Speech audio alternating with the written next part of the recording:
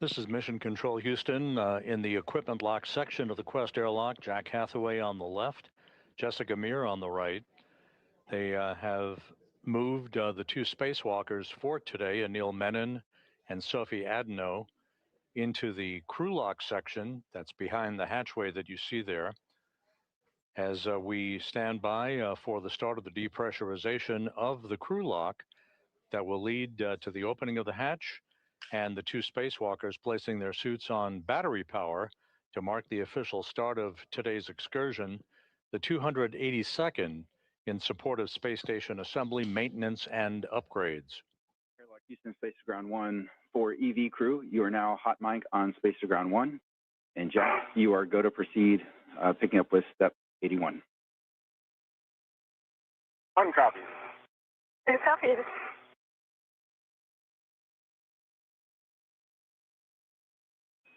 And we hear you both.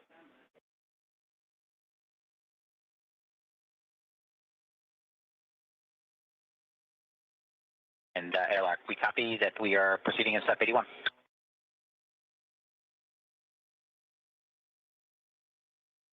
Sophie, I want you to just look and not touch. Can you check on the UIA that the depress pump power switch is indeed in the off position? Depress pump power off OFS. Verify that the depress pump enable LED is on ON. Say again. Verify the depress pump enable LED is illuminated, is on ON. Enable LED is on ON. And Houston airlock, we're waiting for your go to do the crew lock depress Q card in step 84. Stand by for about 30 seconds.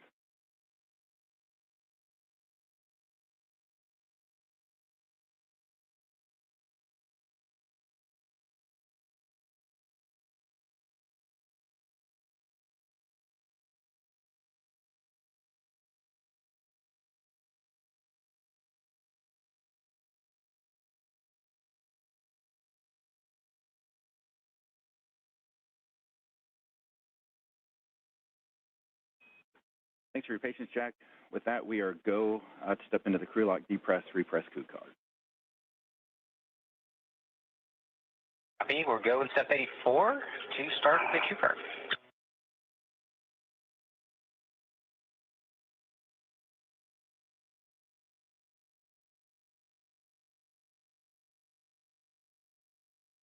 Sophie, I am on the crew lock depress Q card.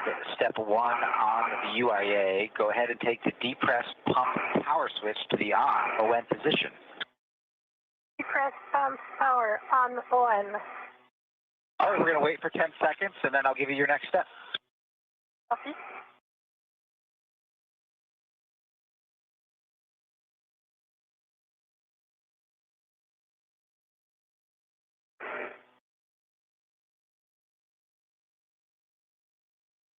It's been 10 seconds. You can take the depress pump manual isolation valve to open, and you can expect an alert tone.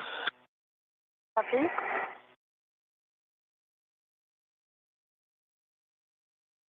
Manual ISO valve open. Copy, it's open. You guys can monitor your suit pH and make sure it stays below 5.5. If it gets up there, then let us know. Copy. One copy. And with everything going very smoothly, the depressurization of the crew lock now underway. This will be done in a two-step fashion. First down to 5 pounds per inch of pressure, and then finally down to vacuum. That will enable the two crew members to open the outer thermal cover and the hatch to the crew lock before placing their suits on battery power. So if I turned on my lights just for... Yeah, I'm doing the same. This is my box. Thanks.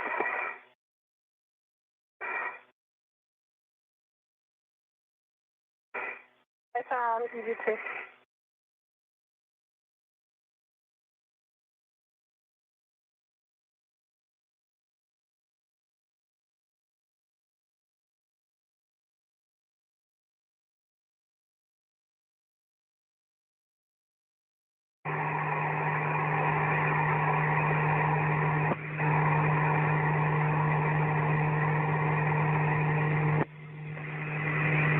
With the start of the depressurization of the crew lock underway, we are estimating a start time almost right on the pre-published time of about 7:35 a.m. Central Time, 8:35 a.m. Eastern Time. We'll continue to track that start time for you as we get a bit closer.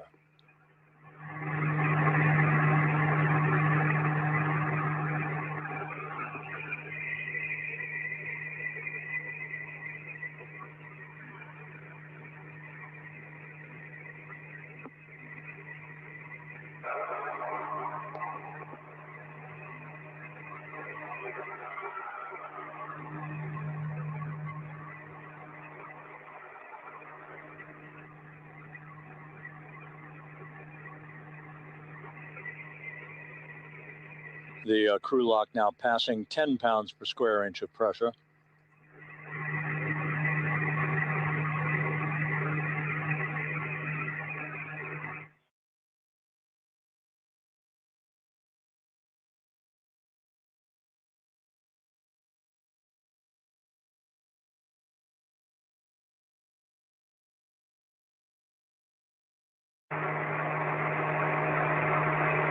What's happening? 10 PSI on our way down to 5. 1 copy. 2 copies.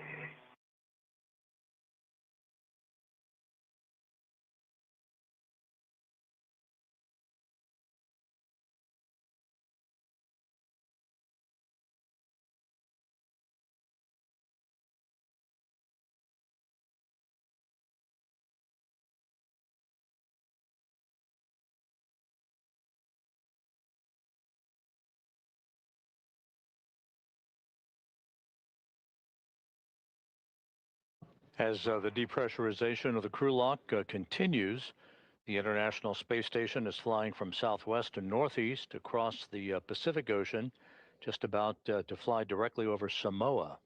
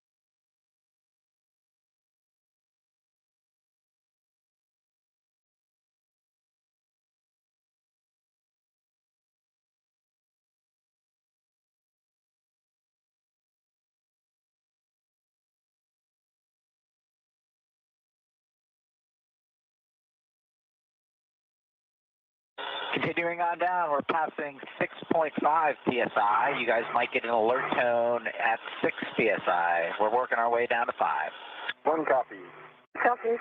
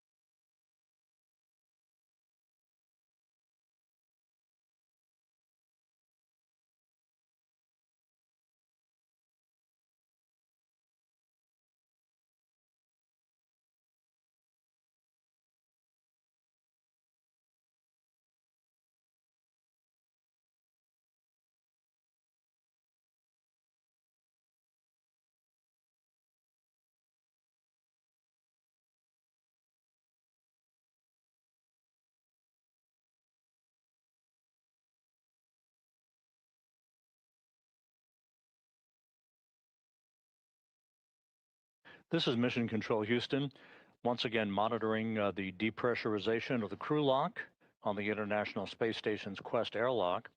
You see Jack Hathaway in the equipment lock as he keeps a watchful eye on the 2 spacewalkers who are behind that hatchway.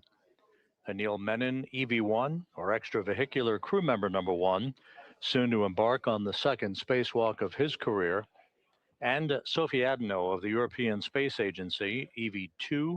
She'll be wearing the suit with its no markings, to pure whites, no markings whatsoever on her suit, as EV2, extravehicular crew member number 2. Menon will be first out of the airlock, followed by Adenot.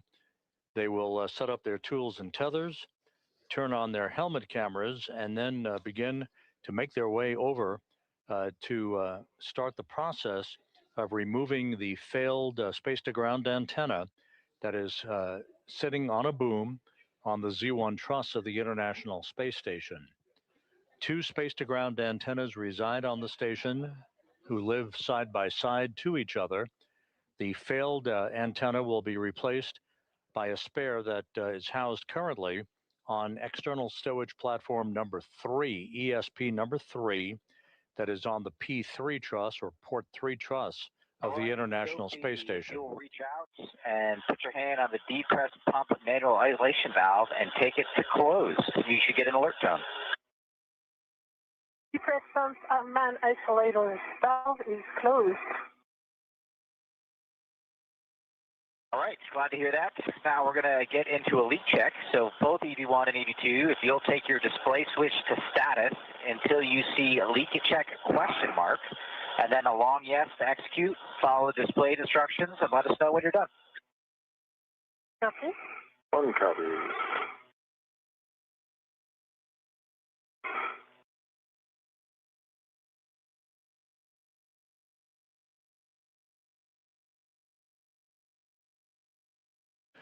And with the depressurization of the crew lock paused momentarily at 5 pounds per square inch per the procedures, a look at the key players for today's spacewalk. At the top of your screen is veteran astronaut Anne McClain.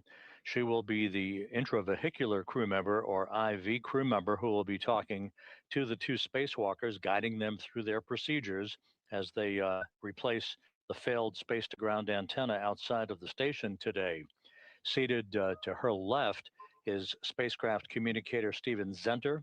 He'll be talking directly to the other crew members inside the space station.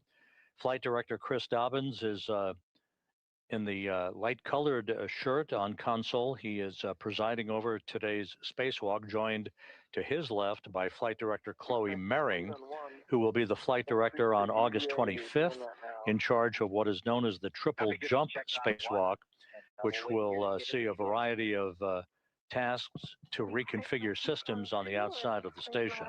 Action alert. Happy good leak check for 2. And let me know when you're both in O2 actuator EVA. Copy. 1's an EVA. Happy EV1 and EVA.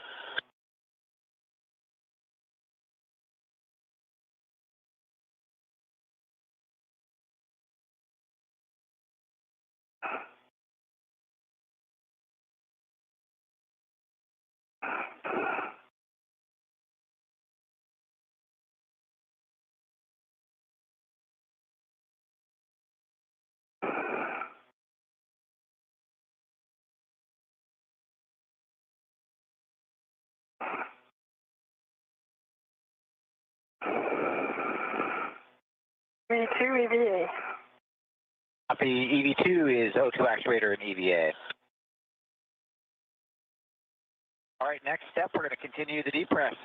EV2, take the depress pump manual isolation valve to open. You can expect an alert tone. Depress pump man ISO valve open. Copy, the man isolation valve is open. I'm taking the emergency MPAD out here to the open position as well. And if both EV1 and EV2, monitor your suit P gauge. Make sure it stays below 5.5, and if it gets up there, let us know. 1 copy. 2 copies.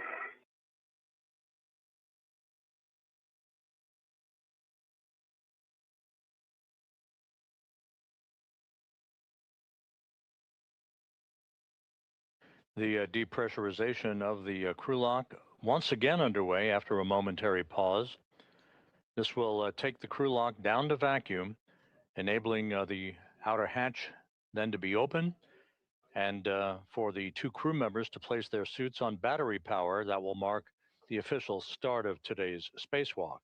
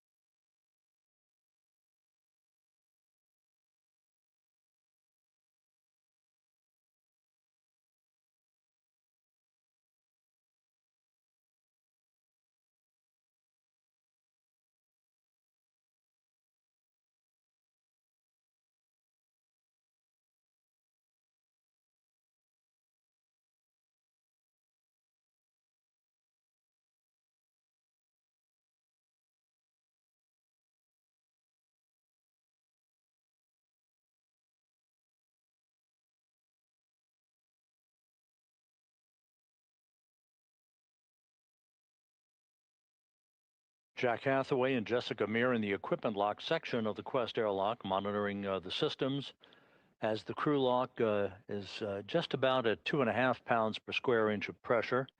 Once again, moving steadily towards vacuum.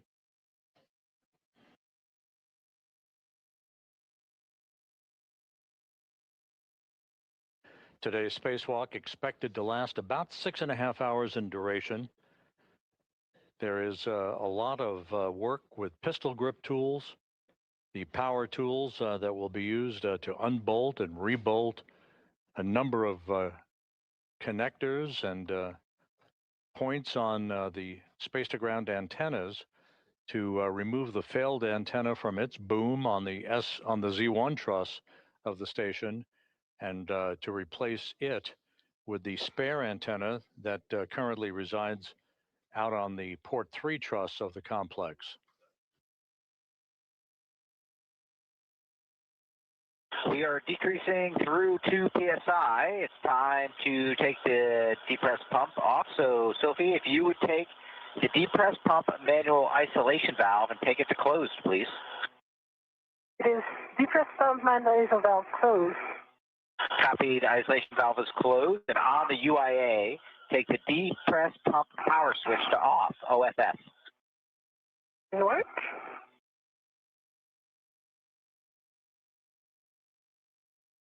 press power off OFF. Copy off OFF. You guys are awesome. You're going to crush it out there, and we will be here waiting for you in a couple hours to bring you back inside. And with that, Houston, and you got them. Jack and Jessica, nice job getting the crew ready. Anil and Sophie, it's game day. We are on step 11, and we're ready for your initial tether config. Good to hear your voice and ready to do some work. Thanks, Jack and Jessica. And here goes the tether config. I'll start with mine, but on the left side, I have a D-ring extender that's connected to a waist tether. The small hook is closed lock, black on black, and the large hook is connected to that D-ring extender, so it forms a loop, and that large hook is unlocked. On my right side, I've also got a D-ring extender. The small hook is closed lock, black on black, and the large hook is on my NWS unlocked. And then on the right side, the red hook goes direct. My D-ring, closed lock, black on black, and that goes to the red reel unlocked. And on the red reel is the green hook, closed lock, black on black, and the yellow hook goes to the green reel. It is closed lock, black on black. Green reel is unlocked, and the anchor hook is on my MWS. I've also got Sophie's anchor hook on my red reel, closed lock, black on black, and I'm going to hand it over to Sophie to start her tethers and connect them up where I left off. Copy, Anil. Thank you very much. So I'll start with my left. I have a D-ring extender on which there is a small hook of the waist tether, gate closed, locked, black on black.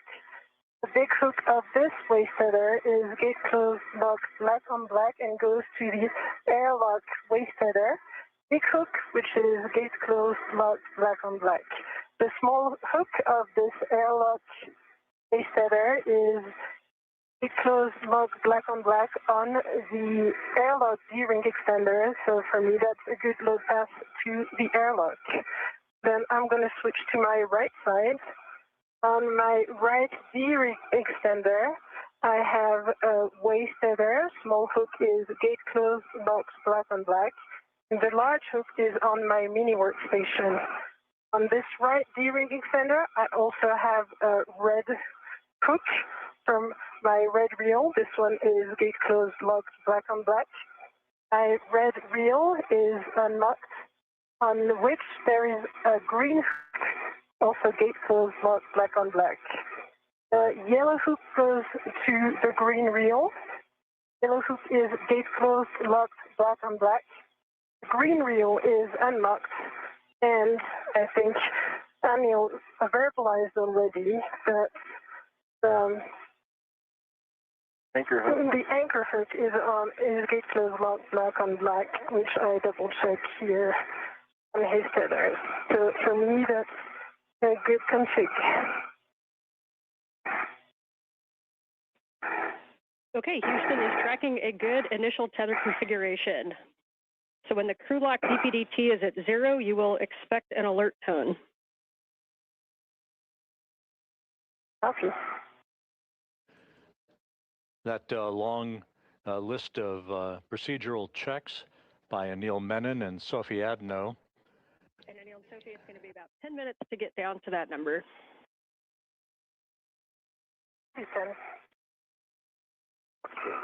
You're hearing the voice here in Mission Control of veteran astronaut Anne McClain, who has taken over spacecraft communications duties. She is standing there in the lavender jacket. She will be talking directly to the two spacewalkers, guiding them through their step-by-step procedures as they replace a failed space-to-ground antenna on the Z1 truss of the International Space Station. The spacewalk officer for today's spacewalk, Sandy Fletcher, here in Mission Control, happy with the tether configurations that were reported by Menon and then Adenot just a moment or two ago as the precursor to the crew lock going down to full vacuum. That will occur momentarily, setting the stage for the opening of the outer hatch and the suits being placed on battery power to mark the official start of this 208-second spacewalk in support of space station assembly, maintenance, and upgrades.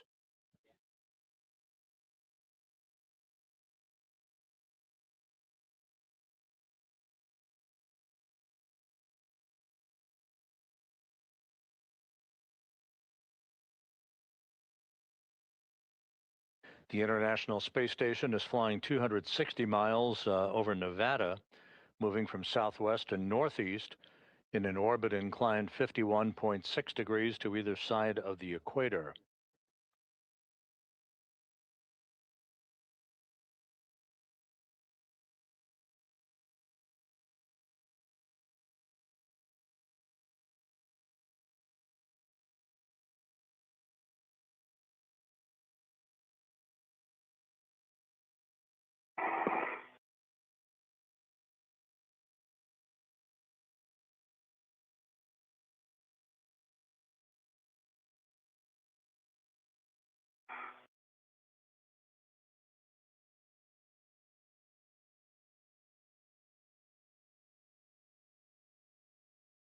The space-to-ground antennas that are the subject of today's spacewalk activities, there are two of them that auto-track, if you will, basically move or swivel to point themselves in the direction of the tracking and data relay satellite system, part of the KU band system that enables high data rate communications for payloads, video, crew procedures, and other systems on the International Space Station.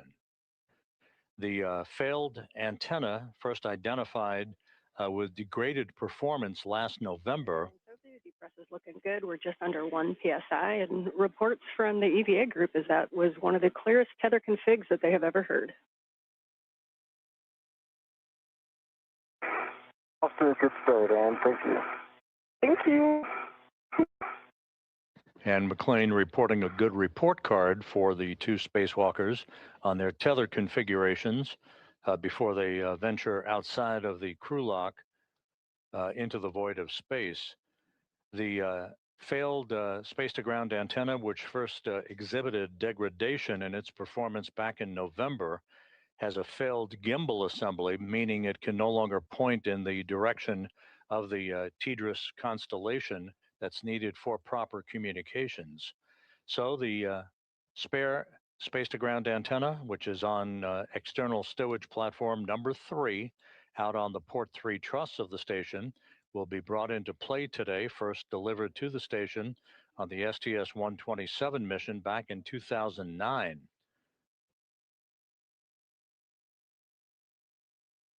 The antenna that is degraded and will be replaced today was delivered and installed on the station on the STS-132 mission back in 2010.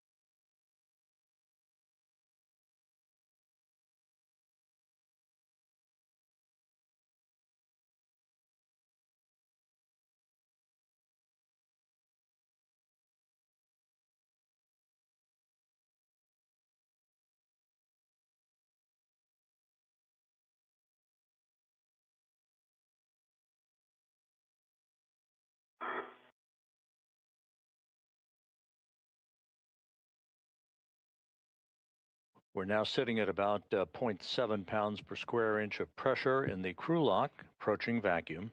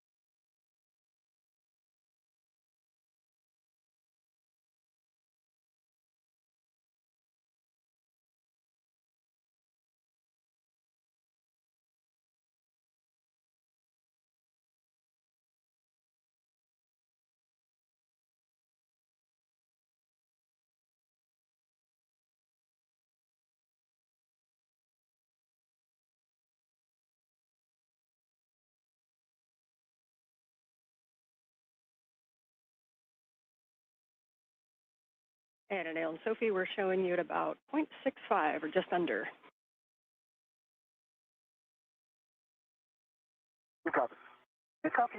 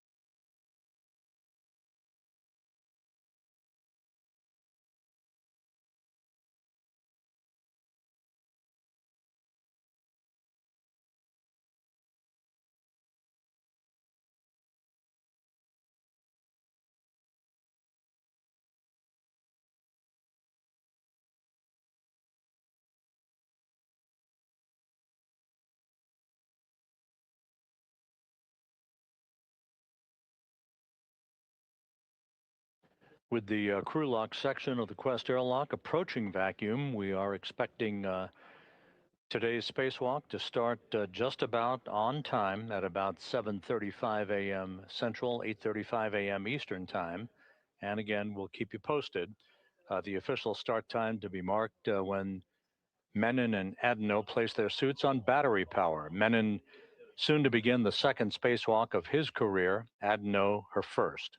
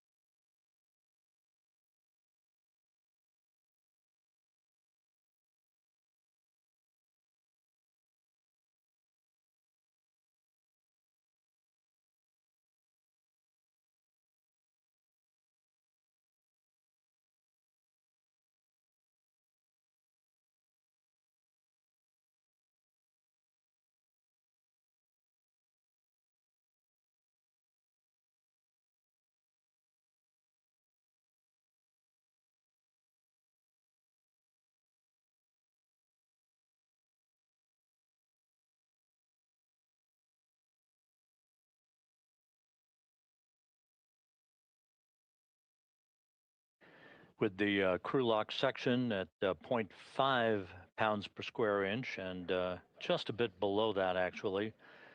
The spacewalk officer here in Mission Control, Sandy Fletcher, is good to proceed with the next series of steps, final communications and leak checks prior to the time the crew places their suits on battery power to mark the official start of today's excursion.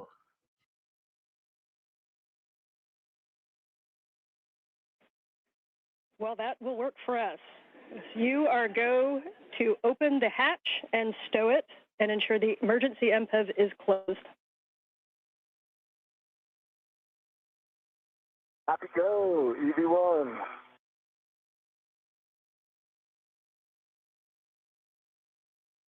And Anil, you don't have to worry about that. And the emergency MPEV, that's for Jack.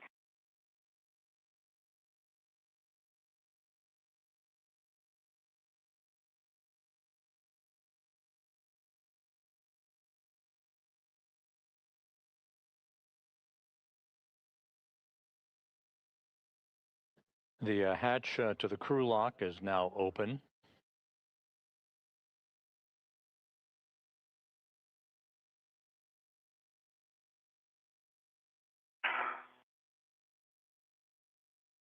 All right, open and stowed. Standing by for the crew to put their suits on battery power. I put down my visor. Copy, visor down, EV2.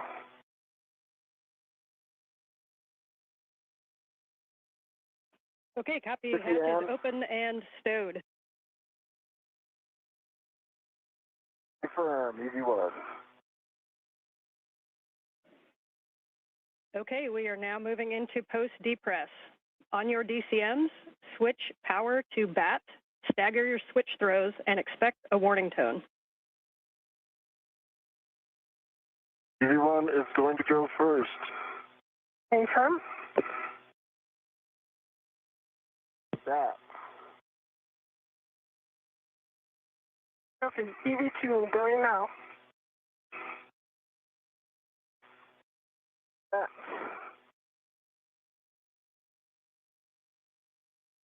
Expected CPI.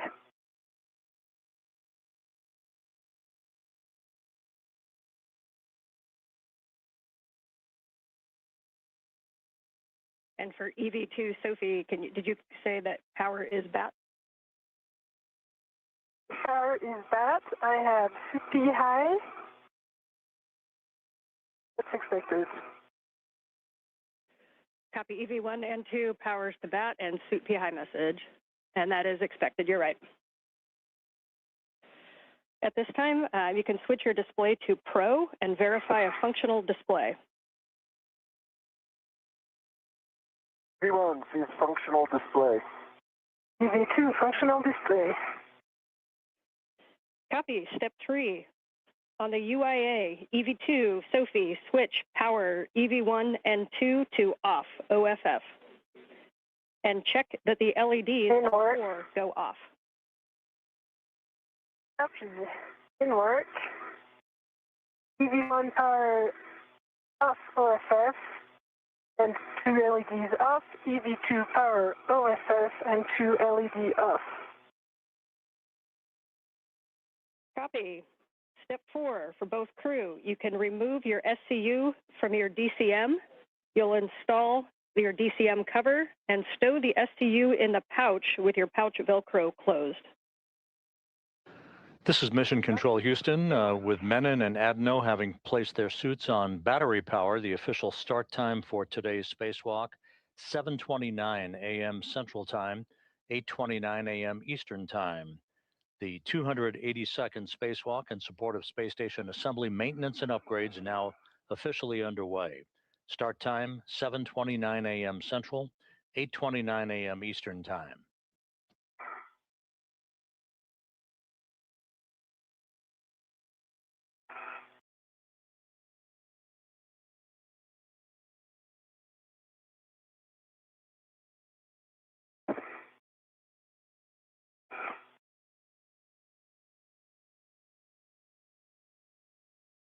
And 1 is stowed.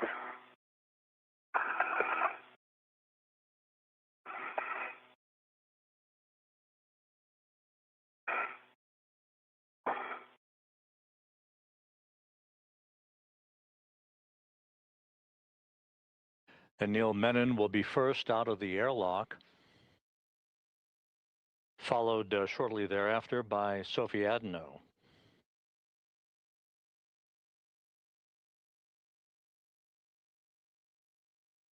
Here is towed.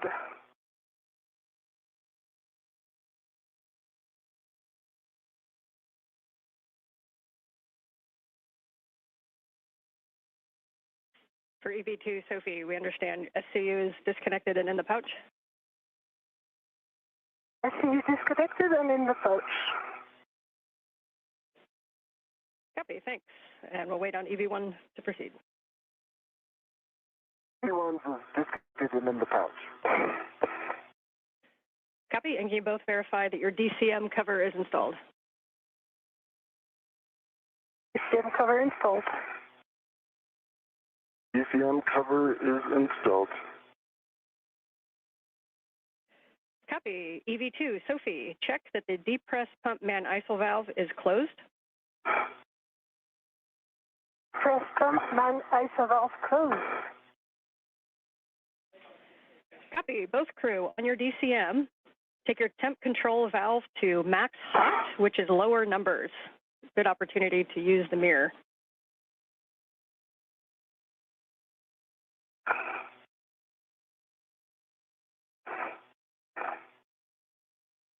What is max hot?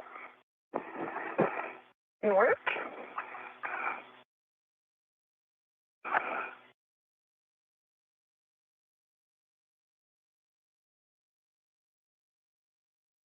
Do max hot.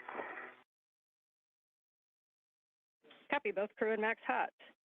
You can switch water on ON. On, water on. Water on. On. Copy. Both crew, water on. Check your DCM is blank and your bite is off. EV1, DCM blank, bite off. EV2, DCM blank, bite off. Copy. This time you can set your temperature control valve as desired. Please report those settings, and a reminder throughout the EVA to let us know if you make TCV changes, and best practice is not to do large changes over 2. 2 copies. 2 copies, TCV 5. TCV on 1.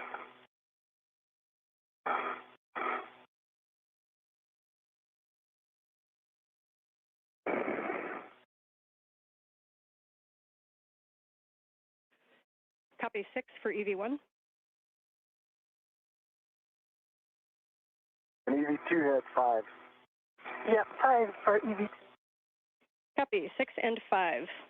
Report suit pressure gauge.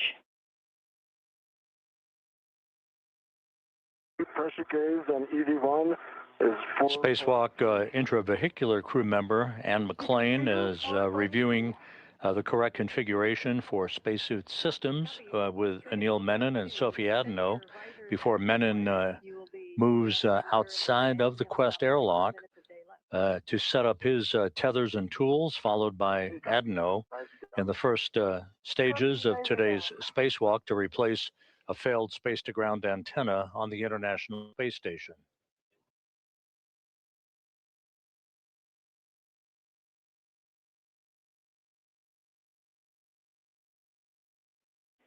And standby 1 while we check suit data.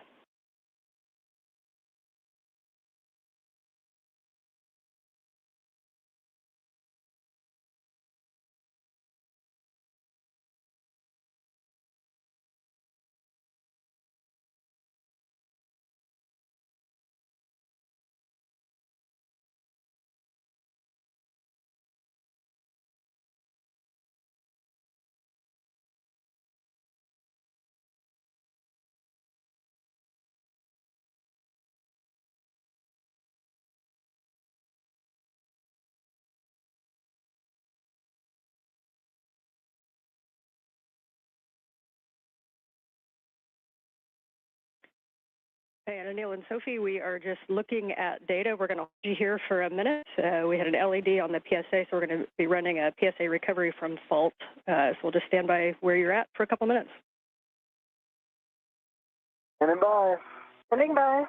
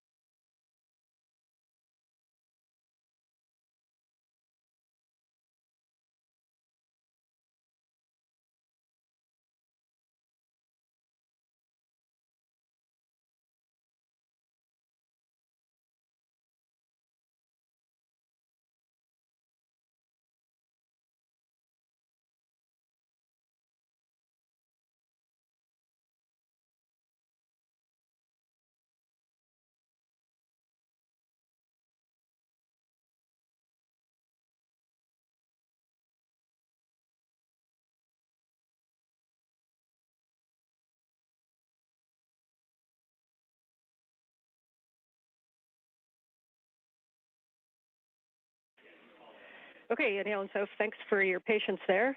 And we just have the IV crew running some steps on the PSA, but it does not impact you. So at this time, Anil, you are go to open the hatch thermal cover. You can unhook the strap from the magnetic plate D-ring, move the hook to the integral tether point, and cinch the strap until snug. When you do, please report number of Sharpie lines. Hey. Opening the thermal cover now.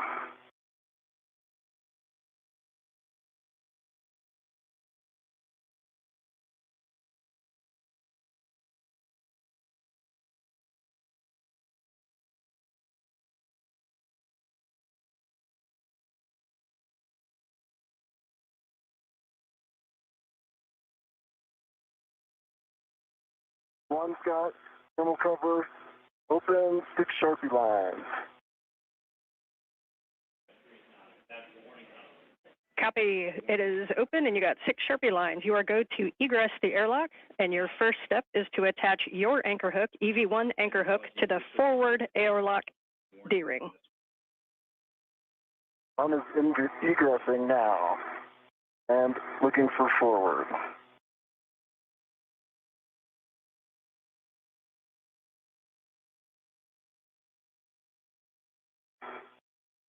Okay, your tethers are looking good from here and all good.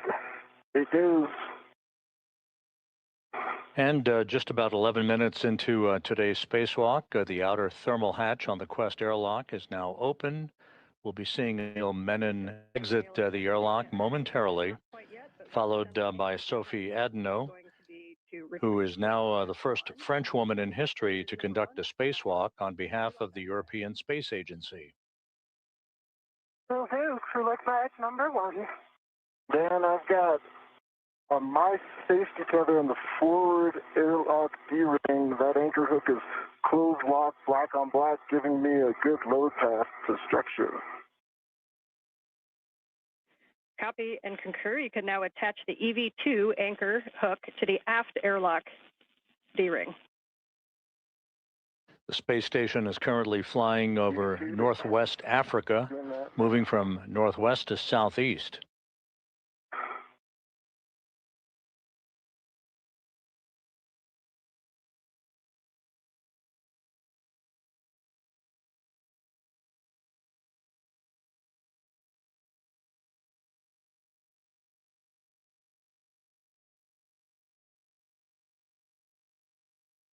And EV2 is on the aft D-ring, closed lock, black on black, giving Sophie a good load path to structure. Sophie's go to unlock her waist tether, and I will get in position for that crew lock bag 1.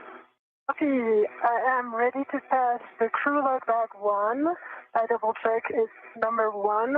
I will wait a minute before, I'll pass the bag first before I can exit before I release my airlock, since I have to, Sounds great, Sophie.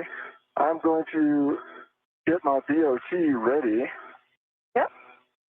I'll tell you when I'm in a good position. Copy all. And we concur with all your words. Great teamwork. And Anil, eventually you'll go on the forward side. And then Sophie, as you release the crew lock bag to him, please just let us know if you are leaving the large small in the airlock or if you're taking the large small with the crew lock bag. So the plan is to leave the large small in the airlock, and the small red that is currently attached, once Anil will be ready to the bag, then I will put it back on the UIA tether point. Hey, Sophie, I'm reaching for the bag. I see you. I see you have control of the bag. I do. Let me get my ret on it. Mm-hmm. That is Anil Menon, who's just outside of the Quest airlock, receiving the crew lock bag with tools and other equipment needed for today's replacement of the space-to-ground antenna on the Z1 truss of the station. Put this on my VRT, and then I will clear some space, or I'll get ready for that RU bag. Copy. I confirm the small red is on the airlock UIA tether point. Great to hear. And I'm getting ready for the bag, but take your time for the medium RU bag. Be back. Give me a second to get this VRT squared away. Sure. Take your time.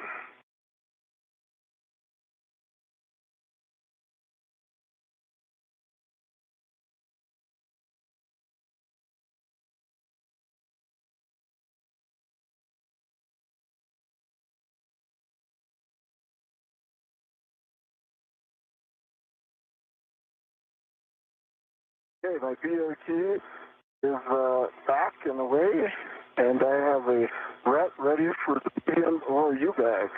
Okay, I'm ready to pass the medium RU bag. Sure, it's clear on my tether. See it? You see it? I have control. Copy.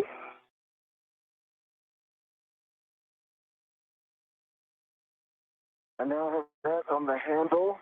Copy. And let's see.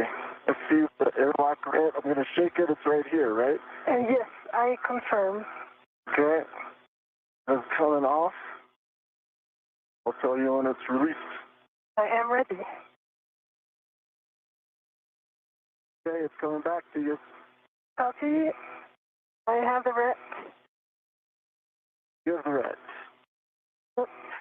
Okay, I'm clearing some space.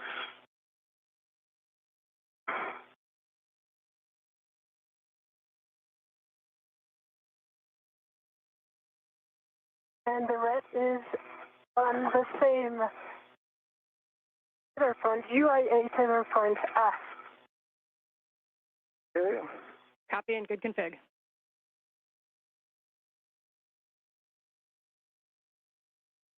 And I am ready to egress whenever you give me the go. You have the go. Copy. Egressing now.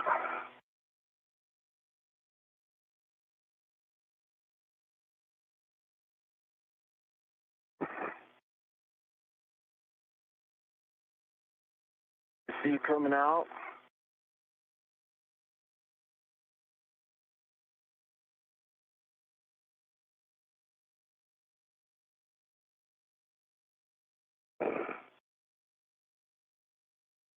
Your hands. Hi, Anil. Hello. Okay. I am going to the aft side. I already have a local, so I keep it. And now I'm putting my under sector. All right, I'm out. I'm ready for the body check. Oh, maybe You before. want your or? You can... Yeah, I'll take my bag before. Yeah, that's true. As you like. That's a good idea. Okay, I'm just move some tangles here.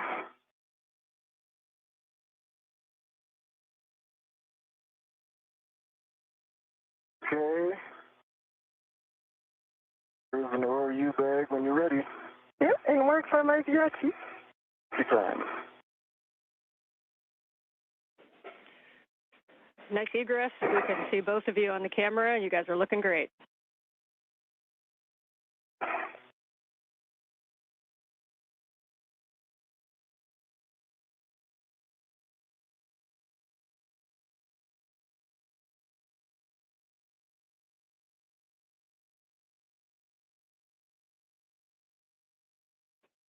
And as you guys get situated with the bags on your BRTs, just a reminder that to tighten your BRT knobs and really take a look at where your ORU bags and crew lock bags are. The divers are not as much of a help in space, so you want to keep those nicely tucked to your body, and you may need to use those joints on the BRT.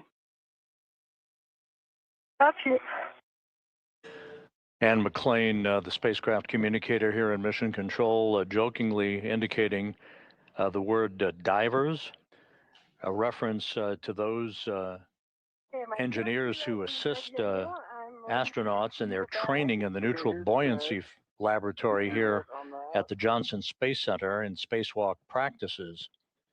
Anil Menon outside of the airlock, as is Sophie Adenot, Menon wearing the suit bearing the red stripes, Adenot with the unmarked suit, as they make sure that they have all of the orbital replacement unit bags with their tools and tethers and all of the other equipment that they'll be using during today's spacewalk to replace a failed space-to-ground antenna on the truss of the International Space Station. I see your red on it. Okay, let me double check. My red is on it. Yeah. I'm just going to put the large hook where I expect it to be. Like here. Here it goes. I'll let you release my red. Yeah, I'm ready to release your red.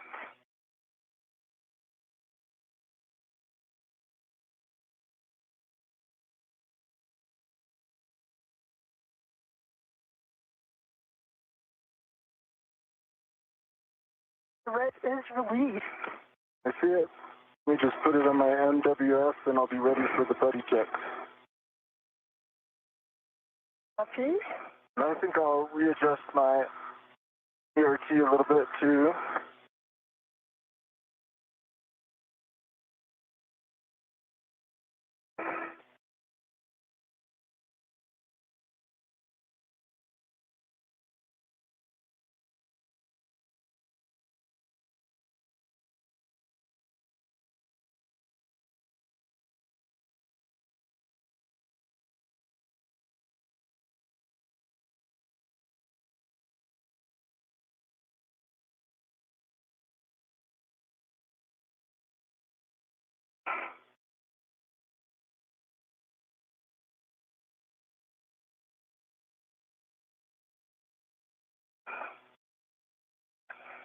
Okay, I just want to make sure my tethers are on the right side of the ERT and it's in work.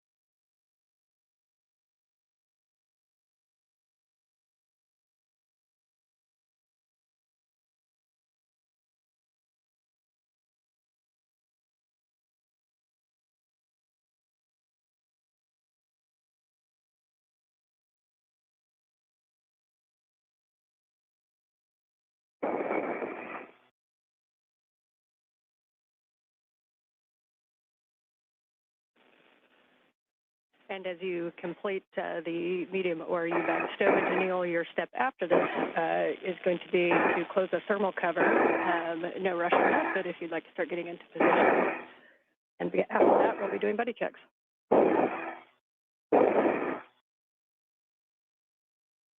Yeah, in order for him to close the thermal cover, I will need to change my status position. Standby 1, I've got it. I'll just hold the thermal cover here. Yep.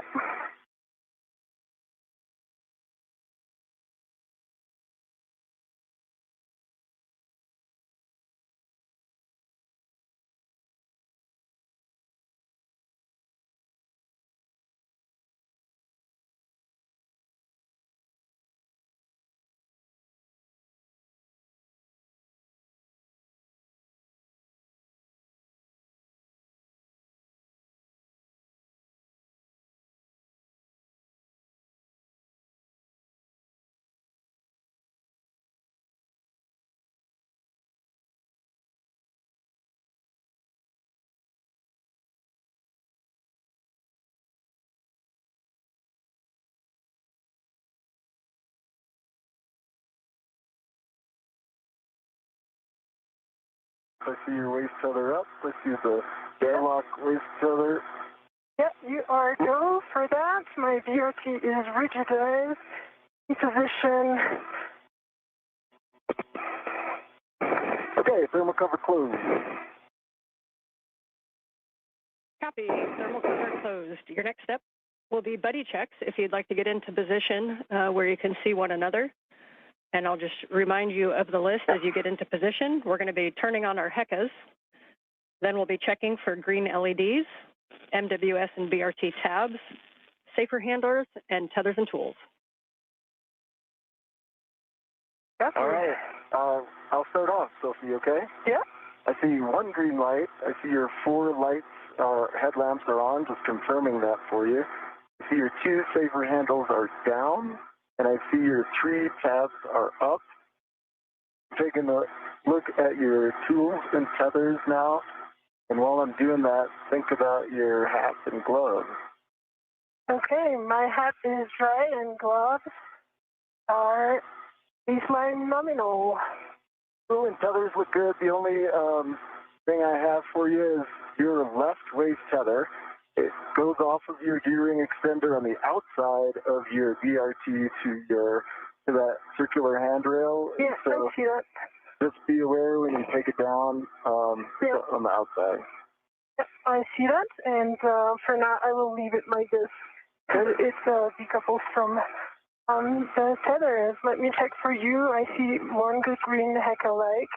I see your 2 helmet mics, nominal. I see your 3 tabs up. I see 1 and, oh, all right. Your left safer handle is up. 25 minutes into today's spacewalk, Anil Menon and Sophie Adenot performing what are called buddy checks, basically examining each other's suits and tethers to make sure everything is in order before they move away from the Quest airlock. They're also reporting that their HAPs, or helmet absorption pads, are dry. That's the way they should be in their helmets, and that their gloves are looking good as they set out to the work site. That will enable them to begin the first part of today's spacewalk, the procedures to remove a failed space-to-ground antenna from the Z1 truss of the station. All right. Let me check your tools and config. I see the tether config is good and all the sliders are as expected. Tools and tethers look good to me. And see your bag wedges and your BRT. And yeah, that's awesome, Anil. Okay. And Sophie, can you just confirm that you checked both safer handles, please? Yeah, both safer handles are down. The one that was up was ISO valve on the left side. Now it is down. The 2 are down, I can confirm. I've got a dry hat, man. Copy, thanks, and copy HAP. So at this time, Anil, you can begin your translation to ESP2 forward.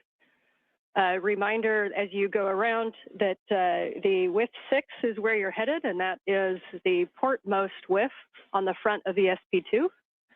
Sophie, at this time, you can perform some translation adaptation to get used to your new environment. Welcome to space. Thank you. Copy all, adaptation. I will Do minimal adaptation and feel very good now and ready to go. I'll just wait for Anil's feathers to be clear before I leave. Okay, good plan. And just a reminder for both of you as you translate to take a look at those handrails and don't slide the gloves on the back of the handrails. If you see any strikes or anything, let us know. Please.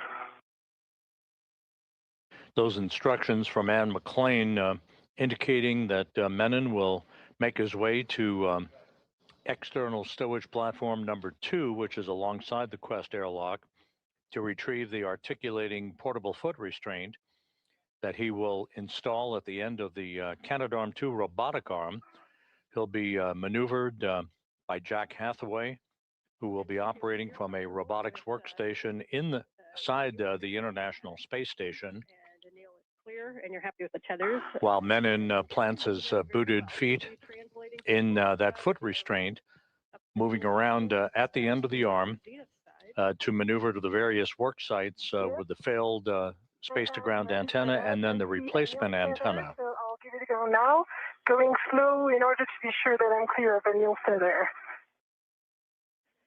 Copy, good plan. And if you need to put any fair leads in, just let us know. Anil, as you come around to the front side of the ESP2, reminder not to come in contact with the AGB grapple fixture. That is on the nadir side of the front of the ESP2. It's the center ORU facing forward.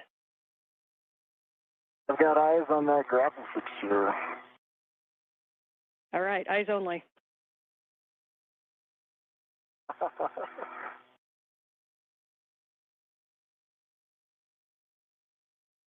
Anil, I see your tether. I leave it on my left, and I double check that it's not in my bag. Yep, and you'll find as you come around the corners is when that bag's going to want to swing. So you're going to be coming around to the forward side of the airlock, and as you come up, we're going to recommend that you stay starboard of the CETA rail to keep your tether routed that way.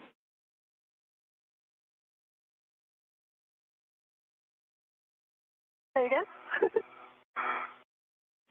Yep, as you come up to the top of the airlock, we're going to keep you on the starboard side of the CETA rail, just as you're going right now, just to keep your tether routed on that side. Yes.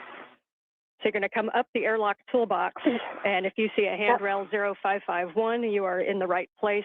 You're going to turn right, hit the wagon wheel, and go zenith. Okay. Up of the toolbox.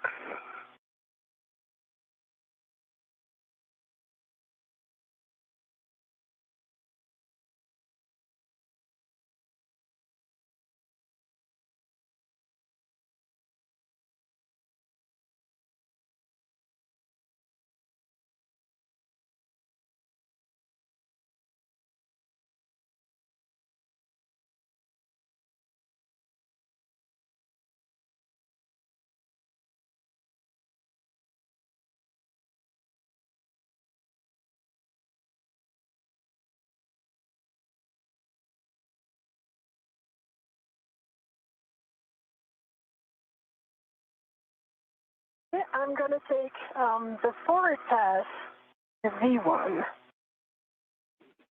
Okay, we understand you're going to go on the forward path. So reminder, it's probably easiest to translate on the high-pressure gas tanks. They've got those handrails that'll put you right at the base of the forward path to Z1.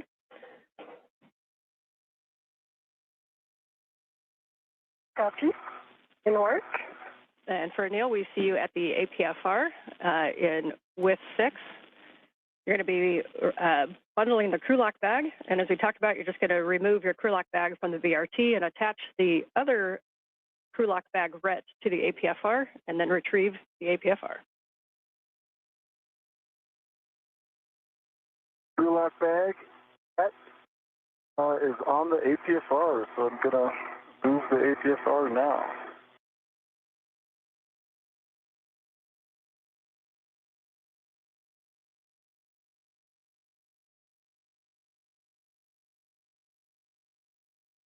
And Sophie, as you get up there, I'm sure you're going to get a nice view of the SAS antenna. You're also going to see some heat pipe radiators. Those are going to be the big squares that are shiny, and those are a no touch. Yep. Copy.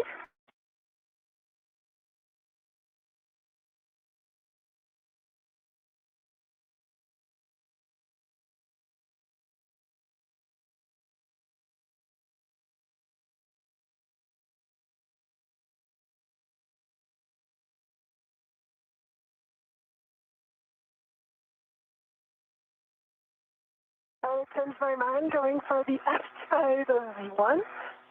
Yeah, it was a change of plane slightly challenging, so I'm now on the aft side and everything goes nominal. Okay, we are happy with that. So we see you coming to the starboard side, or port side rather, of those high pressure gas tanks, and you'll be reaching across to Z1. You should see handrails pointing zenith that look like 6001, 6002, 6003 to take you right up to Z1. Yep.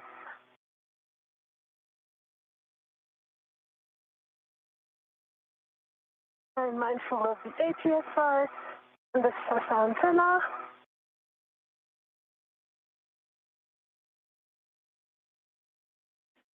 Bill's got the APSR, and he's headed back to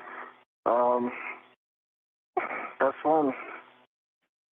Okay, we concur. Reminders, you come back around toward those airlock toolboxes just to keep an eye on tethers. Sophie's going to be tracking up from the airlock to the starboard side of the cedar rail. Sophie, we see you arriving up at the Z1 work site. Welcome. Your first step is going to be to temp stow the ORU bag on the S-cant boom handrail. Reminder to be slow translating on that Z1 boom and avoid sudden stops or cyclic loading.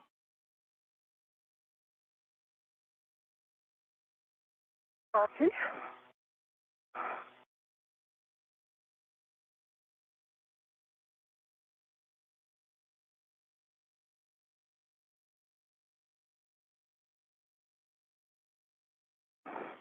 Sophie Adenot is making her way to the Z1 truss. This is the center section of the backbone of the station on which both space-to-ground antennas, the healthy one and the failed one, are located side by side. We think a good config would be to put the large hook onto handrail number 2. Reminded that they're numbered from the base of the Z1 up, so 2, it would be the second one facing aft. And if that large small can move up and down handrail 2, we think the bag access will be the best. Copy. Thanks, Anne. Just working now for one fair lead of my issue tether so that the next step is going to be easier when I come back, when I go to ESP3 translation. We copy, good plan. And this one fair lead is going to be a four-man fair lead around 605. Captain, I think I heard 6052, is that correct? Yes, affirm. Okay, yeah, we like that plan. And a reminder, that's going to be where you put an AET later when you stow the S-cant there. So good recon. Like a good helicopter pilot, you like the recons? Yep. All right.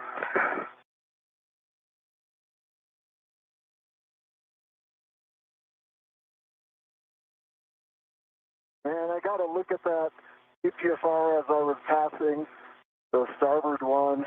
There was no sharp edges that I saw. It would have taken a little bit of work to get some photos, so I just bypassed it. I saw some scuffing on the heels. It looked like paint removal, but no sharp edges.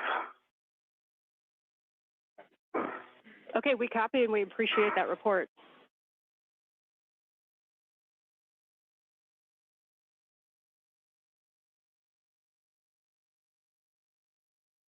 Okay, Sophie is in position for the bag stowage with local on 6051 and end effector on number 2. Copy, we like that plan. Once you do have that down, then you can pause there for a glove and HEP check after your translation.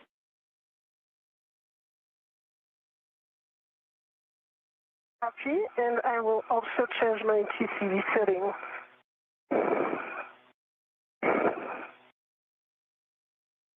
We copy change of TCV settings. 38 minutes into today's spacewalk, Sophie Adenot is at the Z1 truss of the International Space Station. She'll be removing a heat shield from part of the mechanism on the boom of the apparatus upon which the failed ESCANT is mounted. It's called an AGIT, which is an acronym for the Antenna Group Interface Tube. This is essentially the mechanism on the boom upon which all the electronics are interwoven. She'll be removing a heat shield from that boom as one of the first steps in the removal of the failed antenna. Meanwhile, Anil Menon, you're looking at the helmet camera view from Menon. He is retrieving a portable foot restraint from a stowage platform alongside the Quest airlock that he will mount at the end of the Canadarm2 robotic arm that will be operated later by NASA astronaut Jack Hathaway from a robotics workstation in the station to maneuver Menon back and forth to position the failed space-to-ground antenna. Once it is removed from its boom on the Z1 truss, and then ultimately to maneuver the spare antenna to that location on the Z1 truss for its installation. Good view of the thermal radiator flap and the MMOD strike.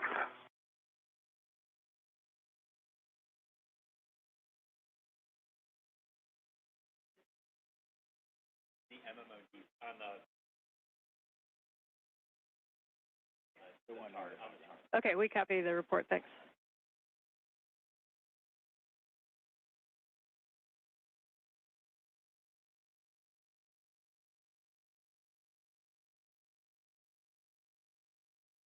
And I'm up to Fetus first. Copy, you're going to head left, starboard. You're to the F1A, which is mile 6900, 6900.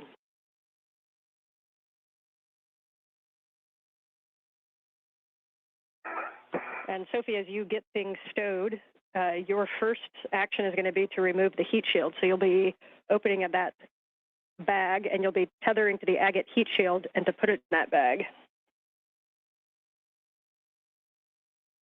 Copy. Right now, I can confirm I have 2 AET, 1 on the handrail 2 and 1 on the handrail 1, and I'm currently removing my VRT. The bag is a good config. I'm going to hitch it down so that it doesn't fly away. And Sophie, I am in place now. So if you have some comms, Sophie, now's the time. Otherwise, I would start chatting with Jessica.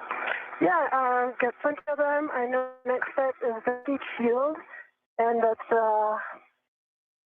coming right after the VRT storage.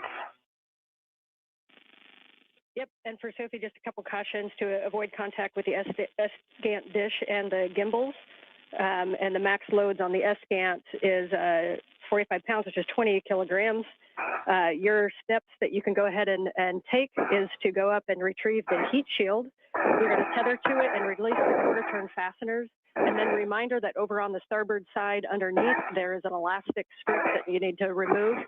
And then you can stow that agate heat shield into the ORU bag. For Anil, I can give you a go to speak with M1. Love that. Hello, Jessica. I am in place. I see the arm and I see good clearance. Your go for APSR install. Okay, we copy there. Go for the G to the published position. This is going to bring the arm toward you, station aft. Copy.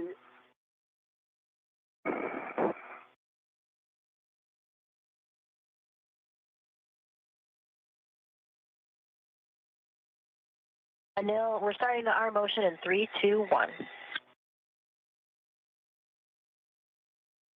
Jessica Meir is accompanying Jack Hathaway at a robotics workstation inside the station. As you can see, Hathaway is the prime robotics operator for today's spacewalk, maneuvering the Canadarm2 into the right position so that Menon can install the portable foot restraint at the end of the arm.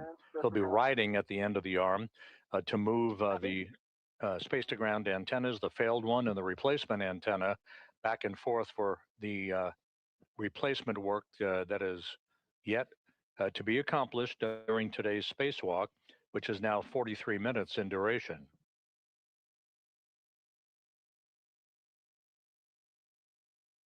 Meanwhile, Sophie Adenot, in the first hour of her first spacewalk in her career, is about to remove a heat shield from the antenna group interface tube. That is the tube on the boom of the failed space-to-ground antenna on the Z1 truss of the station that houses the electronics for that mechanism.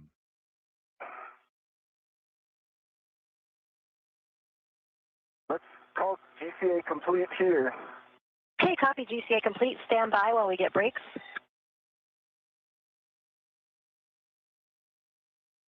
Anil, brakes are on. You go for APFR install and ingress. Copy, go for APFR install and ingress.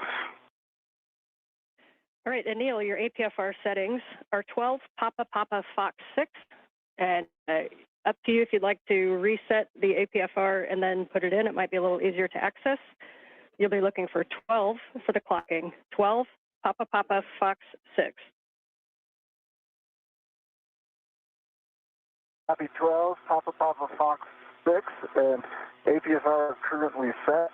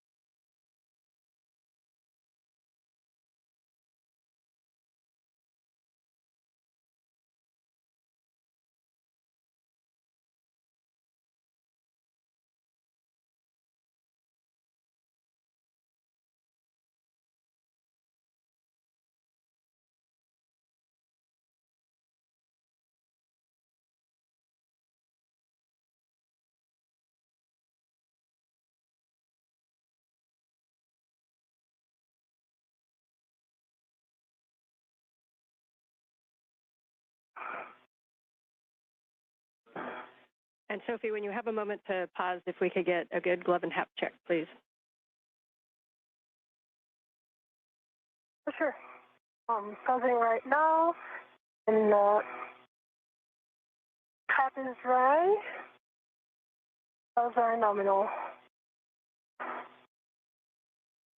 Some dark spots on the RTV of my left hand. I put it in front of the HECA, but really minor dark.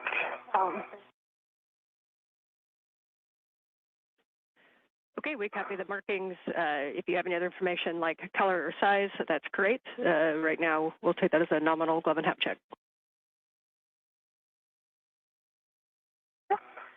Nominal color is black, and size is just less than a fingernail. Yep, thanks. And Neil's got APFR. Neil's got the APFR installed, 12 Papa Papa Foxtrot 6. And I got a locking collar, black on black, good pull, twist test. Pitch knob is depressible. Anil Menon installing the portable foot restraint at the end of Canadarm2. Sophie Adenot reporting that her gloves look good and no issues with the helmet absorption pad in her helmet. It's nice and dry, just the way it should be, as we pass the 47-minute mark in today's spacewalk. The two spacewalkers, Menon and Adenot, setting up shop for the removal of the failed ground antenna.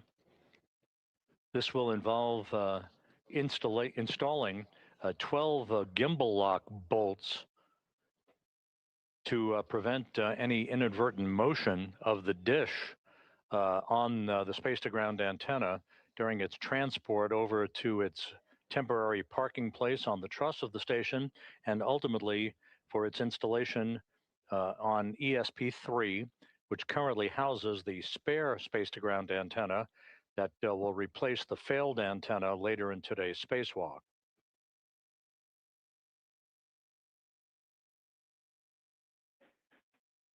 And Anil and Sophie, I'm back with you on comm. We're waiting for video to come up. Copy. Come. And Anil, when you're in a good position and ready to walk through tether swap steps, let me know. Sophie, since I can't see you, let me know if you need any additional steps for the agate heat shield removal, and then we'll be over comm for the tether swap. Oh, no, all good. Just working on the translating up the boom.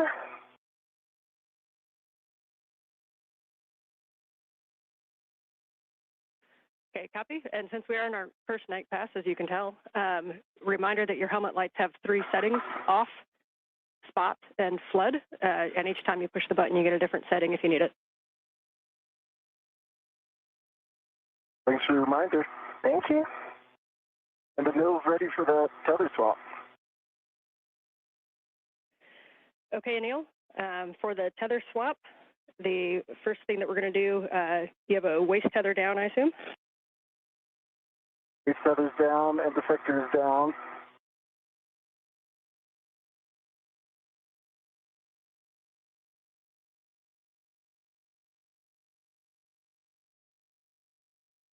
Waist tether is down and defector's down.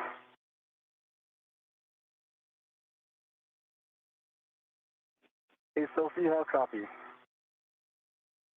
I copy you loud and clear. All right. Tell me. Loud and clear. Copy.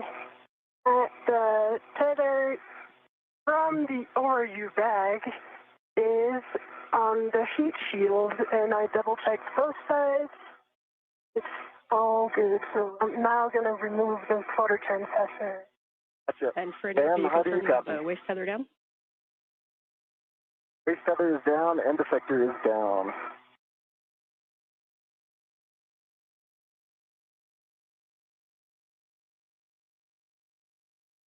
How copy, Ann? We hear you, Neil. Anna is troubleshooting a headset issue. I hear you loud and clear. I can relay some information if needed. Anil, I hear both Anne and you. Okay, Yeah, I Anil, hear Sophie, Ann comm and check. you. Loud and clear, Ann. Loud and clear. Great, let's keep going. So Anil, you've got your waist tether down. Your first step is going to be to lock your green hook on your red reel. Green hook is locked on red reel. You can now retrieve your yellow hook from the green reel, and you're going to stow that on the SSRMS Lee tether point. Yellow hook to the SSRMS Lee tether point, and that will be locked. Okay. Yellow hook is on the SSRMS, right?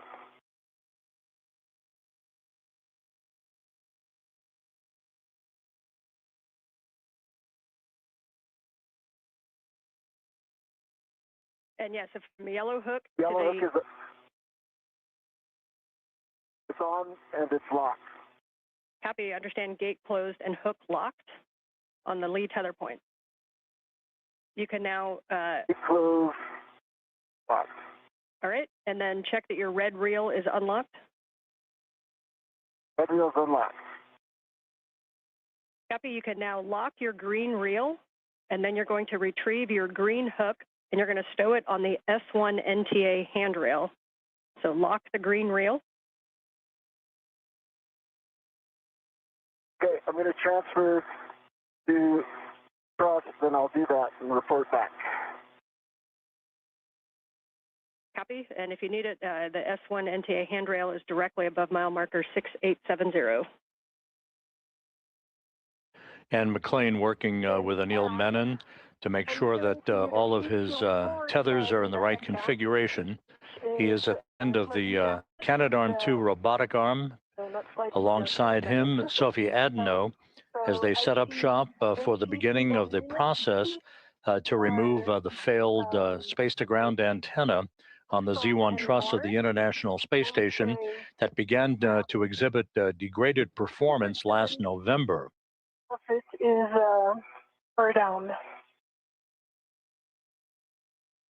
And all the other sides are 100% covered with aluminum shield.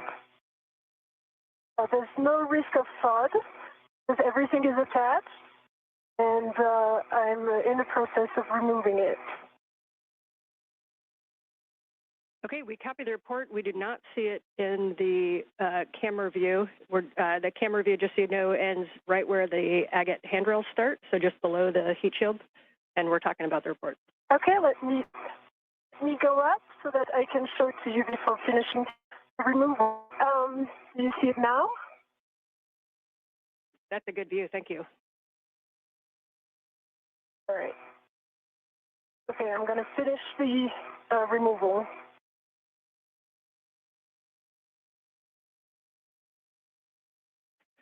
And Sophie, when you get a chance, can you tell us there's something that may be on the agate that caused that damage? I think my suspicion is that sunlight is intense on this side, on the forward side, and the sun, like the thread that is the cross that has like the pattern of the thread here is I would say it's too much sun rays on it. That said, I see that the app side also has the beginning of this right where the thread is in a pattern of cross. And I can point it with my finger. It's right here. There's no risk of fraud, but it's of course that's sufficient, I guess. Okay, copy. We have a decent view of it. If you wouldn't mind pulling it down and right, and just then we'll get a little bit better view of that. We really appreciate the report. Okay, down and right like this. That is beautiful, and then just slowly move it to the right, and we'll be able to see the whole thing. Okay. Every side of it has a little bit of aluminum torn stuff. Again, the heat shield that Sophie Adenot is displaying is basically the wrapping around the antenna gimbal interface tube, the agate, as it is called. It's essentially where the electronics are located on the boom where the ESCANT antenna, the failed antenna, is housed on the Z1 truss. And for Anil, back with you for your green hook on the S1 NTA handrail. Yeah, I'm just unwinding tethers here, I think with the crew lock bag. Got them looped, but I have solutions, so I'll be unwound soon. Okay, copy. Just let us know when you're ready to proceed. Will do. For Sophie, as you get the heat shield into the ORU bag, your next step is going to be to retrieve the gimbal locks, and for installation, you can either BRT in position and then grab them from the ORU bag, or if you need to grab them and then translate up and get in position, that's fine too. Yeah, so I'm gonna wrap myself to the gimbals. I just folded the heat shield inside out so that it doesn't get more damage. And I'm going to tuck it under the integral adjustable here so that it's really well protected. We like that config. Thank you. Of course.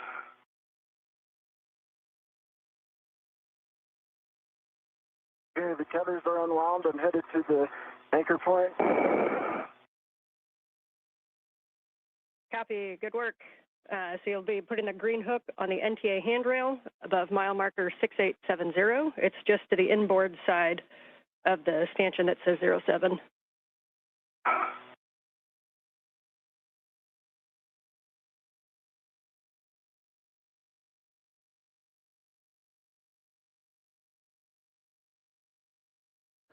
This is Mission Control Houston. As we approach the 1 hour mark in today's spacewalk, the reports are very, very good. The crew is right on the timeline as they work their way to remove the heat shield along the boom of the space-to-ground antenna location on the Z1 truss.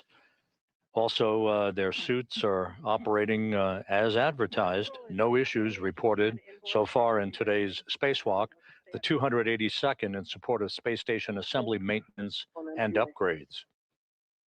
In this view, you see Anil Menon wearing the suit bearing the red stripes as he prepares to accompany Adenot in the removal and installation of a series of gimbal lock bolts.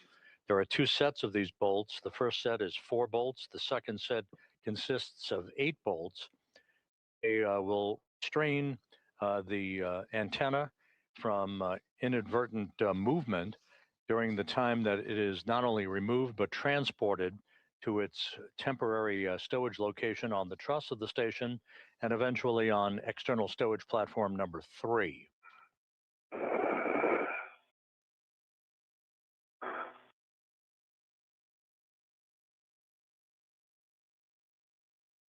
Okay, the green reel is locked.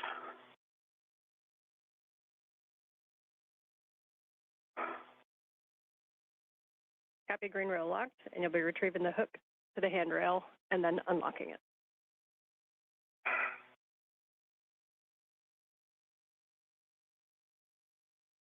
Green hook is off.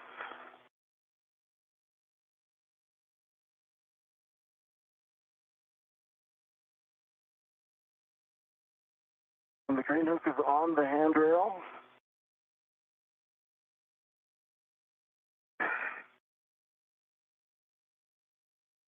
The green reel is unlocked. Copy. Your next step is to ingress the APFR. We recommend there'll be head zenith, and you can use the pump module handrail as to stabilize yourself for ingress.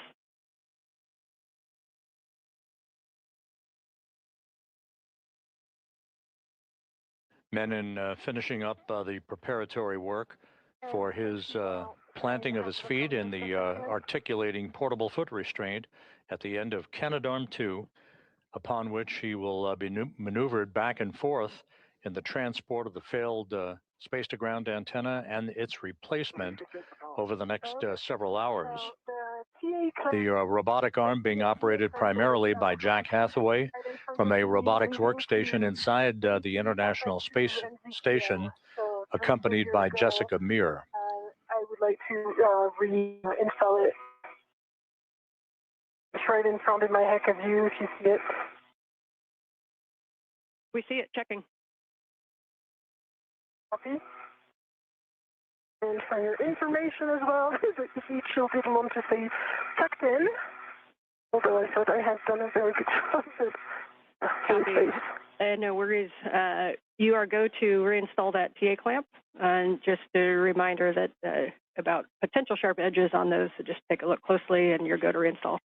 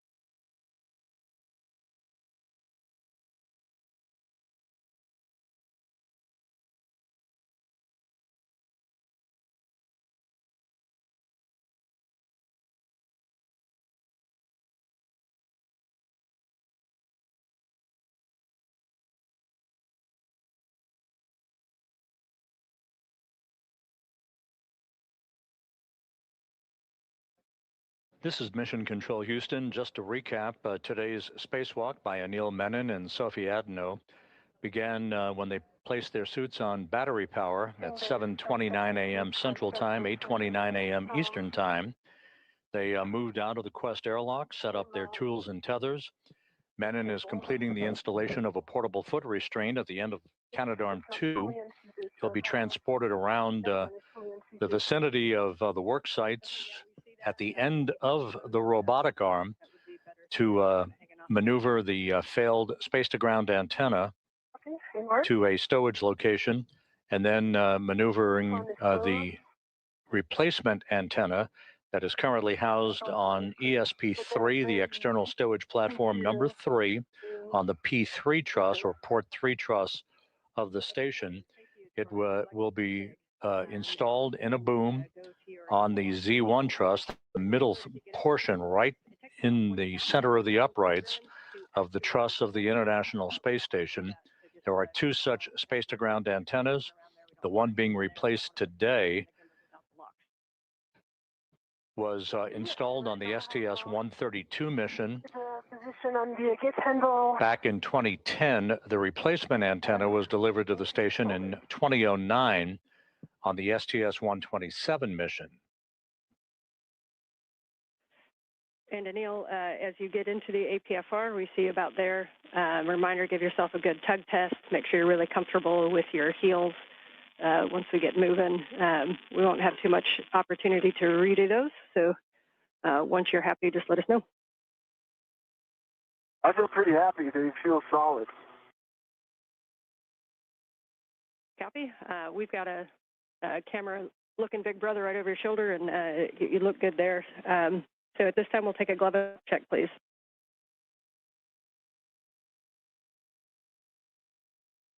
That's dry. Those are nominal. Copy. I'm going to give you the comm here in just a second for your first, to build your frequent flyer miles on the arm. But for Sophie, for the gimbal locks, we're going to have you, once you get into position, I'm going to give you a couple steps so Anil can take the comm. You'll take gimbal lock number 1, which is the one with 4 bolts, and that's going to install on the aft side, so 4 bolts on the aft side, and you're going to manually put in approximately 2 turns in any order on those bolts. You're going to continue to do those. Turn count is important, so please notice and report those turn counts as able with comm. Copy. And McLean reporting to Sophie Adenot about the beginning of the work to install gimbal locks on the failed space-to-ground antenna. These gimbal locks are physical locking pins used to secure the antenna's movable joints during launch, installation, and today's transfer operations for the spacewalk. The published backoff position. And Jessica, how copy? Got you loud and clear now. All right, let's do it like we practiced. I'm ready to go to the backoff position. Okay, we copy. You're ready for the backoff. We'll get set up. And Jessica Meir, working with Jack Hathaway at the robotics workstation inside, ready to move the Canadarm2 away from the truss of the station, now that Menon has planted his feet in the portable foot restraint that he installed just a few moments ago. Anil, we're going to bring you station forward, starting motion in 3, 2, 1. Hey, motion, good motion. I've got good clearances, as I know you do.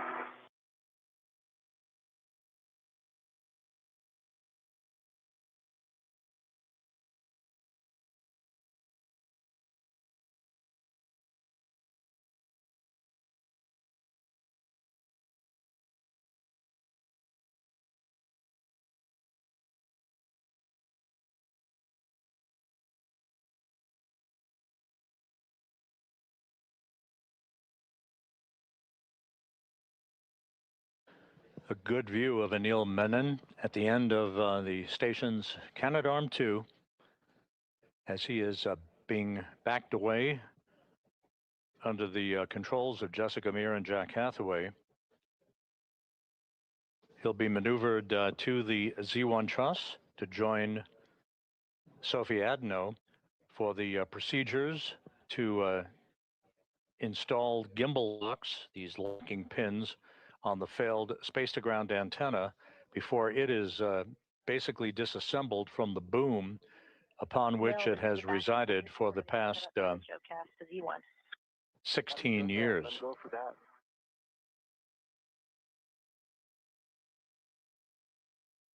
And ground concurs.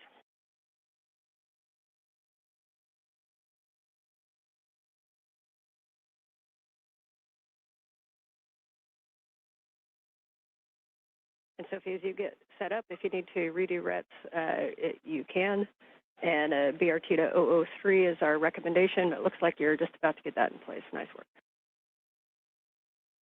I'm already BRT to 003 and working on the install of the number 1 gimbal lock. Copy.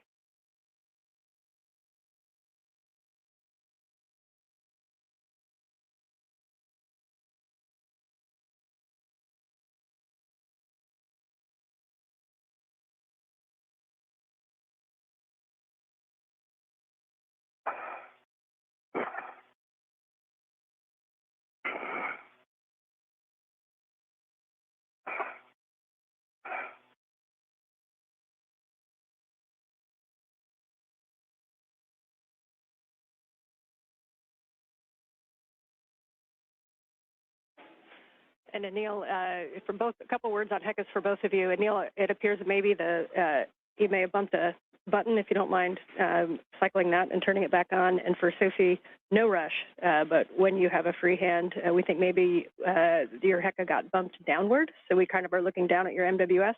Still a great view. Don't stop what you're doing, but when you have a chance, move that back up. And then my green light was on, but I'm power cycling it.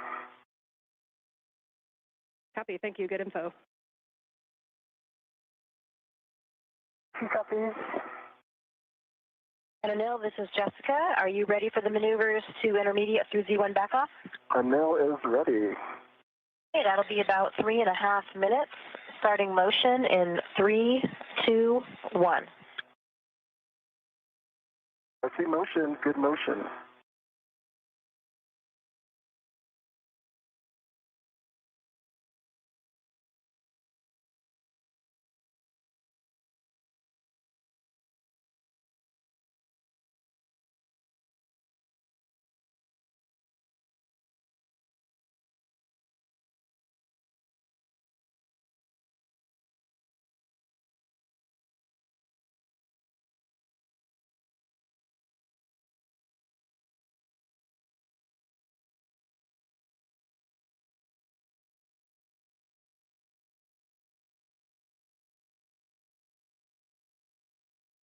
Once these 12 gimbal locks are installed, these locking pins to prevent any inadvertent motion of the dish while it's in the process of being removed and transported to its temporary parking place. The actual release of the failed antenna will be through 4 bolts that will be driven by Adenot with the assistance of Anil Menon. 4 bolts holding that space-to-ground antenna on the boom of the Z1 truss on the station. I think I'm going to have to wait for Anil to install it. And now what I see is that if I put the 2 bottom ones, C, Charlie and Bravo, into their location, then the 2 top ones are too high.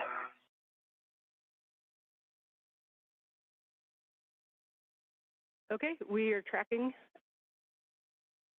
And if we wait for Anil, that's okay. If you'd like to continue to troubleshooting it, just make sure that there's no side loads pulling on it.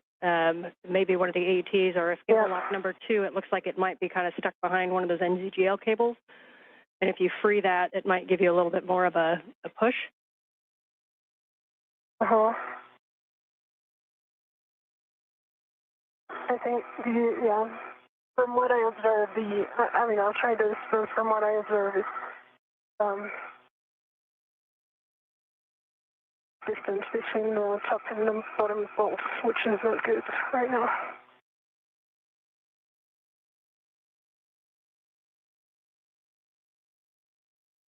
When I get there, do you have suggested solutions? Yeah. So ideally, if you could get to the key handle to try to change slightly the alignment. But from what I observed from here, it seems aligned. Just the distance which just doesn't seem right. Like there's 1 centimeter difference, which is kind of interesting. Okay, I just looked the other route. I'm gonna give it another go. Now there's no side load at all. Okay, we are tracking and we're talking about it. See?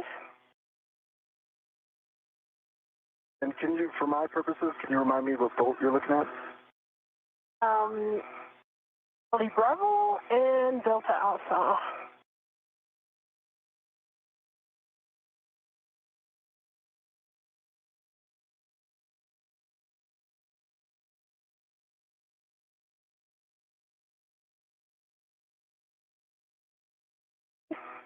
Yeah.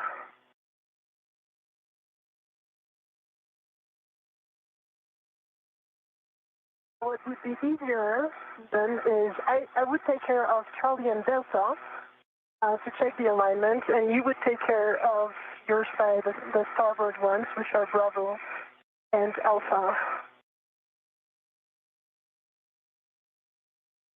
For now, either I align the 2 top ones or the 2 bottom ones, but I cannot do like the 4 there. Copy. And we copy, Sophie. We're talking about it also. Copy. And so to clarify, you believe that if you hand start, say, Bravo Charlie, that Delta and Alpha will not reach, or if you do Delta Alpha, that Bravo Charlie will not reach? Is that a good read? That's a good read. But I'm slightly too beta oriented, so I would be able to confirm only if I move, which is kind of tricky right now because I have the 2 gimbals and all the equipment, so it's better to wait for Anil in that position. I tried to, yeah.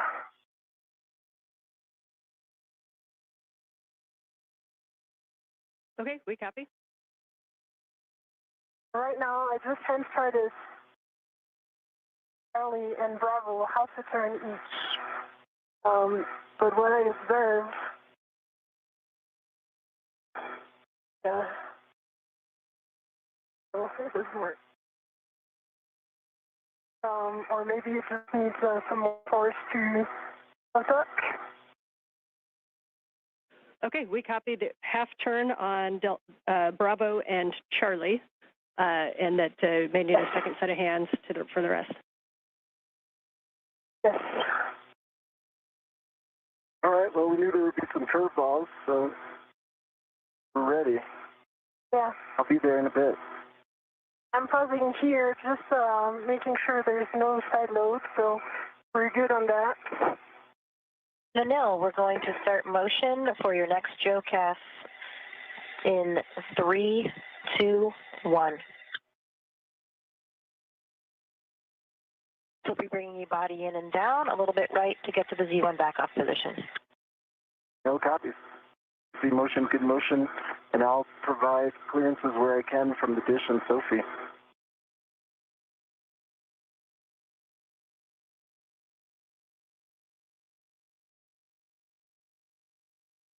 I see the day is coming, so I'm going to turn my visor.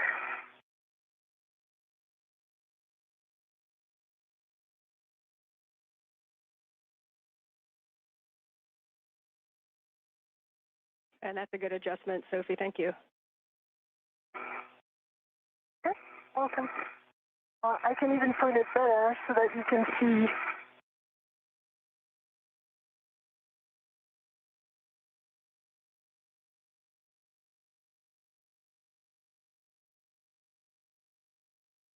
I have a very good view of Anil, of the arm, of the SASA antenna. We see the same thing. We've got a great view from your HECA of, we can kind of see Bravo Charlie Alpha, and we see Anil off to the right. Copy.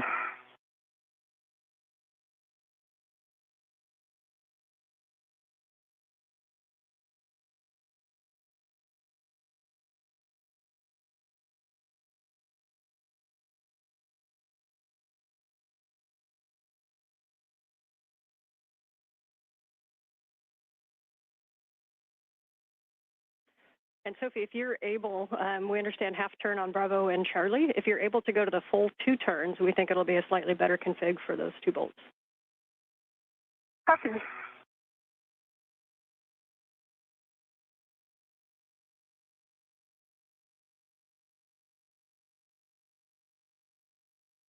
It's a full 2 turn on Charlie and Bravo. Copy 2 on Charlie and Bravo. Thank you.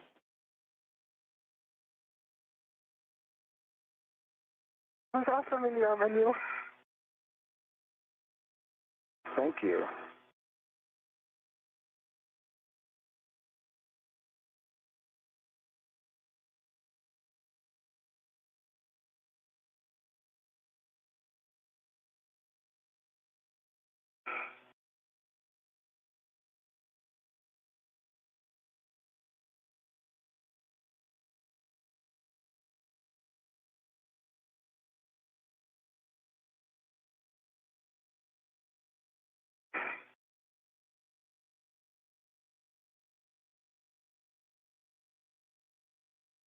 All right, I got good clearances here still.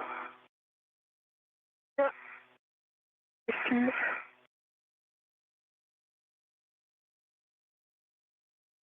Yeah, I mean, I see the issue here from this angle. I don't know if you guys can see that in the head. Basically, it's way too low. Can you guys see the HECA? As you said, Ann, a picture's worth 1,000 words, but I can describe it. We have both of your HECAs. We're not quite close enough with your HECA, Neil, to make out the detail. We can see Sophie's pretty well. Okay. I think what I'm seeing is the scan body where she's trying to soft dock. It seems like it's about 15 degrees angled away from the gimbal lock. The gimbal lock seems like it's in the right place.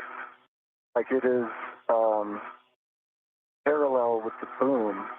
So that when you get to the scan, it angles off from it. Let me see if I can turn some.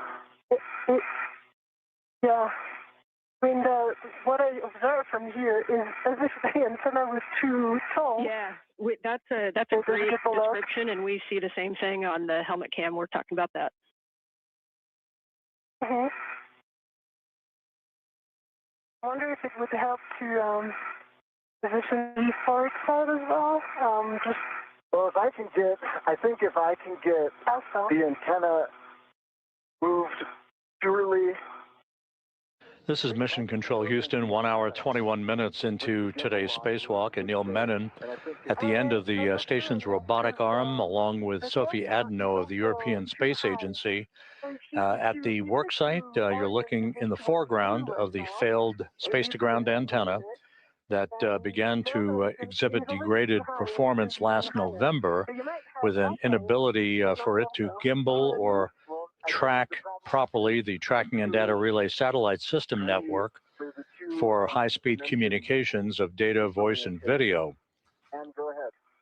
It is stuck basically in what is called the birdbath position. In the background at the top of your screen is the operative SCANT-1, or the space-to-ground antenna number 1, that has taken over the lion's share of work. The space-to-ground 2 antenna is in the process of the early stages of its removal and replacement by a spare that currently resides on a stowage platform of spare parts on the P3 truss of the complex. And I'll hand you to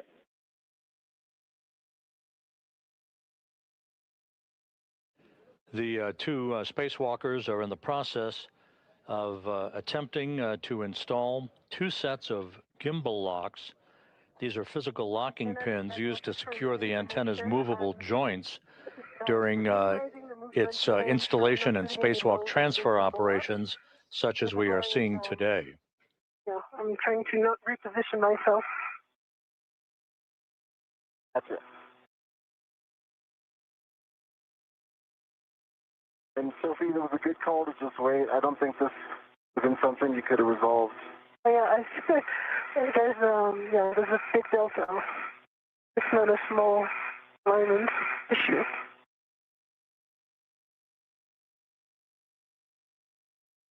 And Anil, we are at the Z1 backoff position. As you know, we're ready for the GCA to the bolt access position on your go. Yeah, go for the bolt access. Okay, we are going to be bringing you body in, and we would like you to help keep your clearance from the SCAT antenna. Okay. Ready for body in, and I'll keep clearances primary. Starting motion in 3, 2, 1.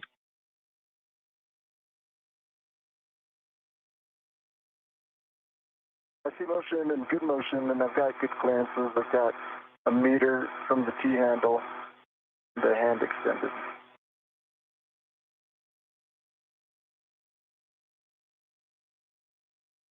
Good clearances.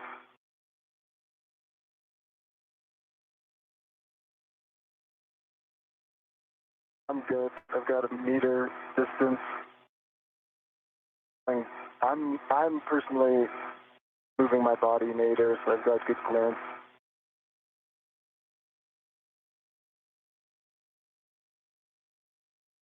I've got half a meter clearance, good line of sight.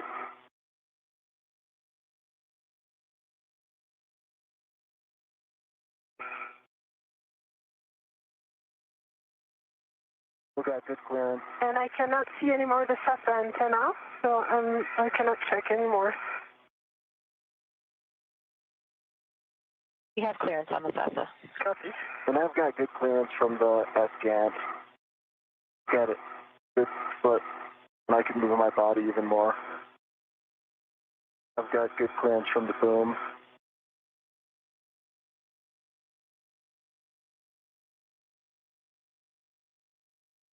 Got a foot, I've got a lot of body travel I can put into this to create more space, plenty of room.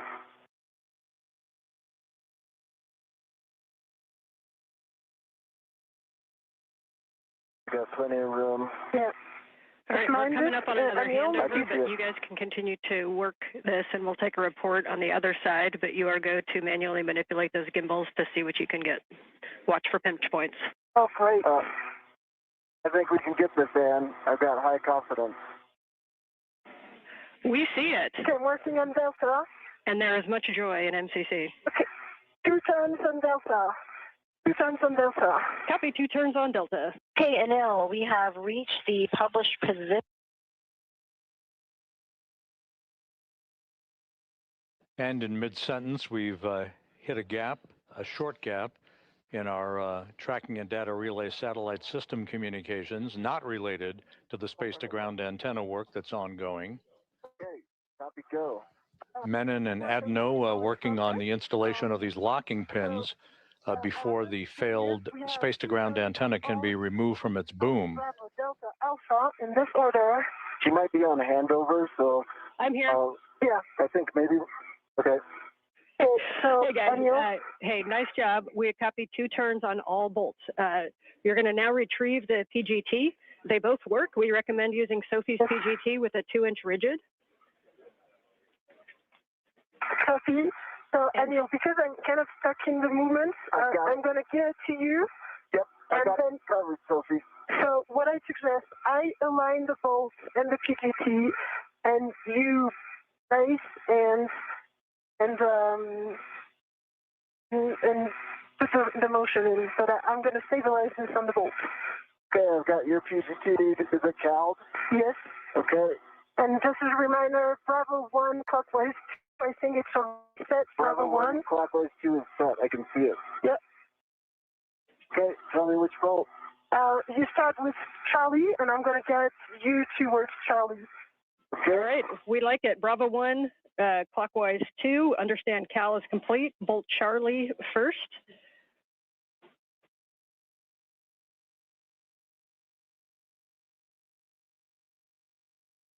Charlie first. Okay.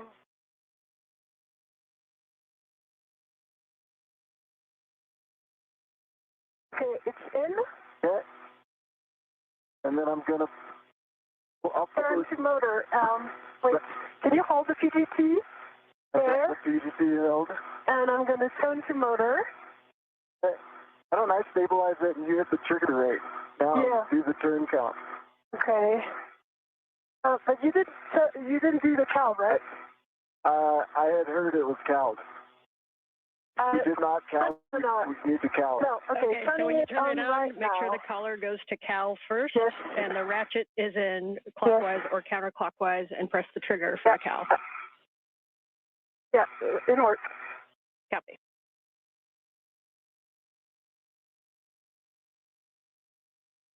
I'll Cal it and give it to you, Sophie. Copy. Okay, good Cal, 41 volts. Copy. Copy. Verify settings. Bravo 1, clockwise 2. Good work. Bravo 1, clockwise 2 is Bravo 1, clockwise 2. Okay, and a reminder, make sure your ratchet's back in the motor. Ratchet is in motor, confirmed. Okay, you are go to drive Bolt Charlie. Okay, can you, do you have access to this PGT? For me, it's, I'm not in good position right now. I'm going to turn like this. Yes, PGT. We have the LED test right now, so clockwise 2, sorry. The collar is out of Cal. Yeah, we are now in clockwise 2, Bravo 1, clockwise 2 confirmed. Okay, I'm pressing. Can you activate the trigger? I sure can. Are you going to do the count? Reminder that turns are very important, so if one of you can give us the count at the bolt.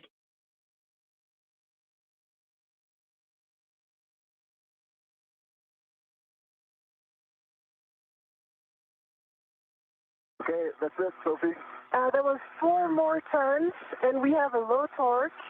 Actual torque is 1, and there's fault and torque, red LEDs that are on right now. Copy, checking. And you can go ahead and try with the same setting. Make sure that there's no side loads. The 2-inch is not as forgivable as the 6-inch, so make sure there's no side loading at the bolt. You can also kind of wiggle the gimbal lock, and then you can hit it again with a Bravo 1, clockwise 2. Okay. Hold it right there. I've got a good grip. Okay, what's it say? Standby 1, repositioning. Torque again, fault.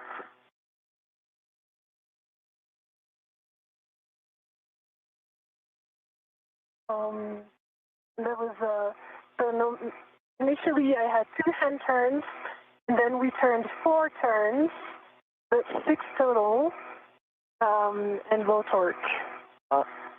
We copy low torque, and we copy that you got no additional turns on that second one.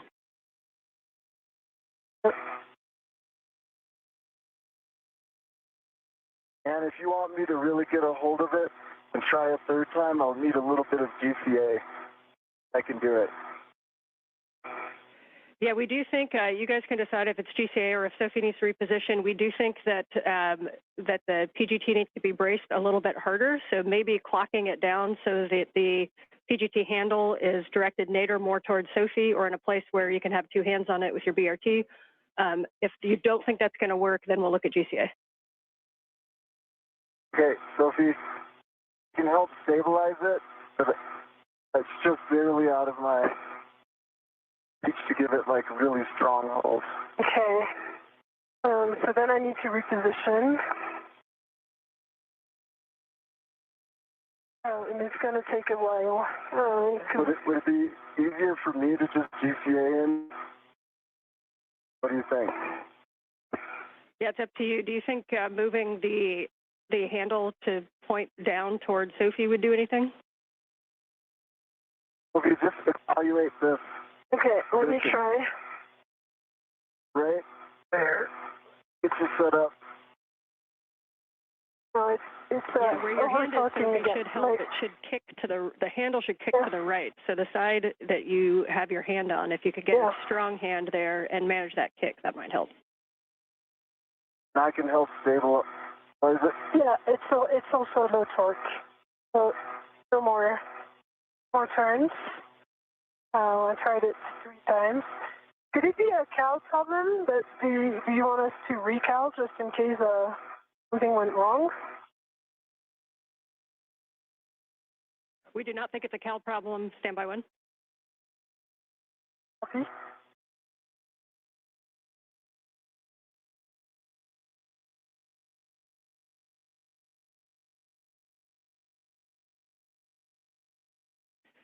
And Sophie, just to be clear, we got the full two hand starts and then 4 additional turns with low torque. Have you gotten any additional turns or any good torque indicator? Yeah, okay, so right now we have green torque light, and actual torque is 12, and I pressed 4 times the trigger, and now that was a total of 1 more turn, so that would add up to 5 with the PGT plus 2 hand turns, 7 total, and 12 actual torque. It subjectively looked good to me, and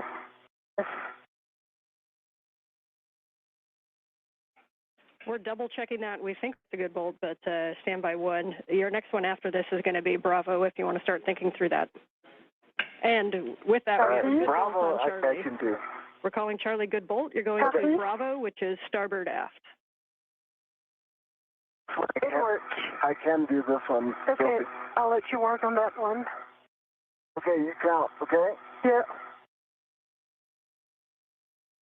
Ready, starting it in 3, 2, 1.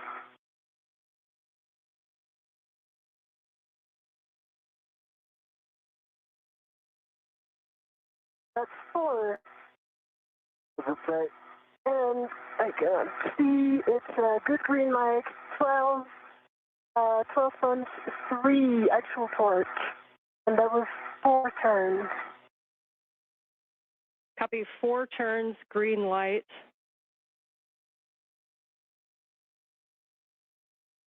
We're checking. Copy. And while they're checking, I definitely can't get D. So you want to assess D with this? In work? All right, we're going to call that a good bolt. Yes, I heard you guys talking about Delta. You are go to drive Delta, Bravo 1 clockwise 2.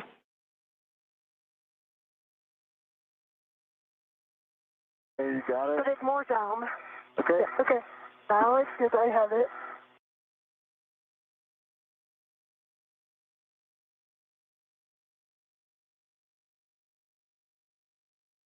Okay. I can help you stabilize it right there. Okay, ready? I'm starting in 3, 2, 1, go.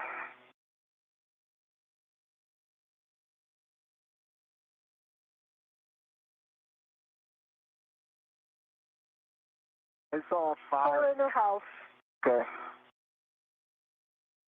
4.5 probably. 4.5. With green light, 12.1 torque. Copy 4.5 turns, green light on bolt Delta. Yeah, and from what we observed, it's fully seated inside the location. That's what I can do if you want me to do Okay, it. please do it, and I'm going to hold it. Okay. All right, you count.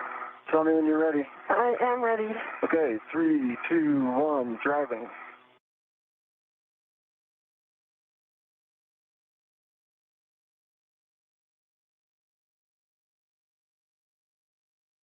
And 3/4 on this one, and I see good green line, 12.1 torque. Okay, 4 3/4, 12.1 torque, green light, and we'll hold there for a second. Just a reminder between bolts, do me a favor and wait for a go. We've got to do math down here. Copy. So let's, Anil first, while they are doing their math, let's stow the PJT and see what we can do for the rets on this one. I also see a loose ret coming right in front of you. Is that intentional? That's intentional because I didn't want to have some side loading. Okay. I have 2 loose rets. Okay.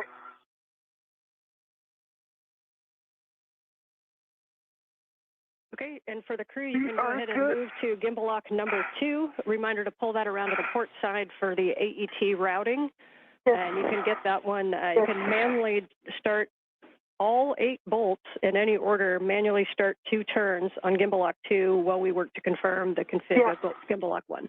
So, Anil, copy, Anne, good copy. Anil, can I, before doing that, please, can you release this AET and unlock it? It's going to go back to the bag. That's right, sorry, the ret. The ret number 22 that you see right here. This one that I'm shaking, okay? Yeah, this one, because this one is one from the bag, and I am actively rerouted to the other side of the AT, so we are good. Okay, this red's off. It's coming towards you, okay? Copy. You want to guide it so it doesn't get snagged? I'm going to release my BRT, reposition to the forward side. Okay.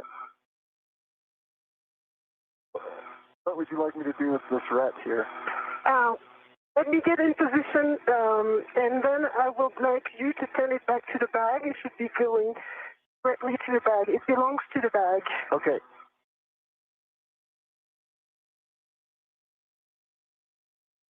Good job on those bolts. What? Good job on those bolts. It didn't start well, but yeah. If I could speak French, I'd say drake in. All right. Okay. So let us observe what the bag is. Can you? Okay. It's on your camera. Yeah, I see that. Okay. I can actually fix this. There we go. There we go. That's good. You unlock it so that it retracts. Unlocked. You want me to let go? Let go to the bag. All right, it's in the bag. It's in the bag. Hold on. All right, now I'm going to go around. And there is a gimbal lock right above your head. You wait 1 second. Yeah, I am waiting 1 second. I will move over. I've got control. You got control. My hands are on the agate handles.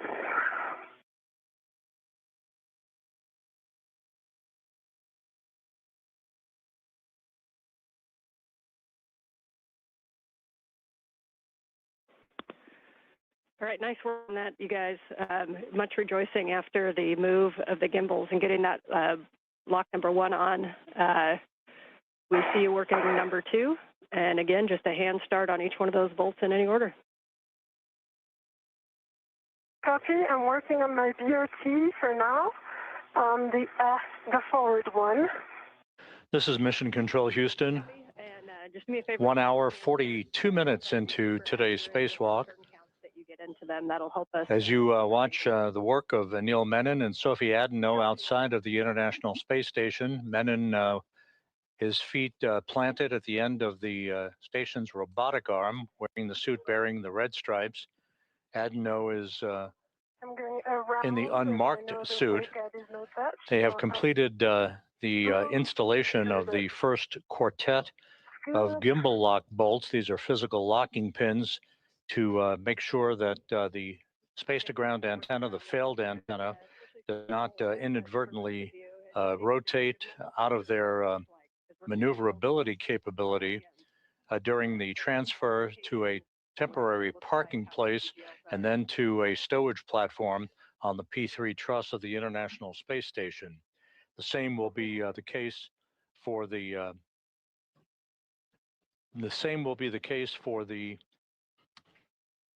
replacement space-to-ground antenna that is currently housed on ESP3, the stowage platform on the P3 truss, that is replacing this failed antenna at the center of the station's truss structure.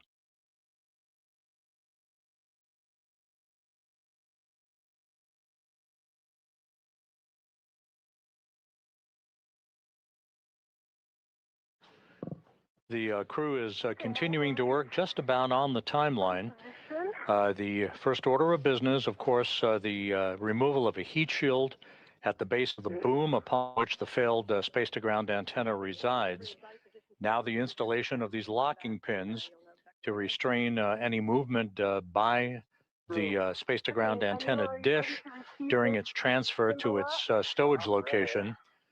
This will be followed by the removal of the antenna itself and Anil Menon carrying the antenna at the end of the robotic arm to to the external stowage platform number 3 on the port side of the International Space Station.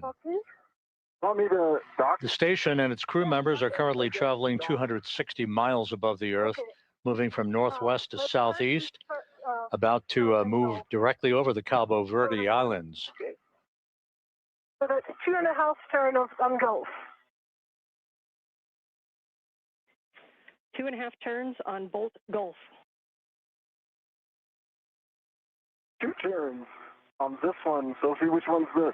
Foxtrot. Let's go Anil Menon to Echo and Foxtrot. Hotel. Let's Second go for to the hotel? top one. Yes, affirm. It works. She's directing me. We haven't put the turns in yet. Yep, and Anil, I see you on Echo, and Sophie, I see you on Hotel. Yeah. 3 turns on Hotel. 3 turns on this one. Yeah. Okay, understand Can you 3 tell me turns what on this each. one is? We'll stop at 2 turns on the hand start bolts, but we got 3 turns on Echo, 3 turns on Hotel. And now you work on Kilo, Anil, and I work on the mic. Yes. Yep, and we can see Mike and we can see Kilo. Okay, that's 2 turns and a half on Mike. 2 turns on Mike. Turn. 2.5. Turns on this one. 2 turns on Kilo, 2.5 on Mike. Yes, now working on Juliet, Lima. 2 turns and a half on Lima. 2.5 turns on Lima, and a reminder we want about 2 turns. And go ahead, Anil. 2 turns on this last. Juliet. Thank Yes. you. Glad you got them memorized. I can't see them. I can Okay, see them. and Fox, did we get Foxtrot? That's the one that's closer to Anil. All, And that never one mind, was go track in 2. 2 turns. We can go for the PGT. yes. Let's go with yours, Anil. Hey, get my PGT now. It's already cowed. Okay, It has and 41 volts. we think Sophie's PGT with a 2-inch rigid might be easier. You're welcome to use either. The first bolt is bolt Foxtrot. Yeah. That is the one that is, yep, Sophie can see it right there. It's closest to you, Anil. It's one of the bolts that goes to the SGAT. So it's the lower one on your right. Okay, I'm going to guide Anil on the bolts. I have good view, and I'm aligning these. It might be right about yours being easier just because.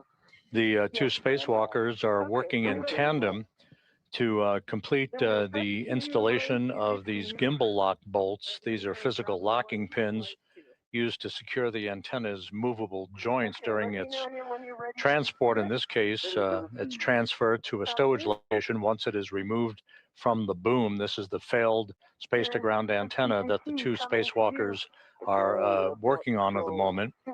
We are 1 hour, 47 minutes into the spacewalk. Everything is proceeding on schedule. And we got Bravo 1 clockwise 2. Yeah, Bravo that's 1 good clockwise 2. setting. We're happy with that. Bolt Foxtrot. Okay, I'm on Foxtrot, right, Sophie? Yes, you're on Foxtrot. Let's go. 1, 2, 3, count turns, okay?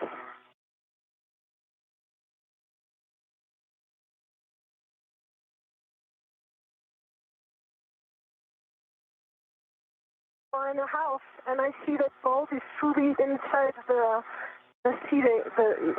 fully seated inside. And I got low torque, 10.8. Low torque 10.8.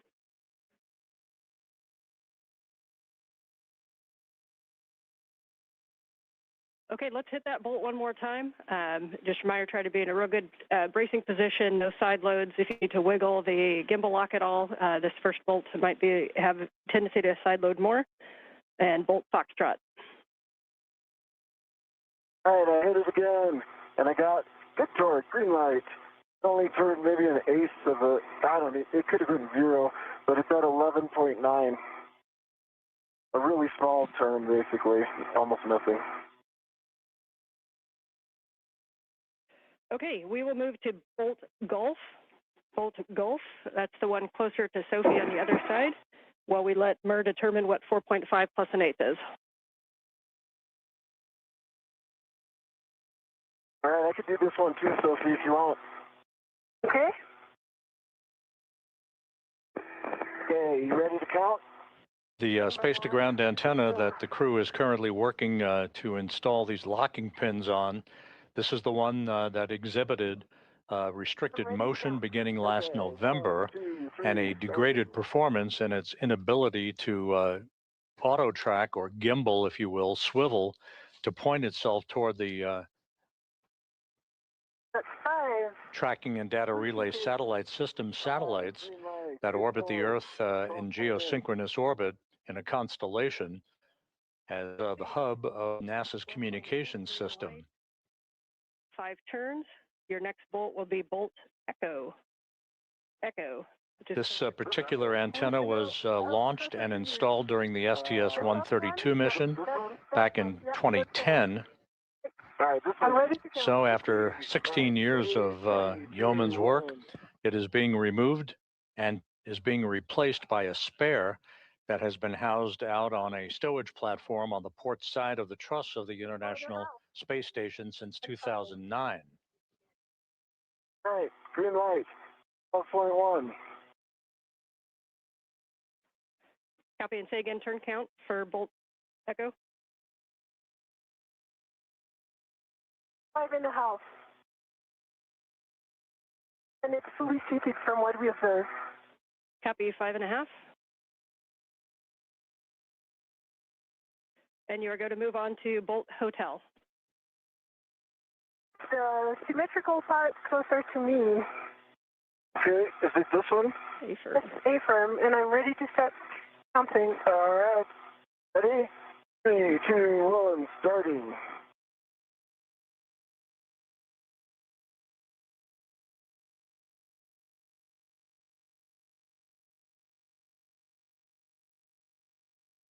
Five and 3/4. Green light, 12.2. 5 3/4, 12.2 green light. Copy for bolt Hotel. Can move on to bolt Kilo. Well, is either the one closest to you down. Yep. That's it. And I'm ready to count. Hey, 3, 2, 1, turning.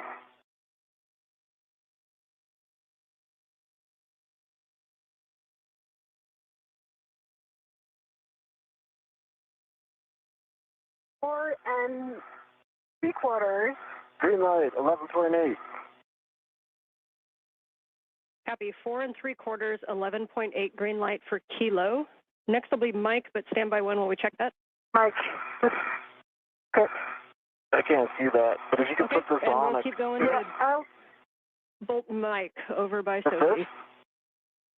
Nope. Is it this one, sir? No, it's this one. Okay, let me just sending my ready position. Oh, yeah. Yep, you're in. Let's go. Okay, ready? I'm going to try not to side load this. 1, 2, 3, Yep. starting.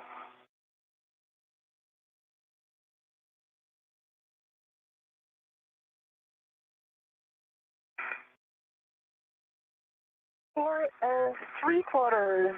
Woohoo! Green light. 12.1. Well done. All right, next one is the top 1 for Bolt Mike.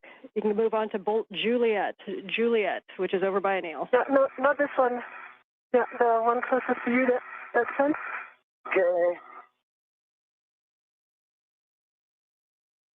Ready, Sophie? Ready? 3, 2, 1.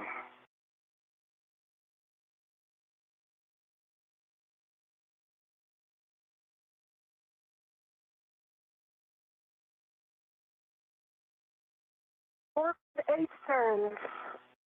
Low torque, 9.5, but I just like my hand slipped a little bit. If you're okay, I'll hit it again. Yeah, and I see it's fully seated. Yes, we agree with the plan to hit it again, please. Hey, ready, Sophie? I am. All right, we got good torque, green light, 12.2, no turns. We copy no additional turns with a green light. You can go on to Bolt Lima. Bolt Lima, final bolt. The one I'm pointing with my finger here. Only I could see your finger. Okay, I'm getting. Okay. Okay, you're in. Ready? All right. Ready? Yep. 1, 2, 3.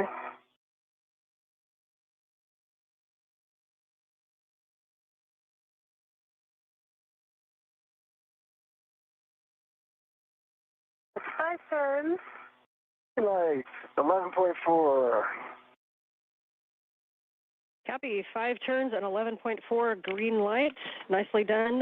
Folks are going to discuss that down here for a little bit, but at this time,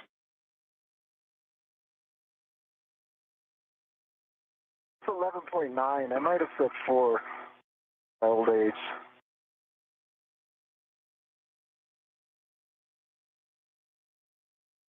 What we observe from here is that all bolts actually enter into the golden part.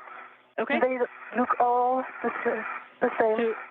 So Sophie, at this time, well, first you guys can stow the PGT, and then we're gonna. I have a task for each of you. Anil, we'd like you to do a wiggle test and take a look at the gimbals. And you kind of got to move it before. Let us know if it moves at all. Sophie, once you stow your PGT, you can remove the AET from the gimbal locks, and you'll be stowing that on the starboard aft agate handrail. Copy. And that gimbal is rock solid. That's a great report. There was much joy. Approaching the 2-hour mark in today's spacewalk, Anil Menon, you see him, his feet planted in a portable foot restraint at the end of the Canadarm2 robotic arm, declaring success as he and Sophie Adenot have driven a total of 12 bolts, these gimbal lock bolts, these locking pins in place to secure the failed space-to-ground antenna from any inadvertent motion after it is removed from its boom on the Z1 truss and transported to a stowage location. Copy that. Oh, no, first is the AET. The AT. Yeah. And what? And these can be done in any order from here. So if Anil, you want to start NZGLs while Sophie works the AET and the MUT, that's fine. Just let me know what words you'd like. I think that's a great idea. Why don't I start on the forward NVGL? Okay, great. NZGL does not matter. In order doesn't matter. Just a reminder to avoid pulling and tugging on the SCANT cables, but you might want to wiggle the back shell a little bit to remove side loads. So you can remove the cap from the dummy connector. Let me know if you're at J6 or J1. I'm at J. I'm working on J1. I think cap is technically J6, right? Yeah, correction, sorry. J6 or J7 are the two good dummy connectors. So understand you're working J6. That's correct. I've got a vet to it, and I want to take it out now. Sounds good. And once you have that dummy connector removed, then you can demate the SCANT forward cable from the boom. That's a P4 from the J1. Okay. I've demated the dummy connector, and I'm working on the forward cable.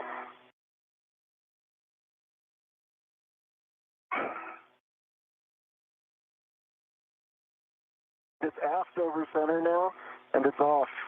The O-ring, there's a pink O-ring in the plug that looks to be wedged in by friction. I'm trying to get a heck of view on it. Otherwise, okay, I understand you're looking at the dummy connector O-ring?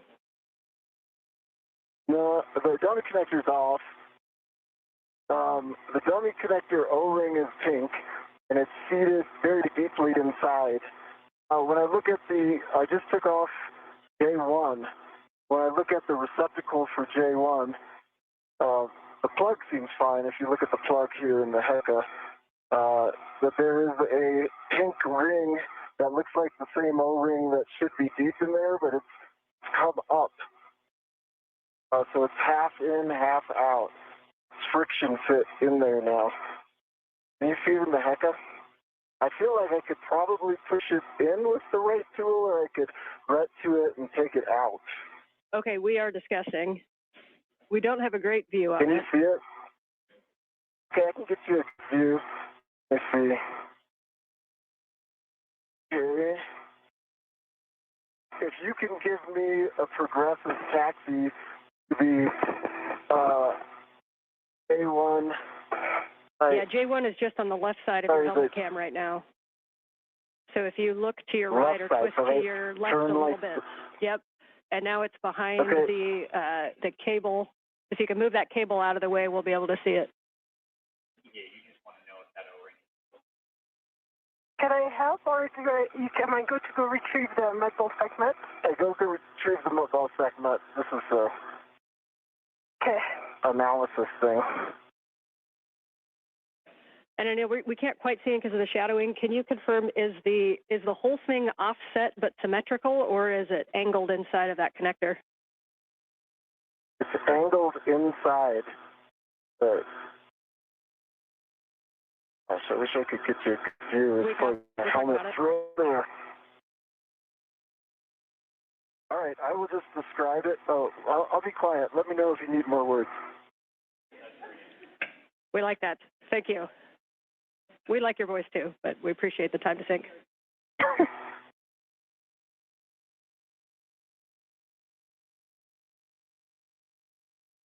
Okay, you are going to put the cap on there. We are okay with that angle. So once you've looked at the cable and verified no FOD, good pins, and a good EMI band, then you can mate that cable to the dummy receptacle and the cap on the J1. We probably won't be so forgiving of the new one.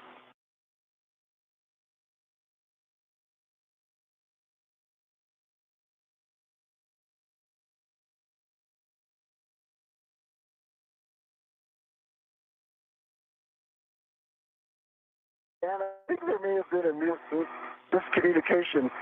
The J1 receptacle side, doesn't it stay on the boom? So, okay, and say that one more time. Like when we bring in the new one's going to attach its NGL to this back. Okay, you're talking so the J1, so the O-ring is in the J1 connector that's on the boom. Is that correct? That is correct. Okay, appreciate that clarification, and yes, we'll be using that one again later. So copy that you've got the NZGL cable to the dummy receptacle, and now you can put the cap on the J1 boom connector. Okay, put the cap on. The pink does stick out 50%. Like that O-ring sticks out 50% from there. So I can try to flatten it in by putting on the dummy connector, if that makes sense. Yeah, we're checking. Yeah, if you want to try that, we're good with that.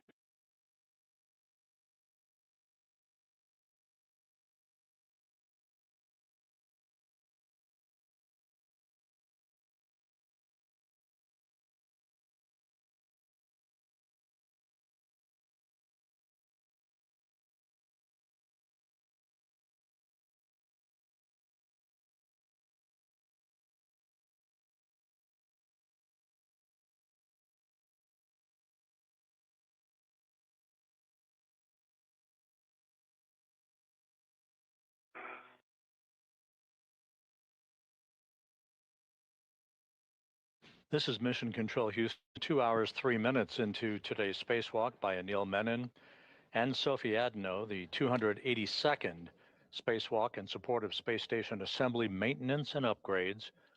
The crew well into the work to remove a failed space-to-ground antenna from its location at the middle of the backbone or the truss of the International Space Station on the Z1 truss. They have installed a series of locking pins, or gimbal locks as they are called. The next order of business will be the actual releasing of 4 bolts holding the failed space-to-ground antenna in place on a boom on the Z1 truss. Copy.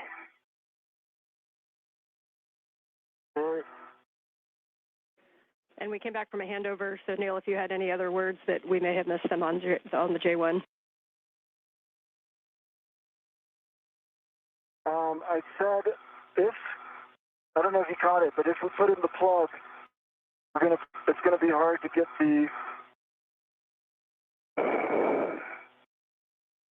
sorry, I went to go get something and, sorry, if we put in the plug, it's gonna be hard to get that pink rubber O-ring out again. But if the decision is to take it out now, it's partially out, and I think I could get it out. So I'm just verifying that you want the plug in and attempting to flatten it in there. Okay, we understand. We're talking it.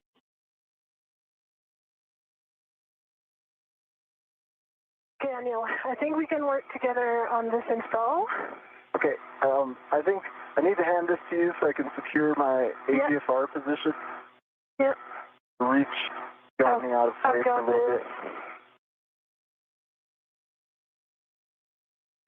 Anil Menon is referring to the demating of the acronym is NZGLs. These are NASA zero-G lever locks. The lever-actuated electrical and data connectors that have provided the electrical and telemetry capability for the failed space-to-ground antenna. Moving of this thread from the bag. Okay, you want me to put the scoop on? Yeah.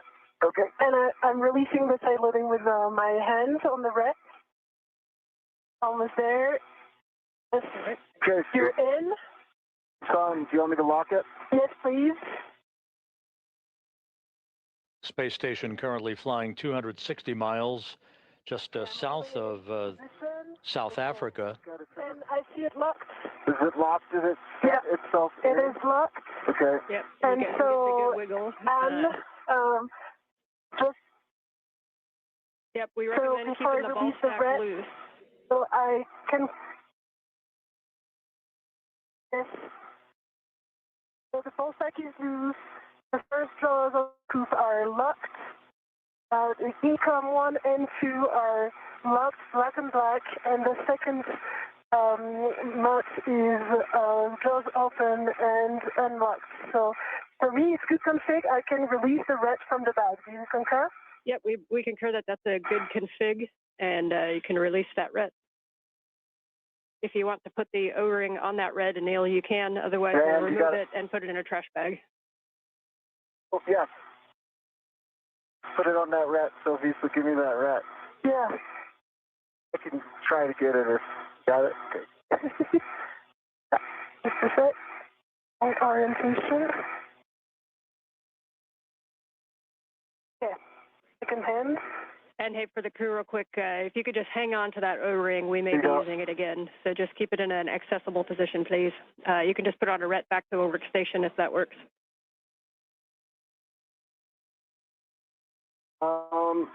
Keep it on my person then. Okay. Okay, we like that plan. Good config. Nice work on the scoop and mutt ball stack. That looked pretty simple in the scheme of things. And we'll be going for the second connector.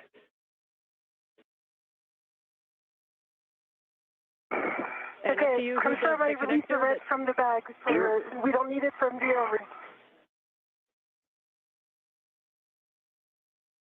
You release the red, Sophie.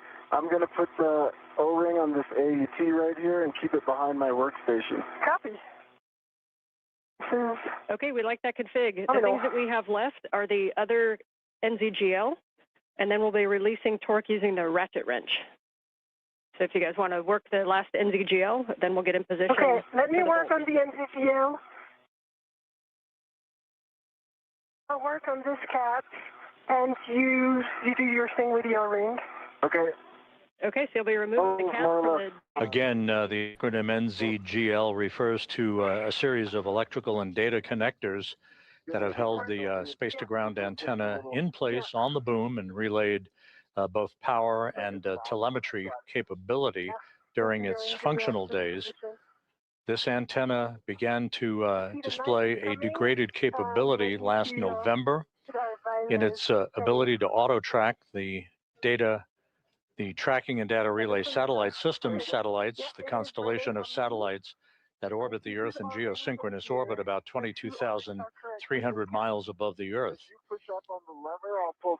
The situation with this particular antenna continued to worsen, causing flight controllers to transfer the prime load of communications capability from the station, the high data rate transmission capability, to the other S-GAN 1, that is located alongside of the failed antenna on the Z1 truss of the International Space Station. Yeah, okay, it doesn't work. Now with the two of us. Okay, ready? Yep. And we're sure we got it up, yeah. Yeah, lever aft over center. So Okay. you're good. Okay, I've got good leverage here. Yep, and me here. Okay. 3, 2, 1. Steady pressure. Okay. I think this is a ret scenario. It is a ret scenario. All right, and you can wiggle the back large shell, hook to pry. making sure there's no side loadings on there. And then reminder, if the sun comes up, you can keep it shaded, might help too. Oh. Okay. Now let me go in front of it. Okay. And put some shadow. It is. Okay, if I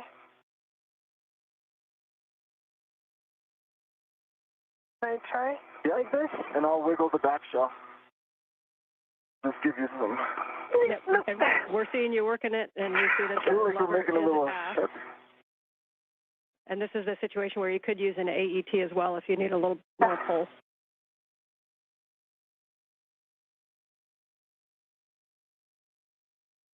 I think we, why don't you put the large trick on the backside and see if you can. Try? Yeah, see if you can push out. So, would you take the large hook of my... Yeah, you can bring that large hook and I'll do it. Okay. This? There it. Got it. Yep. I have it. You got it? And then it'll go like this. Yeah, and still some shadow.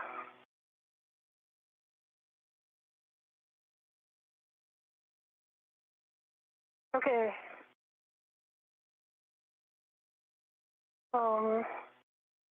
Maybe we can also put an AET around. Pull. And pull. Yeah. Okay.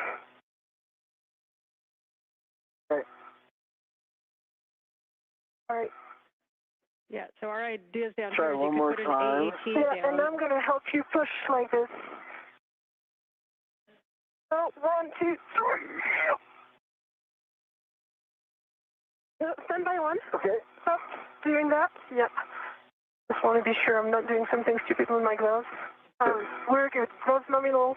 I see it moved from 1 millimeter on this side. Okay.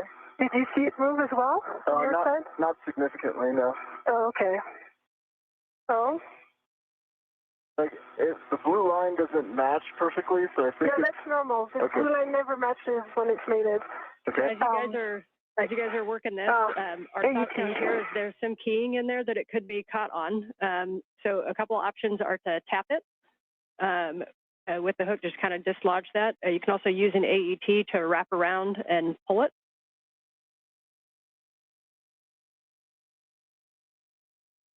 Do you think the night time would make it easier?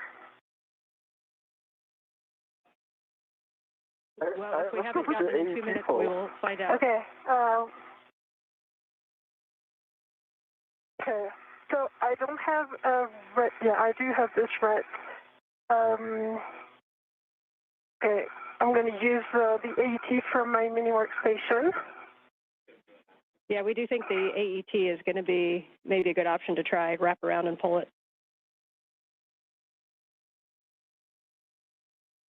Copy.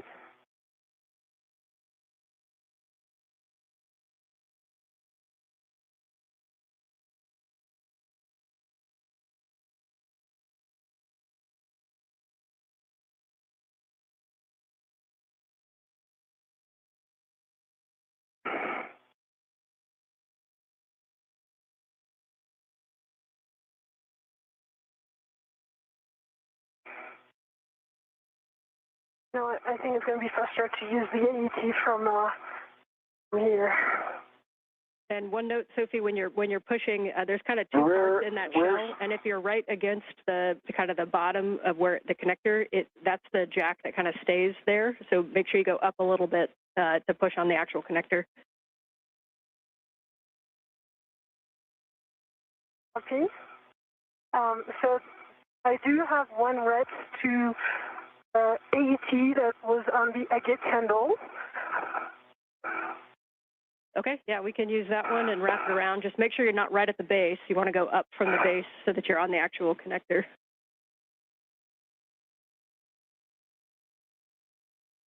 This is Mission Control Houston. Once again, the conversation between spacecraft communicator Ann McClain and Sophie Adenot, as well as Anil Menon, referring to the current tasks of demating a series of electrical connectors that have held the space-to-ground antenna in place on its boom on the Z1 truss of the International Space Station. This in preparation for the unbolting of a series of 4 bolts holding the antenna on the boom. That will be the final task in removing the failed space-to-ground antenna.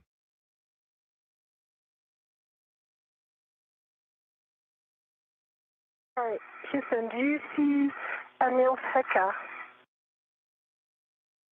We do see the Heka. We see a green light, but we don't see his video right now. Got a little bit of play in it. No, I mean, look in my Heka, the Heka view. I'm going to show Anil's helmet. And okay, there's some play here. We see the play. Okay. And we'll talk about that if you want to keep working the connector. And it's kind of significantly going to the right. They're going to look into it. Let's tackle this, and then Ann, please give me a reminder to put the plug back into the J1 place. I have not done that yet. It's on my person. Copy. We will remind you of that.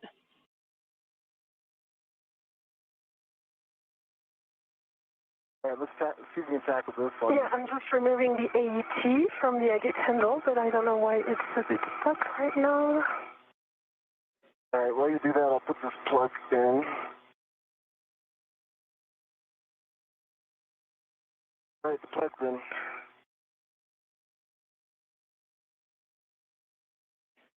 And you guys had mentioned it, but we want to make sure that handle is fully thrown aft, and that you didn't sense any damage or weird sensation when you moved that. Is that correct? I did not. Aft. Is there any utility to moving it forward again and then aft? But aft, it's full aft over center. No yeah, weird you can try that if you want to verify aft.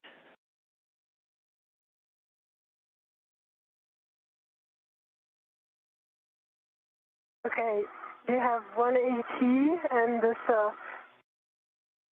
it is still attached to the other part, so maybe we can use it like this. Okay. I'm going to put this waste feather here. Okay, so let me do it then. Okay, and for Sophie, for that AET, what we want you to do is wrap it around, not closest connects, but a little bit up, sort of just below where you check over center, and then you want to try to pull that. Okay. And at the same time, Anil, if you want to check side loading, I know it's a smaller cable, but we'll just want to you know, if we can wiggle it while she pulls, we might be able to dislodge this. Okay. So around this place, do you see what I...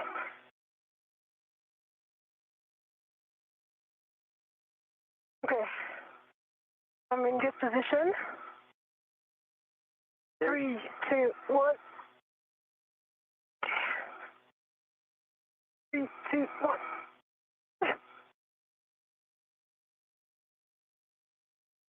Okay. See if I can, Yeah, you do this and I do the... yeah, let's do that. Okay, we change this. Maybe it's going to be better for you to take this 2 sides. Okay, I got it.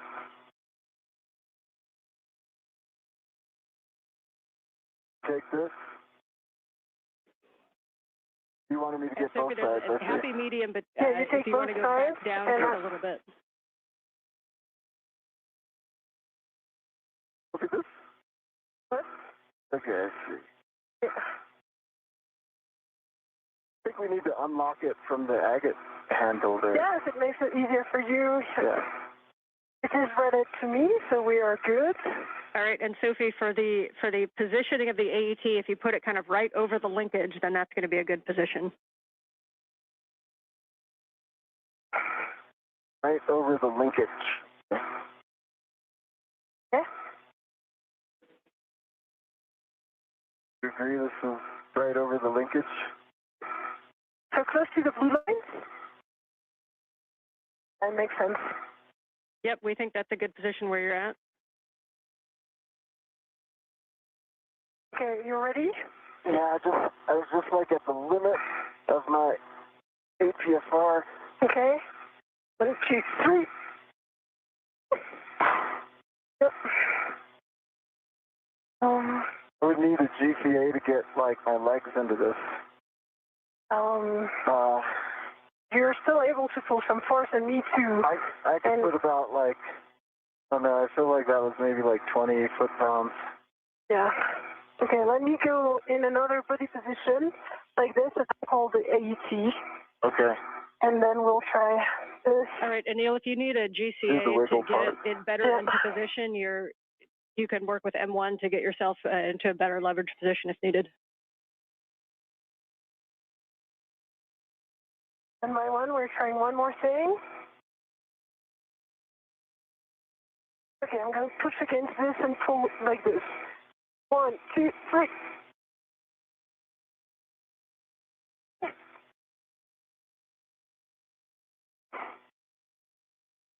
All right. I feel like we tried to. I'm going to talk to M1 while you continue to work on that. We're good with that plan. Jessica, how copy? We are with you on one or no? Okay. Basically what I'm trying to go is head up about 30 centimeters. That should give me a better leverage position where I can use my legs to put some force into this. I've got very good clearance, body right, and from the agate handle I can lean back a little bit as you do that. Okay, maybe I can look a little bit as well. I tried again once and it didn't work. I'm going to pose right here.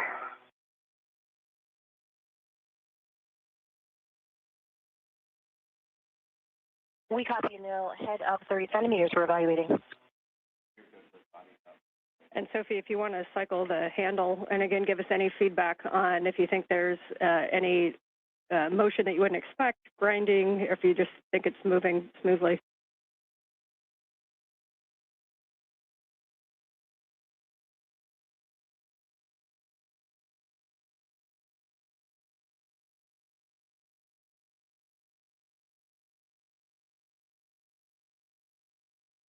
Anil, brakes are off. So, Yeah, and just around.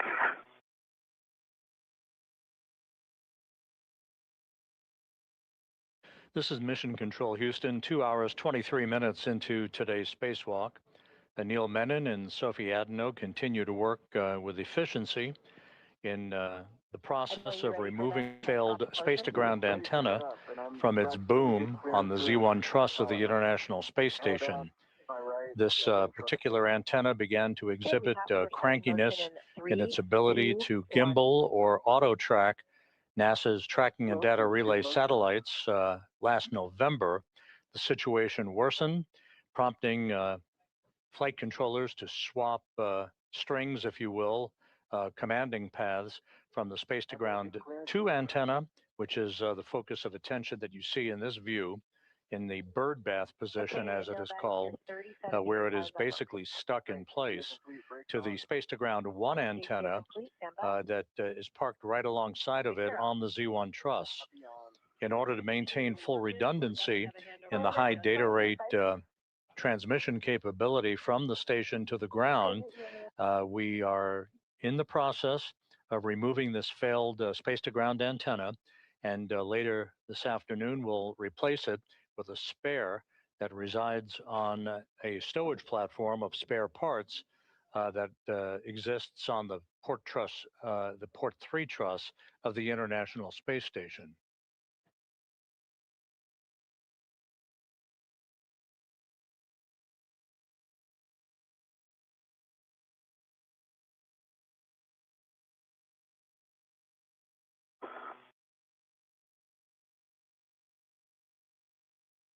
Okay, I'm going to do the pry technique as well as you pull. Okay.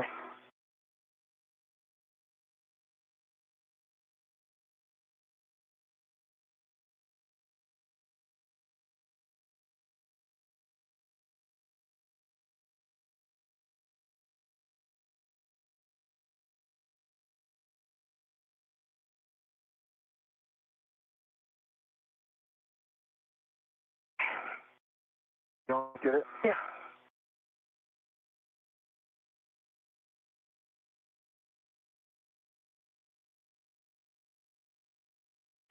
One thought for the AET, if you hook it back to itself on the D-ring so that instead of 2 free ends, you form a loop, and then you can put your hand inside of that loop and you may be able to get more leverage on it. Great idea. I think I put, by the way, I think I put maybe like 40, 50 foot-pounds into it with no joy. And we were also trying to do the remate at some point without trying really hard, but it was difficult to remate, in case that helps. Okay, we understand difficulty to remate. You can also tap like you would a sticky jar on your counter. You can kind of tap with a ret around the circumference of it. We're obviously still talking some options. You guys are going to continue working it. Okay. Okay, 1, 2, 3. Oh, we did it! Yes. Yay! You just got a whole round of applause. Nice job, you guys. All right, then let's move on. You can now mate that cable to the dummy receptacle. Copy. I'm just going to reinstall the AET because it's the one from the Agate handle. Copy, thanks. That was probably 100 foot-pounds. FYI, that was probably like 100 foot-pounds. You heard applause here in Mission Control and the response by spacecraft communicator Ann McLean with all of the electrical cables having now been demated from the failed space-to-ground antenna. No FOD, through to EMI. Okay, and we're mostly concerned with the boom side where we'll be putting the cables on. So you're looking at A2. Yeah, that one, A2's good, holes, pins, no FOD. There is no rubber O-ring in there like there was the other one.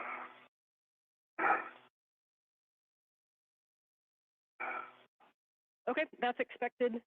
So let's get that cable. Once you got a good inspection, you can connect P5 to J7, the dummy connector, and then the caps on the boom, both boom connectors, please. Okay, it's in the dummy connector. No, not yet. We're missing inside here. Yeah, we're missing, what, 5 millimeters? And is it okay if we leave it on the dummy connector with like maybe 5 millimeter gap? Once these caps are placed on the dummy connectors for these electrical cables, Menon and Adenot will begin the work to release the torque on the 4 bolts that are actually holding the space-to-ground antenna onto its boom. They'll go in slow, deliberate fashion to release the bolts, approximately 8 turns per bolt. Yep, so there's a And that will fully release the space-to-ground antenna. Menon will haul that antenna over to a temporary parking place and ultimately onto external stowage platform number 3, where the replacement antenna, the spare, currently resides. Not for the Astros? What's that? How many curveballs was that today? Enough. Okay, the cap is installed, and I release my rets. And so, here's another one. I've got a free piece of sod right here. It is the, it's the, quarter turn fastener. It's in my hand. Okay, understand the quarter I have turn my trash fastener is bag in your right hand. here. I have my trash bag right here. Okay. Let's take it and put it in. All right, going in. Gonna do this one carefully. Yep. Okay. Okay, and yes, we can put that in a trash bag, and whenever you want to, you can also put that O-ring that you had before into a trash bag, and just beware of any sharp edges around where that broke off from. Okay. I think the O-ring is enjoying some life on the AET of Anil. Yeah. I'm not sure it's worth putting into the trash bag. Yeah, I'll leave it on my AET. Yeah. Okay, No issues on 4 quarter turn fasteners. 4 quarter turn fasteners are on. Okay, 4 quarter turn Electric now. fasteners, and then we just need verification that the cap is on the 1 boom connector. Cap is on J1 boom. Yes. Okay, I understand that's a good config for the cables. The next thing we're going to do is to release the torque on the S-gant bolt using the ratchet wrench. Okay, I'll get in position with my DRT on handrail 4. Ratchet wrench is in my hand. Excellent. Reminder on the ratchet wrench and these bolts, you can go in any order to release the torque. We'll go in order to fully release, but you can release the torque less than 1 turn in any order, and this is where we want a slow ramp up of the torque. We don't want any impulses into it, so we need you to be like a nice human PGT and just slowly ramp up your torque to what you need to release the bolt. We're going 1 turn. Less than 1 turn, so as soon as the bolt moves, you'll be good. Okay. And just call out, you can either give me forward, aft, port, starboard, or 1, 2, 3, 4 as you do each one, any order. I'm starting on the aft. Sophie, watch your hand. Yep, on my 1.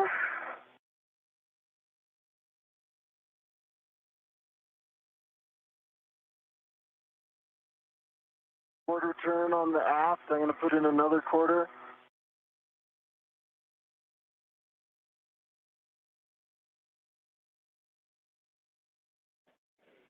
Copy.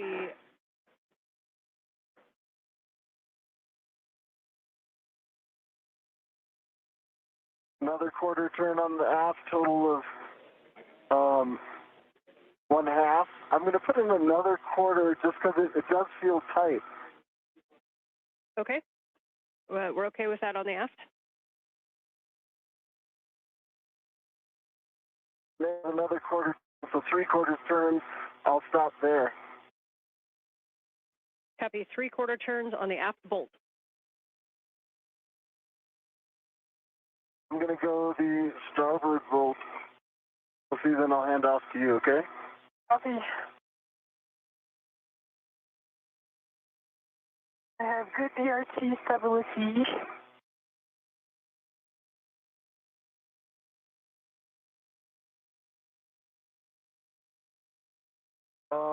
Sophie, I'm going to take the palm wheel off, interfering. Okay. Need help? I think I can do that. I've read it to it. Coming off.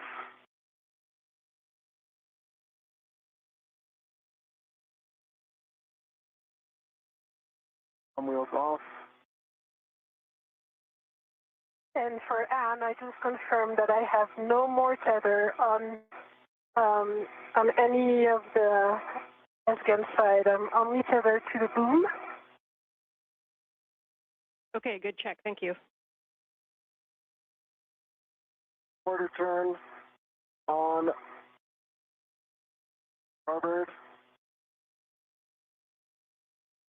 Copy. Quarter turn on starboard. Bolt number 4.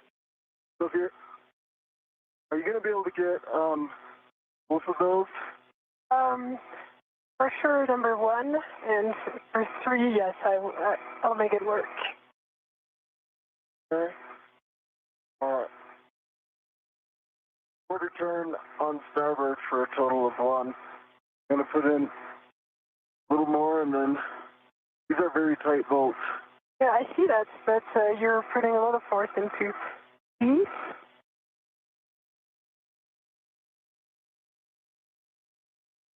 Okay, I'm going to hand this off to you. Got it? Question for you. If I'm going to get that bolt 2, Yeah. I'm going to need to take out the GCA. Do you want to do both of those bolts, or do you want me to start talking to Jessica now? Bolt 3, sorry. Yeah, both 3. I think I'm going to be in good position to try. Okay, I'll stay here. Yeah.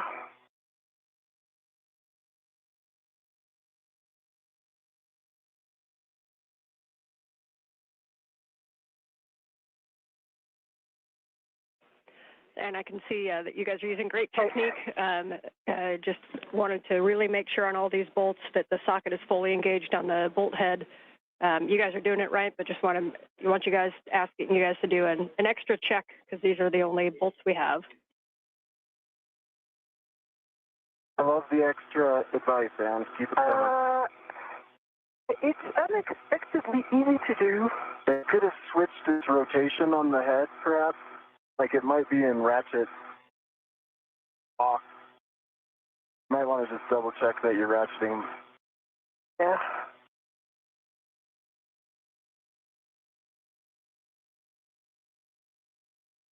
Oh, that was good. Oh.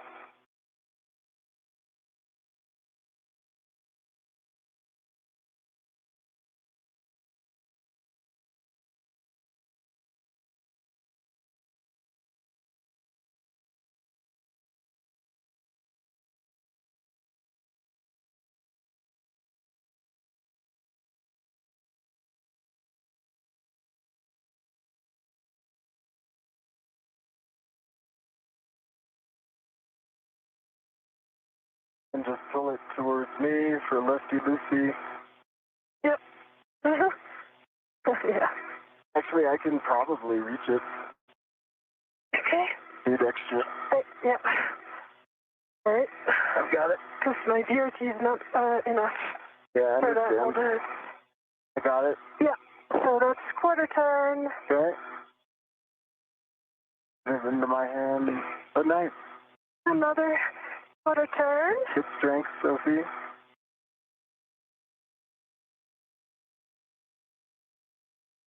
Okay, we're tracking the half turn.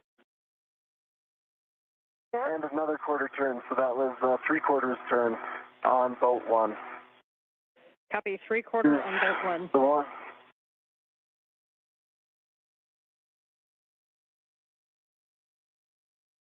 If there's anything I can do to stabilize you, let me know. I can kind of reach around here. Okay. I can hold your suit.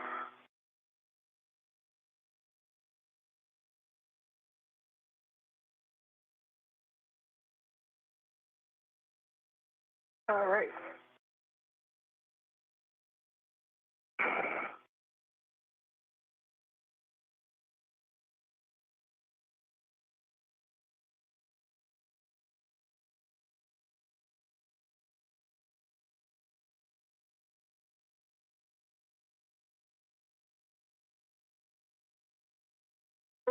I can push. Oh, yeah, got it. Okay. Yeah. All right, quarter turn. Nice teamwork, guys.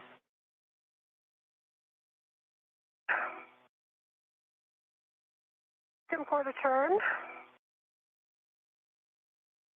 Third. And one more.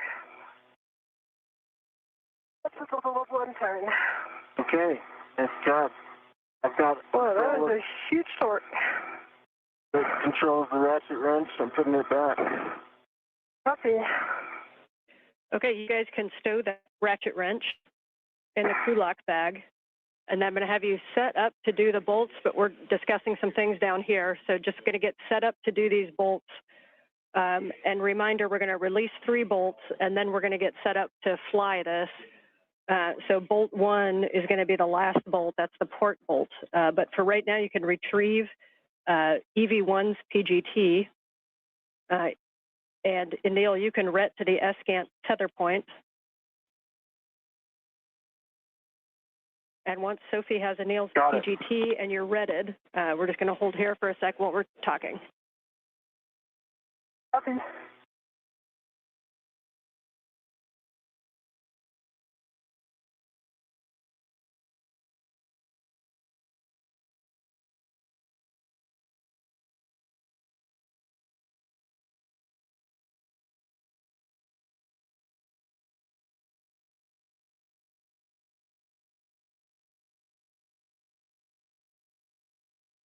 Okay, ratchet wrench is away. I heard ret to the tether point. I'm putting a ret down, Sophie.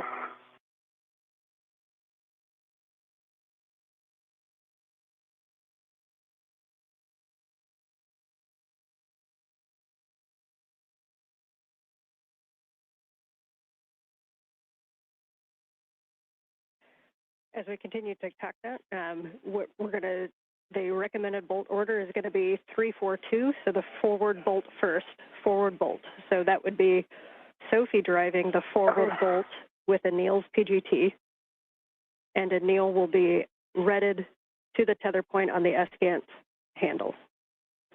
Don't drive yet. Okay, I'm just currently get in retted. position. I'm currently retted. Can you give us the PGT settings? I think it's Bravo 4. Bravo 4, counter 2. Bravo 4. Bravo 4, counter 2.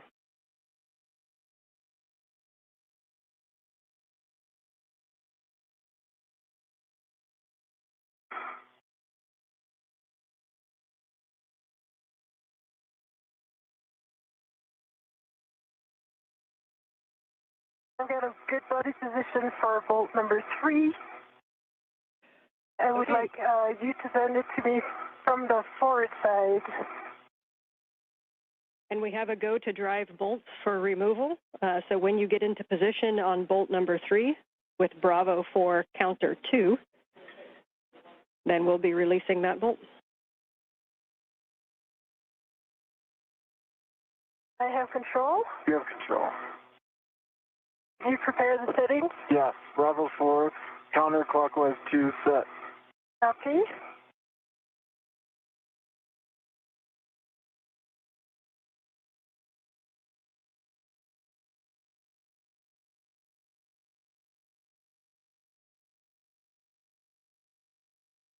Okay. This is Mission Control Houston, 2 hours, 42 minutes into today's spacewalk. Anil Menon and Sophie Adenot are in the process of breaking torque on the 4 bolts holding the failed space-to-ground antenna onto its boom on the Z1 truss of the International Space Station. You're go to drive, and we'll expect approximately 8 turns. The crew spent a little bit more time than had been planned in terms of installing locking pins, or gimbal locks as they are called, on the failed antenna, so that no inadvertent motion of that antenna dish would occur during its transport to a parking location on the truss of the International Space Station. So we continue on with today's spacewalk, 2 hours, 43 minutes into the 282nd spacewalk in support of space station assembly, maintenance, and upgrades. Okay, cal pass, 40 volts. I'm going to reset you to Bravo 4, counter 2.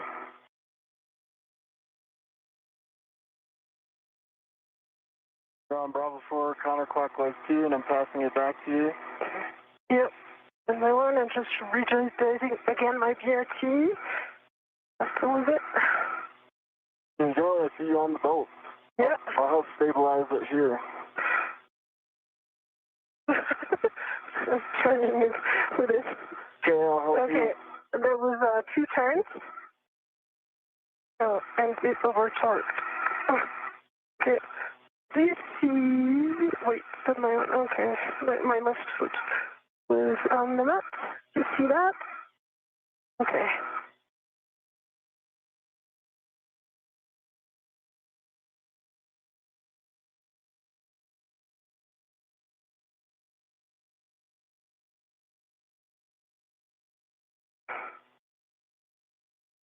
Just confirm it's still on Bravo 4, counterclockwise 2. I'm here. I cannot see. I can see it from here. Okay. Yep. There you go.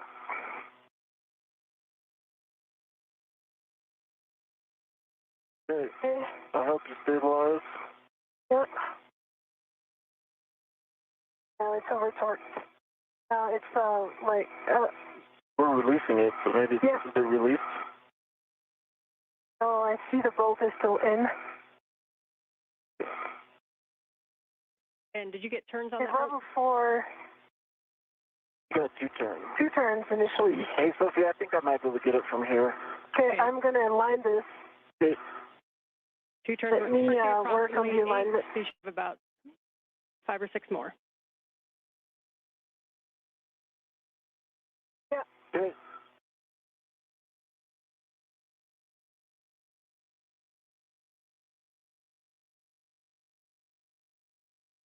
It's not overcoming the torque. Copy that the PGT is not overcoming the torque. Yeah. And we are definitely on counterclockwise 2. Okay, we are going to need to grab the ratchet wrench again and try to release that torque. Copy.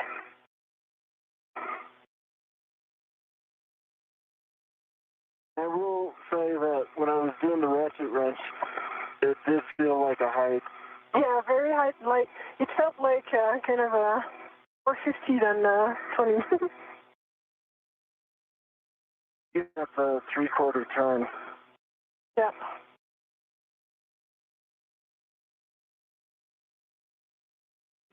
Yeah, we copy that it was a little bit of a higher running torque than inspected when you were doing the ratchet wrench. Sounds like a little bit of a sticky bolt. We can hit it with the ratchet wrench again.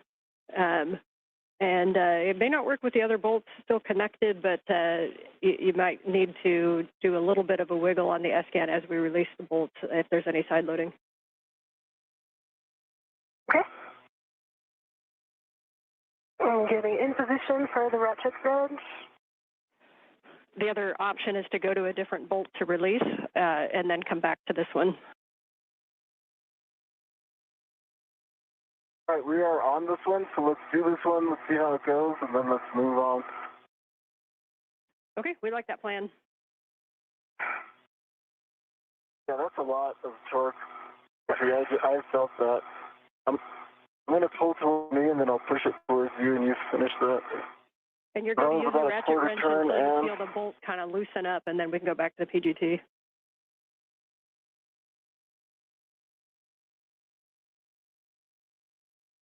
Okay, that was another 1/4 turn.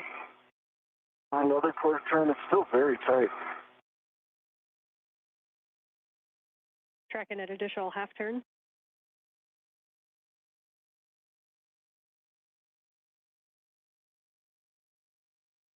Another 1/4 turn, still same level of running torque. Yeah, do you want me to? Yeah, you can pull it. Yeah, I'm going to pull it so that we're kind of efficient from there.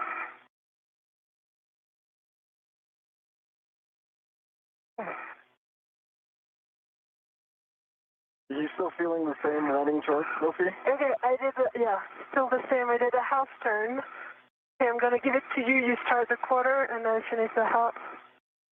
Okay.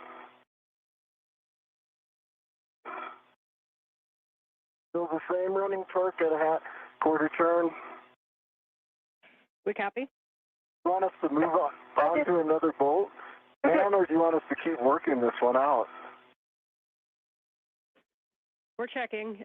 You can continue to work while we're checking. Okay. Okay. Why don't you just do quarter turns if you have good leverage there? And we can also go on to a different bolt if this isn't going anywhere. Oh, it's easier now. Ratchet wrench is not the easiest to use. If you want to move to a different bolt and try the PGT, you can. That may free this one up a little. Sophie says it's easier now. It's easier now. We probably put another turn into it. Okay, I did one more turn, and now it's very easy to do. All right, let's go to PGT. Okay. Okay, I hold the ratchet. I think you can take this and then just let go of the ratchet, and I'll. Okay. I let go of the ratchet, and I align your PGT in the bolt. We're good. Okay. Ready? Yeah. I'm going. You're counting. Yeah.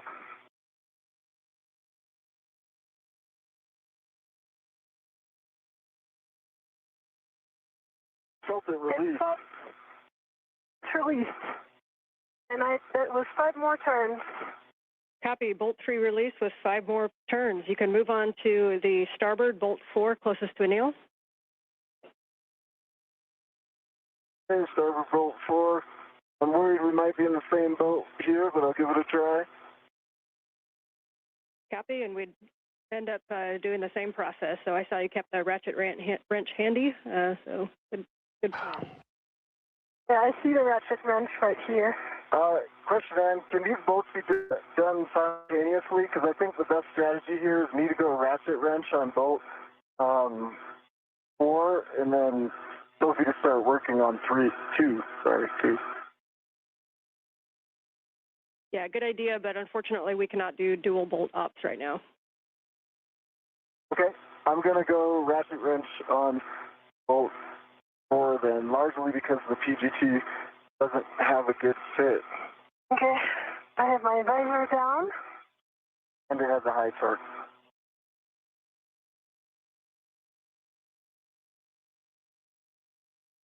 Yeah, we're good with that plan, Anil. Thanks.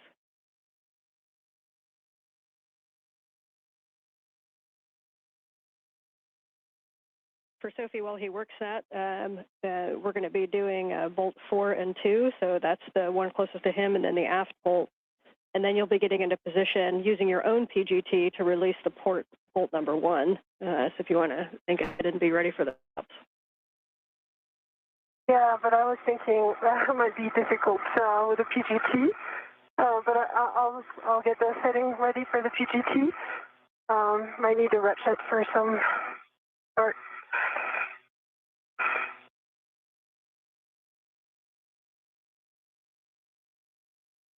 And yes, we concur. We'll see how these ones go if we expect to need the ratchet.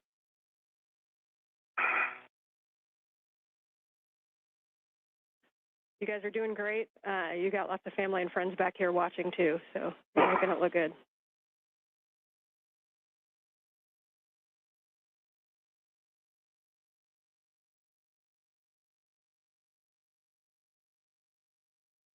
As we approach the 3-hour mark in today's spacewalk, Menon and Adenot continue to work in concert with one another on releasing the 4 bolts that are holding failed space-to-ground antenna in place on its boom.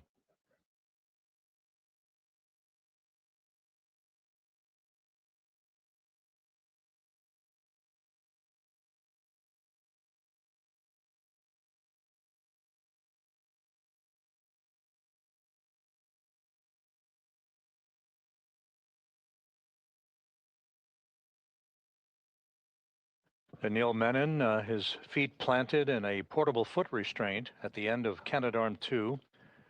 And in the foreground, that's Sophie Adenot as they continue to work on the final release of this failed space-to-ground antenna that began to show a degraded capability to track the tracking and data relay satellite system constellation back in November of last year. I'm still working on this one. It's still pretty high running torque.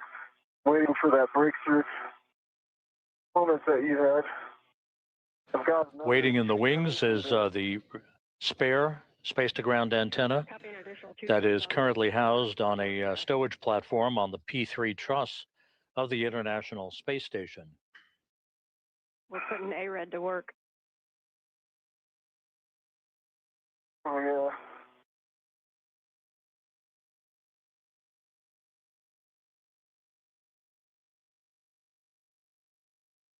Sophie, It's getting a little easier. Copy. Good news on 4. Sophie, one thing you could look at is on bolt number 2 on the aft. We're not super positive on all the clearances with the PGT to that bolt. If you want to kind of take a look and see what you think, and when we get there, this is why we have things like the ERAD. Hopefully we don't need it, but if you want to just kind of do an evaluation on that bolt. Yep, in work.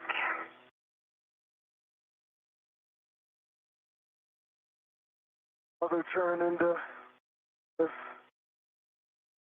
Copy, another turn into 4.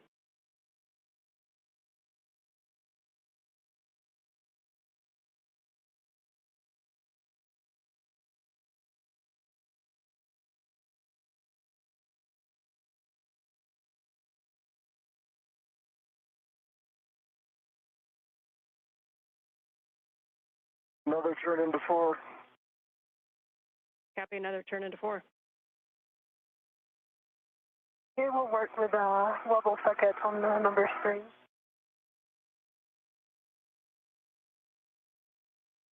Another turn into 4. Copy.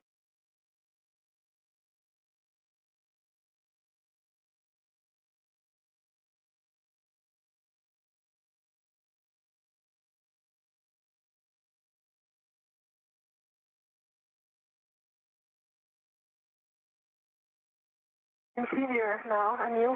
That's easier. Do you want to give me the ratchet? Not yet. Another turn into 4.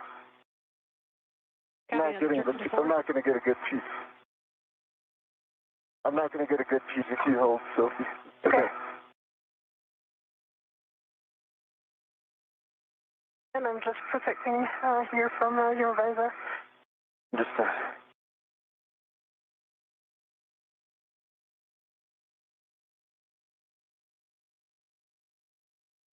another turn into 4. We copy?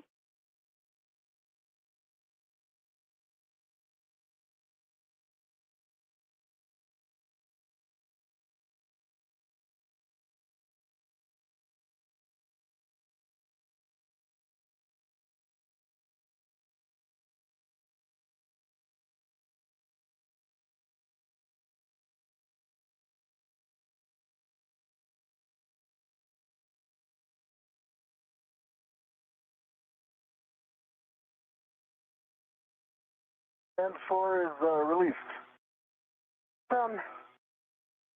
You want the ratchet? Yes. This is the ratchet. Copy, bolt 4 released. And so, Sophie, you can work the aft bolt number 2, and this is a good opportunity for Anil to take a look at the view. We just want to, we're just looking at your met rates. Okay.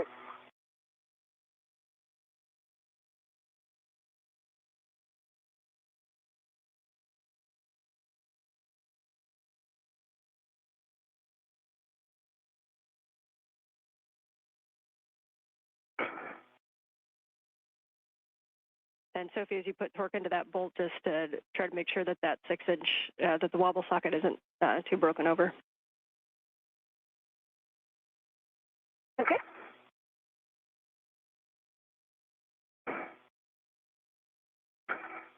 Okay, so we're coming the DRT force.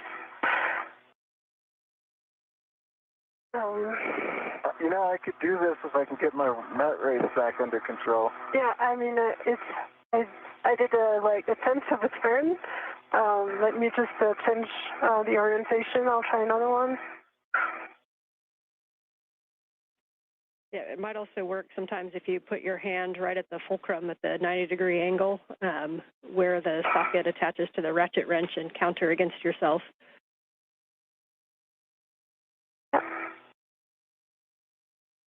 Okay, I did a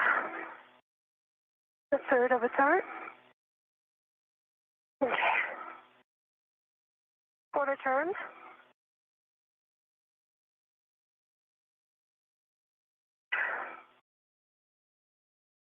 Another quarter turn.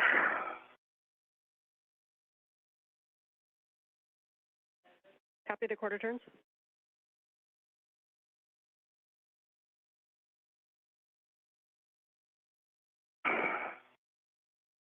Okay.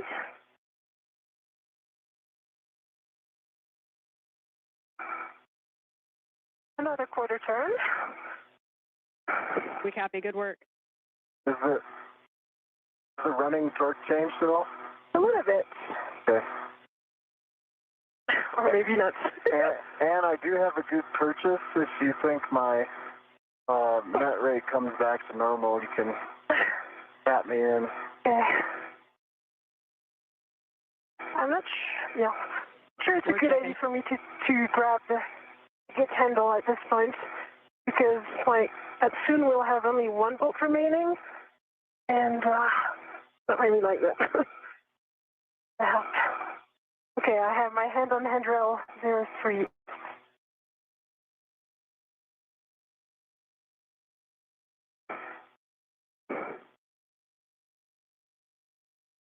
Another quarter turn. Nice. And Anil, we just need a few more minutes there in timeout. This is Mission Control Houston. We have now hit the 3-hour mark in today's spacewalk. Working it. Anil Menon, EV1, wearing the suit with the red stripes, and Sophie Adenot of the European Space Agency, wearing the unmarked suit, the first French woman ever to conduct a spacewalk. They are in the process of completing the fourth of 4 bolt releases that will free up the failed space-to-ground antenna from its boom on the Z1 truss in the middle of the station's truss structure. I hope you're counting because I just announced the quarter turn. They're counting. They're Okay. counting. Keep doing it. All that A-red I see you doing. Yeah. Pushing it.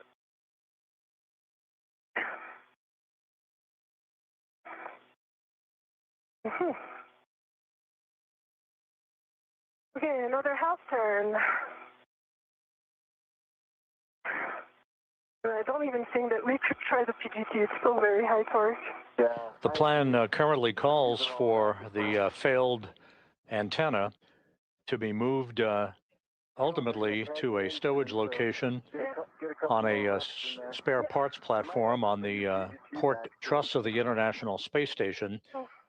Currently residing on that spare parts platform is the spare S-Gant, the replacement S-Gant that will be installed on that boom that you're looking at to restore full redundancy and functionality to the high data rate communications capability for the International Space Station.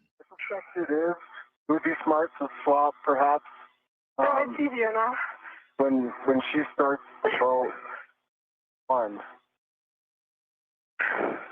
Interesting. Sometimes it's easier and sometimes not.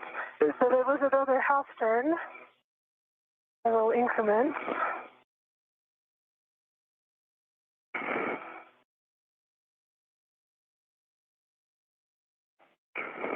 And just for you guys, when we do get to the PGT, we've been given a go to Bravo 7, so you will have some higher torque available. Okay. Do you want me to try to stick this bolt with Bravo 7 and see if it works? Yeah, let's do it. And is it okay if I try that? It's kind of low net rate. And that was And another now half you're back turn. in the game if you'd like to assist. Okay, I'm going to go that Bravo 7. Yeah, it's easier now. If that does the trick. Yeah, you did all the hard work. You did it before. Hey, let me get it. Okay, I'm removing the ratchet. Ratchet is stuck. I got it. There Yeah, we go. okay. Holding the ratchet. Putting in your PGT. Thank you. Yep. Okay, here we go. Bravo Ready? 7, counter 2. It's working. You count? Beautiful Sophie? sight. Yep. 3. 4. You telling me. 5. I think we're good. Yep. Bolt release. Oh, that was 4. Okay. Antenna is only on one bolt. And I see it wiggling, so now I know it's time to be super careful. Yep, so we can, we're going to be using Sophie's PGT for the last bolt. And we're going to make sure this is the one that's going to release the PGT, so we're going to get a nail ready. Your glove and hap check is already knocked out. And you want to ensure a good config before the final release. Double check that your tether is still on the T-handle.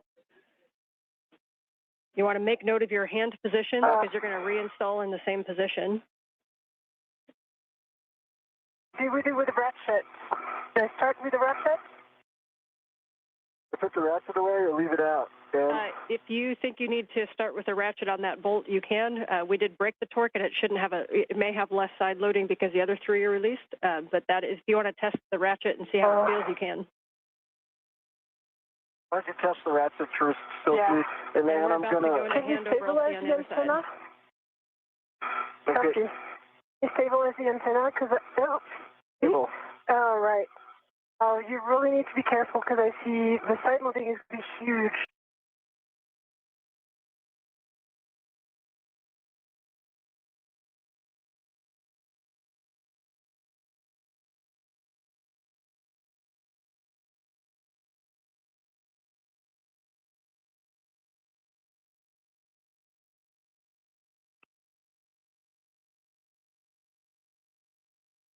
Are you here? No. Are you pulling it towards me, Lefty Lucy? Don't know why.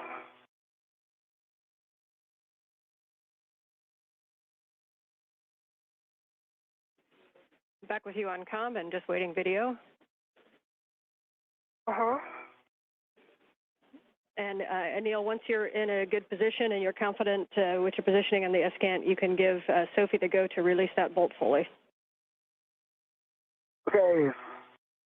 She's testing the ratchet. It's huge. Huge amount of torque. Yes. Okay. Well, I've got a good grip on this. And Wait. what kind of movements on the Scout will alleviate things for Sophie?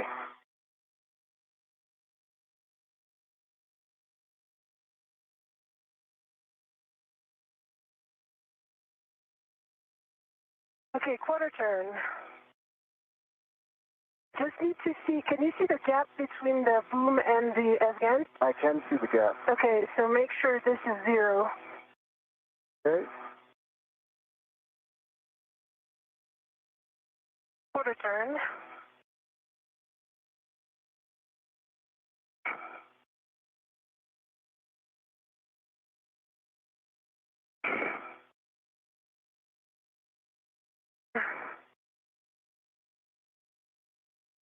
Okay, another quarter turn. Might try with a PGT. Maybe Yeah, do you... doesn't feel that bad. Okay.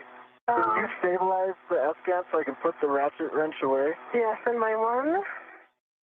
To get in good position. You can let go of the ratchet wrench.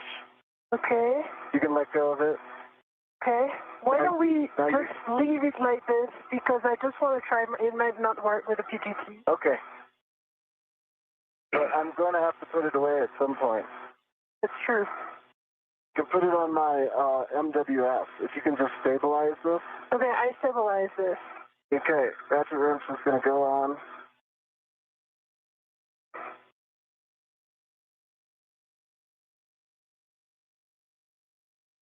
Okay, so my MWF. All right, I've got control of the S-Gant. You got control of the S-Gant, copy. You're going for bolt 1. Ground concurs.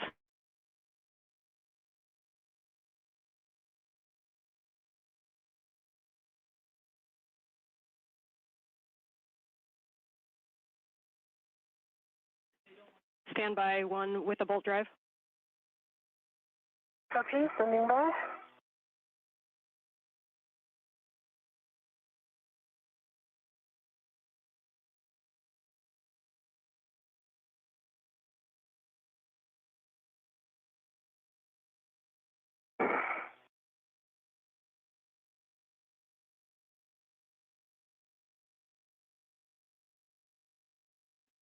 All right, some big picture words for you guys.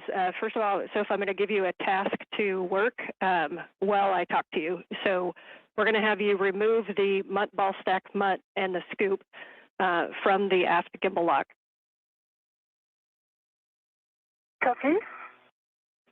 Okay, while you work that, we're looking at times. You guys are currently just over 3 hours of PET. We're going to go directly to a long duration tie down of this S-gant on the Z1 truss. So we're going to remove that MUT ball stack MUT and the scoop, and we're going to take it back to the medium ORU bag, and you can retrieve the long duration tie down tethers at the time. For Anil, we're wondering how you're feeling in the APFR. If after the handoff, you think you'd be able to get in and out of the APFR easily to assist with Sophie. And if not, you may not be able to have that full assessment till we get you in the right position. But what we're thinking is we could do a 2-person tie down, which may be a little bit quicker. Or we've also tested it as a 1-person tie down. We think Sophie can do it solo if you don't think get in and out of the arm. I say we do the 2-person. I feel like APFR ninja at this point. Okay, we'll have Robo come up with the swiftest plan to get you towards structure. And in the meantime, we'll have you stow that MUT ball stack MUT, and then you may want to pre-position that medium ORU bag in a spot that you can grab the long duration tie down tethers. Then we'll have you go back up and do the port bolt, and then we'll do the handoff as planned, and then we'll do the long duration tie down tether. Uphill, I'm working on the MUT ball stack MUT.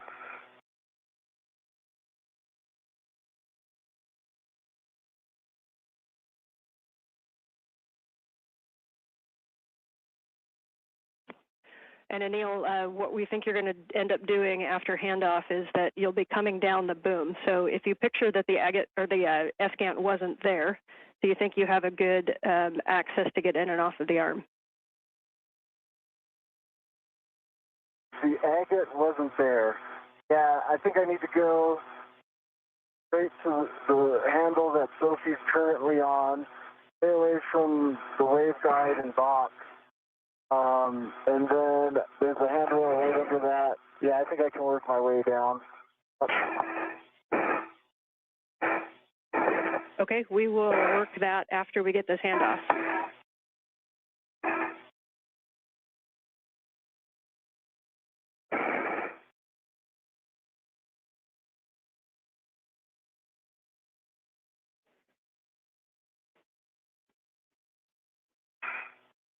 If you prefer to take off the scoop after the handoff down on Z1, you can. We think taking it off right now is going to make the handoff and the tie down easier, but we will take your suggestion if you think something different. Your call, Sophie. ESA.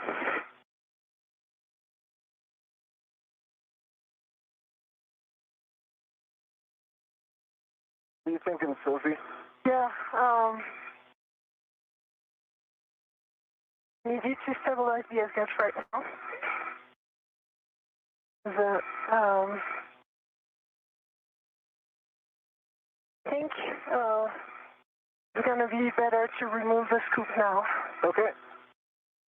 I need to stabilize the S-gant because I see it moving with only 1 bolt. It's stable. Okay. I see a gap here.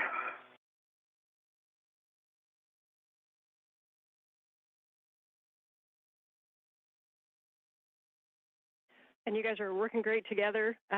So I know it wasn't what we wanted to go do this tie down, but we still have a chance to get the good S-gant up there. So that is now the goal. So let's get this tie down knocked out as quick as it can. Sometimes an NVGL just eats your lunch, and that's what it did today. But we'll get this tie down, and then let's see if we can't get Cronus a good KU antenna with the new one. Copy, Ann. Appreciate the big picture words. I'm going down the boom. The module segment is... This is Mission Control Houston, 3 hours, 13 minutes into today's spacewalk. Just to recap the conversations between spacecraft communicator Ann McClain and the two spacewalkers, Anil Menon and Sophie Adenot. The current plan is once this final bolt holding the failed space-to-ground antenna in place that you see in this view, once that final bolt is released, this antenna will be removed from its boom, and it, instead of being transported back to the external stowage platform number 3 for a permanent installation, we now plan to do a long duration tie down, as it is called, using a series of tethers to tie the dish down and conserve time, since we're running behind the timeline at this point.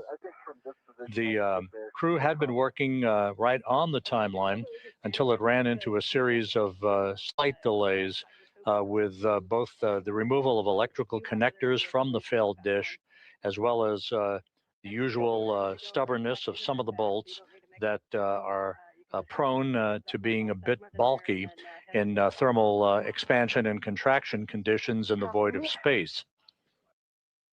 So we plan to remove this failed dish. That's the one on the left. The one on the right is SGANT number 1. That's the space-to-ground antenna that is functional and serving as the prime focus of communications capability, high data rate communications for the International Space Station. We're going to continue to press ahead in the hope of getting the replacement or spare space-to-ground antenna off of its location on ESP3, the external stowage platform number 3, on the port 3 truss of the International Space Station, and getting it installed, as Ann McClain pointed out to the crew just a moment ago, so that we have full redundancy on high data rate communications capability from the International Space Station. So you can head up and get in position for the port bolt number 1. Okay, getting back up for port bolt number 1.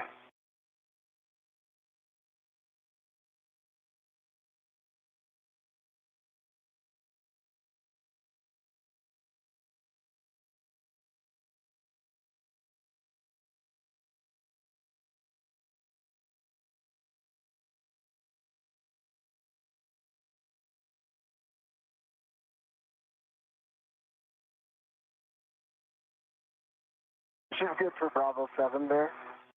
Yeah. And we concur, Bravo 7 counter 2 with Sophie's PGT that has a 2-inch rigid. Yeah, let me just put my BRT down.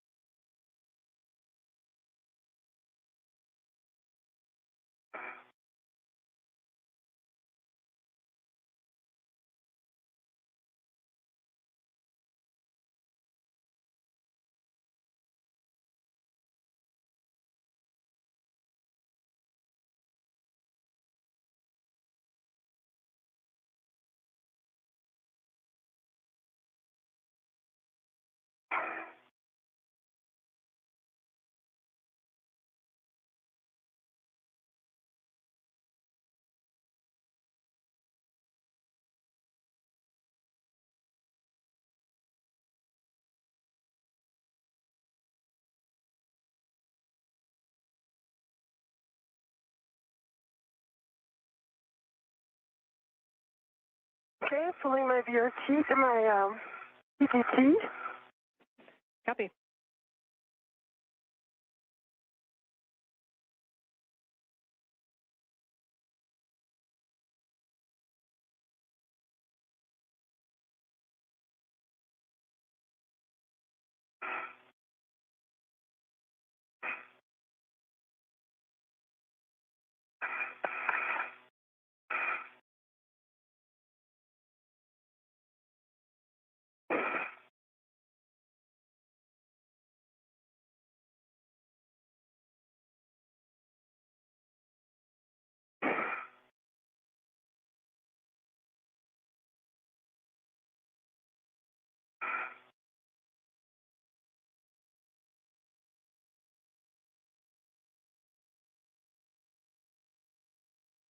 Checking the settings. Yep, and just doing a Bravo 7 counter 2. T.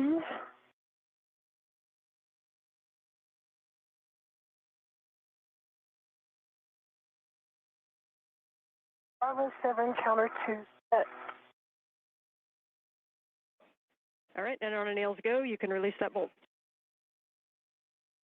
Get my go, Sophie. Okay.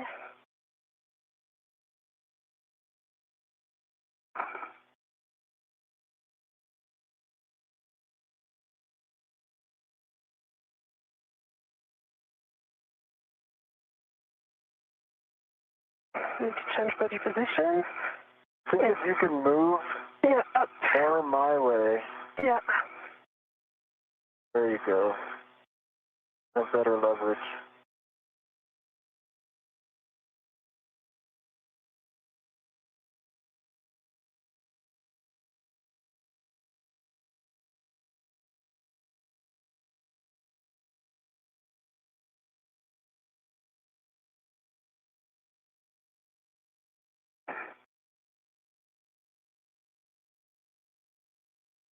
Get seated. Seated as well. Okay, now seated. Face nice and hard. I saw it turn. Yep. One turn. I need to visualize my VOT again. Take your shoulders joints here just to be sure. Did you say? Good job working that Check your position, shoulder so joint. just remember Bravo 7 could come with a kick, although you're releasing, so it should be pretty nominal, hopefully.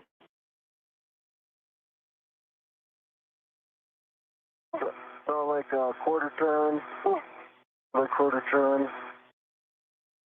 And you may be able to wiggle a little bit, Anil, if there's some side loading. Okay. And Oh, we're talking.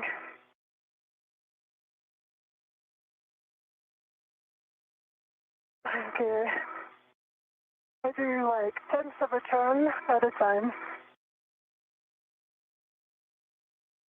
So it's over talking. and Okay, so I think I need to take the ratchet wrench.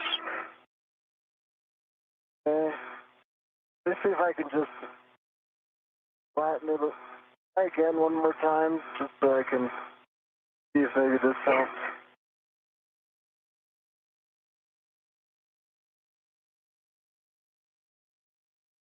Yeah. Oh. I mean, I see the gap in the threading. Yeah, okay. Not turning at all? This is Mission Control Houston. Just to recap, the two spacewalkers, Anil Menon and Sophie Adenot, continue to complete the steps to release the failed ESCANT, the failed space-to-ground antenna, from its boom on the D1 truss of the International Space Station. The current plan is, once that boom is freed from the antenna itself, the antenna then will be tied down on the truss itself rather than moved to a permanent stowage location. That will conserve time, since the crew took longer than expected in bolt and connector demating operations earlier in today's spacewalk.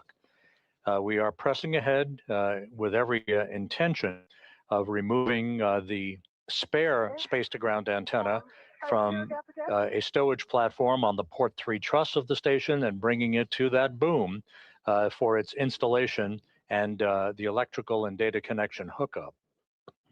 And we're not seeing the socket move. We recommend going back to the ratchet wrench. Copy.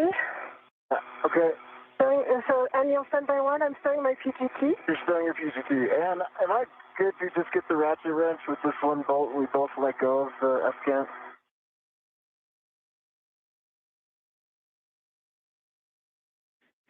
Yes, with the bolt partially installed and you have a ret attached, so you're go to grab the ratchet wrench. Thanks for asking.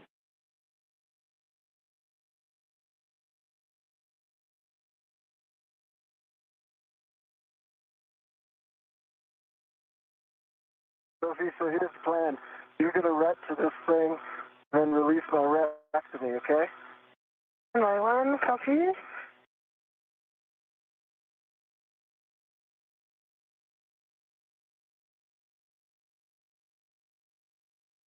Okay, PGT code.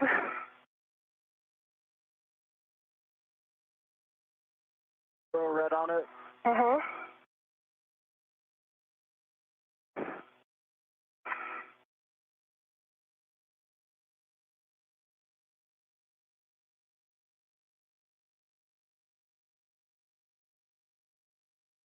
Okay. You want, I can grab my ret. Okay, I'm sending this back to you. Okay. The ret is off. It's your ratchet wrench. Copy.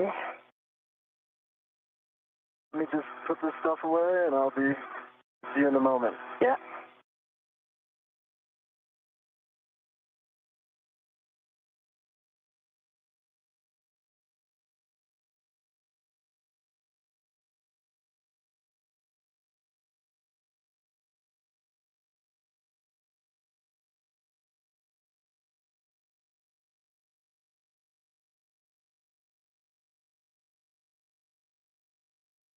Okay.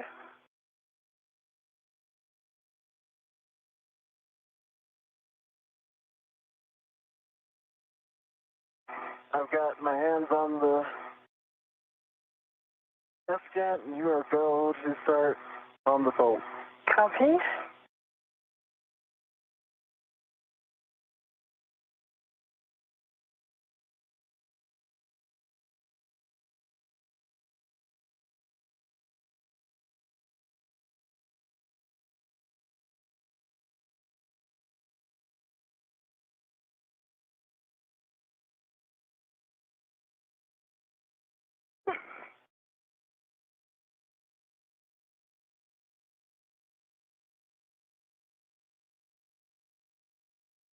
I see it turning. Okay, that was quarter time.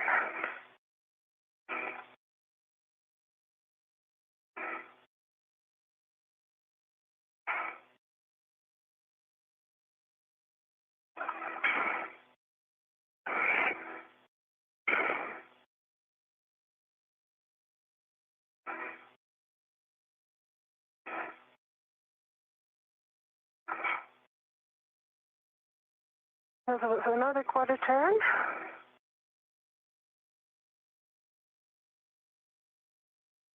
It's really overcoming the DRT, so I'm doing my best here, but Doing great, Sophie. See it turning, that's the goal. okay, we got it. Nicely done, Sophie. We like that bolt moving. Here comes an S-scan. Okay, Anil, you got it. I've got it. I've got a good hold on it. Okay, and I have no red attached to it, so I'm good. I've got a red attached to the T-handle by me. Okay, I'm going to finish with the hand, if you don't mind. Be quicker. By all means. I think you can get the PGT quickly as well. You could consider that. Yeah, I would. You're right. I put the ratchet on my MWS. It's a quick still location if you need. Yeah.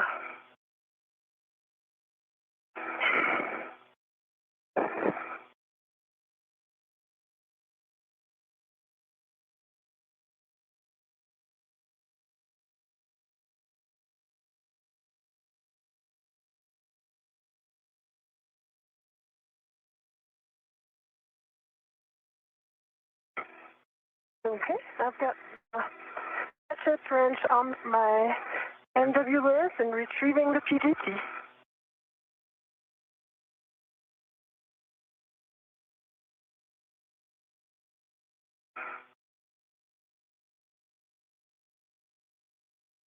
Okay, you still have good control? Good control. Copy.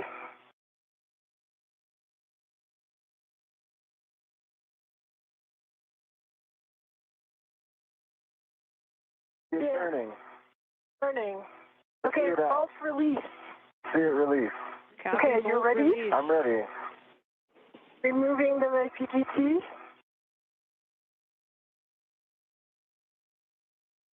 I think you can put your PGT away if you want. Yeah. Yep, and so for Sophie, we're going to have you put your PGT away, and then we're going to get a glove and hap check. I'm going to give you some steps to work while Anil takes the comm to remove the SCANT and get down to the handoff position. So you're going to be translating down to the Z1 SCANT temp stow location, stopping at the medium ORU bag on your way and retrieving a long-duration tie-down tether. If you want to take the first tie-down tether, it's going to go to the port side of handrail 6050, and then you can get the other tie-down tether and get in the starboard handoff position. Copy. This is Mission Control Houston. We're at the 3.5-hour mark in today's spacewalk. The failed space-to-ground antenna is now free of its boom and will soon be removed from the boom itself and be brought to a nearby location to be tied down with a series of tethers. This will be an interim parking place for the failed antenna, thus conserving time for the rest of today's spacewalk. That'll come off easily. It's a good time to observe so that we really understand the waveguides.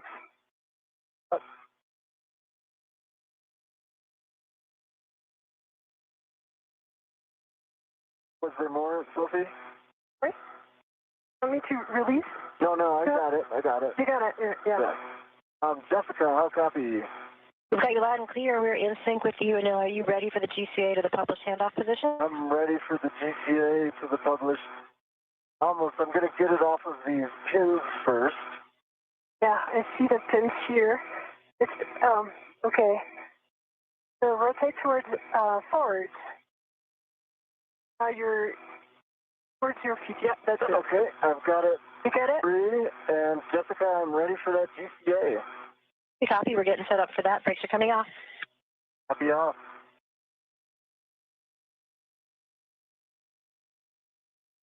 Nil, this is going to be that 3-part series. We're going to take you body out, followed by body left, followed by body in, and then we'll be taking you to your egress position. Anil, copy.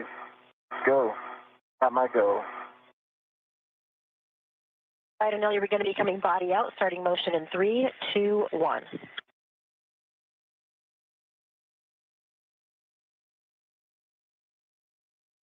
Okay, I've got it clear of the boom and very stable. Feel very comfortable with it now.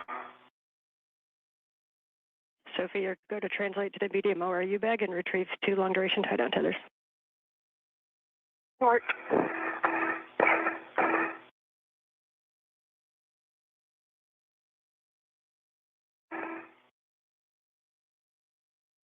Really good clearances here. Jessica, clearly getting better. I've got good control of the scan. Copy and concur. All clearances are improving.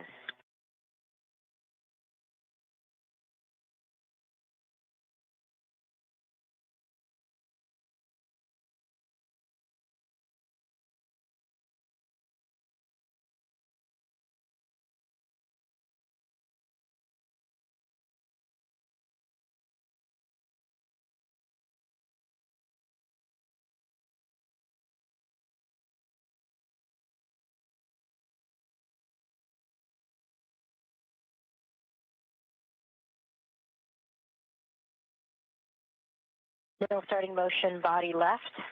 3, 2, 1. Body left, and I'm watching the dish, keeping it clear of the boom. I'm putting a little lean back in. I've got primary eyes on clearances on this side.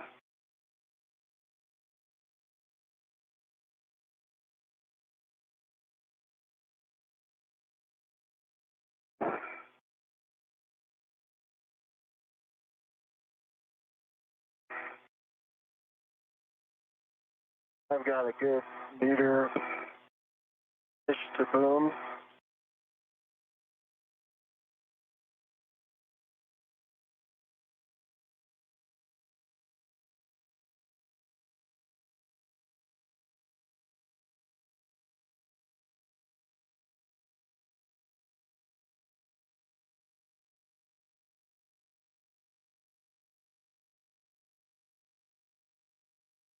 Nil starting motion body in 3, 2, 1. Okay, and I'm going to keep clearances from Sophie here. Sophie, I've got eyes on you. Okay. Keeping the dish in position for a handoff.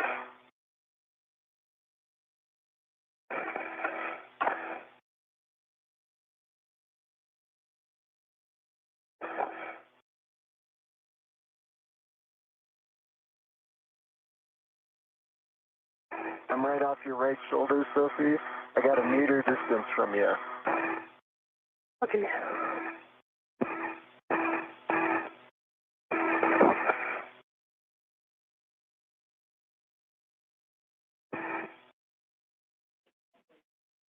And for Sophie, if you're able to move to the nadir side of that handrail, that'll allow Anil to get in a little bit more. If you can slide down to the bottom of handrail 2. North? And I'm deconflicting with my body movement, and I think I've got good clearance of about a meter. Copy, and good work. So this is the published handoff position. Published, okay. Let's hold here for a second and see where Sophie lines up. I'm not, essentially not done yet. So let's stop GTA. Give comm back to people, and then I might rehack this when she gets set up. Okay, reminder, this is the one that we are not putting the brakes on, so we will stop GCA for now, but we do have additional clearance we can give you if you need it. Copy.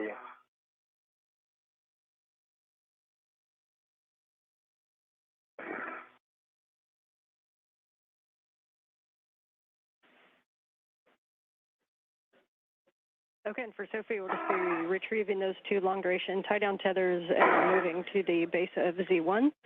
And between the 2 of you, just please maintain RET awareness on the S-scan as we hand it off. The final tie-down is with long-duration tie-down tethers, but in order to get it from Anil to Sophie, we probably would need to do a RET swap. Copy, RET swap. I also need to do a RET swap from the... I'm just checking the number of RETs that I have. One is taken for the ratchet wrench right now, which was not initially planned. So I'm just retrieving 1 long-duration tether right now, right? Correct? You will want to retrieve both of them. Both of them. Copy.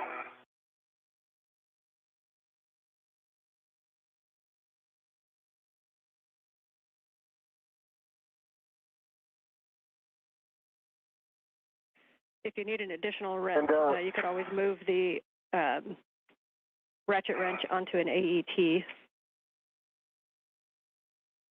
I think I'm good because I'm going to put because we have 2 hooks on the LDTV, I'm going to put 1 hook on my mini workstation. Okay, copy. For Robo, Ann, and Jessica, a future egress position is potentially just body in maybe a meter. Yeah, Neil, we can tell you what Robo had planned for you. It was coming body right and then going body in, and we think that would bring you to the handrail that we were talking about on the boom. Gotcha. Would a body in from here cause a conflict with the other things you're avoiding, like SASA, etc.? No, I don't think so. This had you coming body in to about by like up to 300 centimeters, so that would be another 1.5 meters. Yeah. And then you can have the right as well if you needed to get down to that handrail. Yeah, I guess what I'm saying is the body right just brings me up Venus when I'm trying to go nadir, and so we could omit that and save time. We believe that will work. We will verify.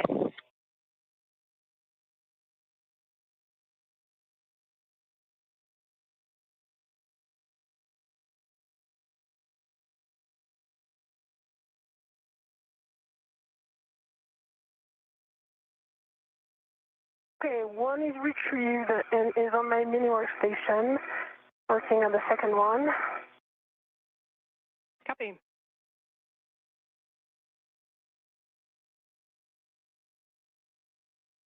And just a reminder, as you ret to those, you want to ret to the D-ring on those so that the hooks are free for when we go to install.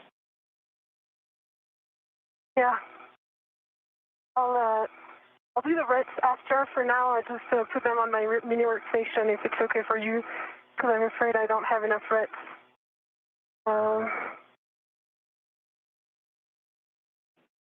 Copy. And reminder, another option you can use is you can take a long duration tie down tether hook, and you can hook that directly to one of your wing tabs on your mini workstation and not use a ret at all.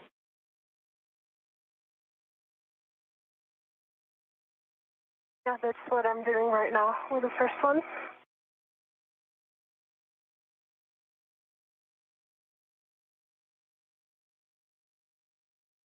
And Anil, we do want to bring you body right first because of the clearance from the tip boom with the SASA. And I also think you're at a little bit of an angle, maybe more than you realize, the way the arm is configured. I think that bringing you body right and then in will get you to that handrail.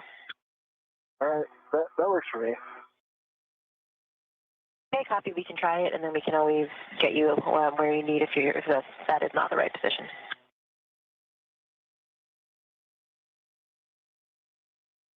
I am guessing for this handoff, I would benefit from some body in 30 to 50 centimeters.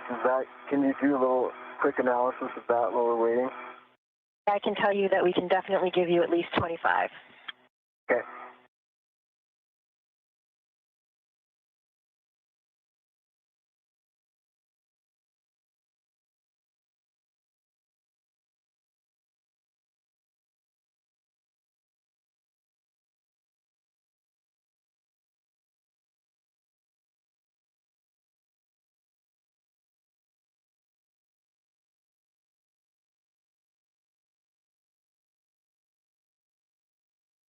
And Ann, if there is comm bandwidth and it doesn't distract down there on the ground, can you give like a little verbal layout of how these long duration tie down tethers go?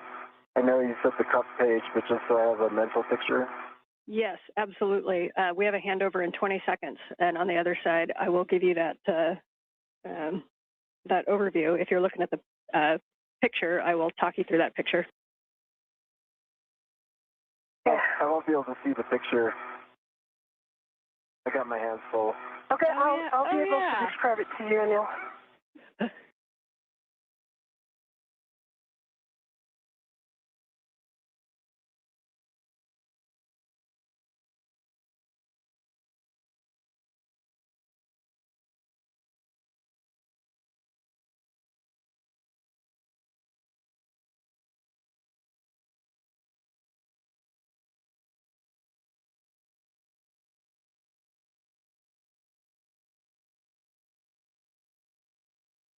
Handle and see if I can get this all the way to you without GCA. If that doesn't work, I'll ask for additional GCA. Okay. Okay, we are back with you on comm, not on video yet, so we can't see where you're at. Sophie, if you're ready for your net 6, just call them out. Otherwise, I'll talk you through what this tie down is going to look like.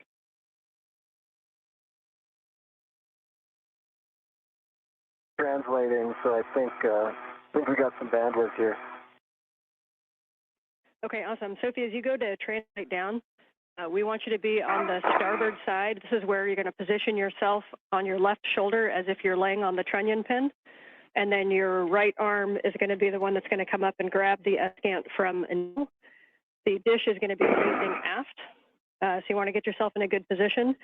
And Anil, when you get off, we're going to have you on the port side of that. So Sophie, I'm going to have you set up on the starboard side. So keep both long duration tie down tethers with you. Get on the starboard side on your left shoulder on the trunnion pin.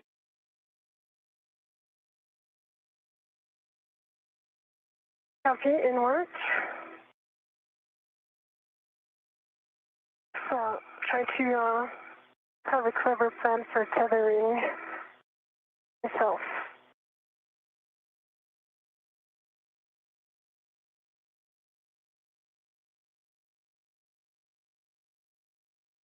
I'm going to put this here. The sun's going down when you're set for your visor.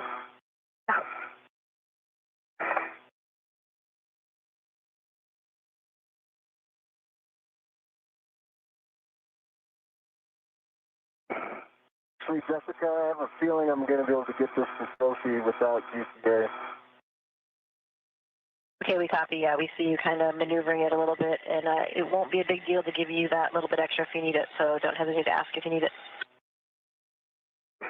And Sophie, as you get set up in position, don't worry too much about the configuration of the long-duration tie-down tethers quite yet. Once Anil gets down there and we have both hands on him, we will work those.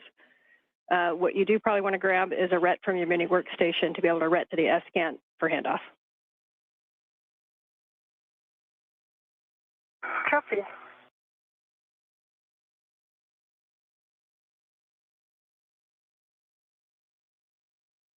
Hey, knuckle down. This is Mission Control Houston, 3 hours, 45 minutes into our spacewalk today. Just to recap where we're at, the spacewalk began at 7:29 a.m. Central Time, 8:29 a.m. Eastern Time. The objective was to remove a failed space-to-ground antenna from the location point at the Z1 truss on the International Space Station, the center of the truss structure. It began to exhibit degraded performance back in November of last year, and its swiveling or gimbling capability was reduced so significantly that we had to move to a backup antenna. They come in pairs. They reside side by side on the Z1 truss. The antenna in question has now been removed from its boom. That's S-Scant number 2. S-Scant number 1 remains an operational antenna to provide high data rate communications capability from the station to ground controllers throughout the world.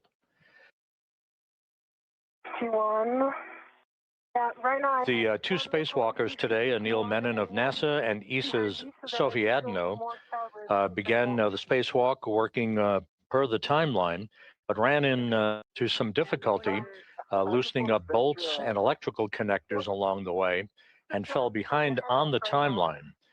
So to try to create time efficiencies, the flight control team here, under the direction of Flight Director Chris Dobbins, elected to tie down, they call it a long duration tie down procedure, using a series of tethers to tie down the failed space to ground antenna to the truss on the International Space Station, rather than spend the time to transport it all the way back to a flight support equipment stowage platform on the Port 3 truss of the complex.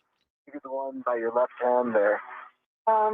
With that in mind, we are continuing to press ahead with a plan to remove the spare space-to-ground antenna that does reside on a spare parts platform on the P3 truss and bring it over to the now empty boom on the Z1 truss, install it, and see how far we get in the timeline before we determine whether or not we can complete all of the work associated with the installation of the spare space-to-ground antenna. Time will tell.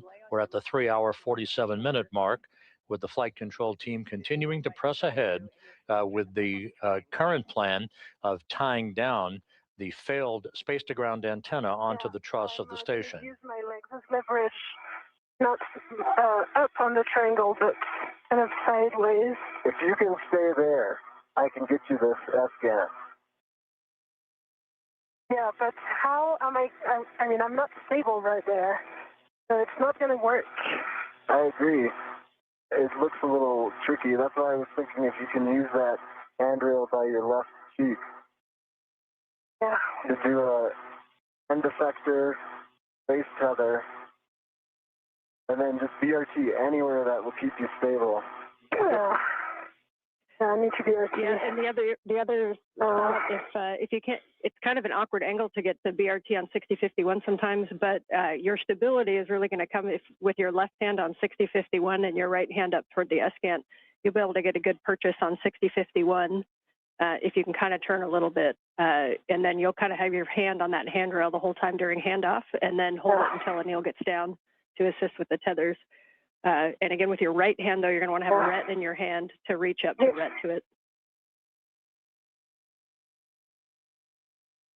Yeah, the ret is already on it, so we're good. But I think we made a mistake of taking the sack mode on just to help stabilize.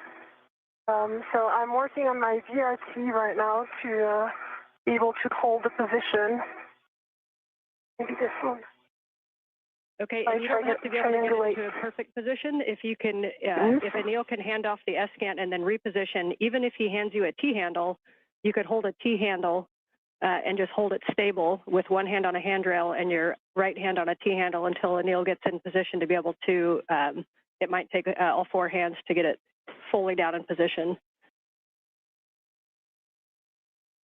Yeah, so this is what I'm... Sophie, can you double check to see if that ret that you've attached to the T-handle is locked or unlocked? I feel like it might be locked. Oh, that's a good point. It just locked on against the structure. All right, so now I think I'm in a good position now. I have good hand on this trunnion thing.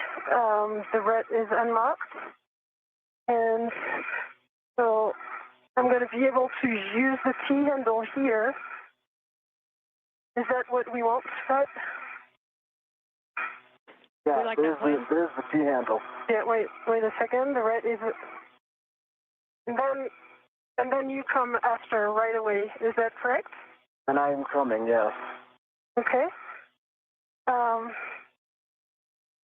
Okay. Do you have control of it? I have control. I'm releasing my ret. Copy.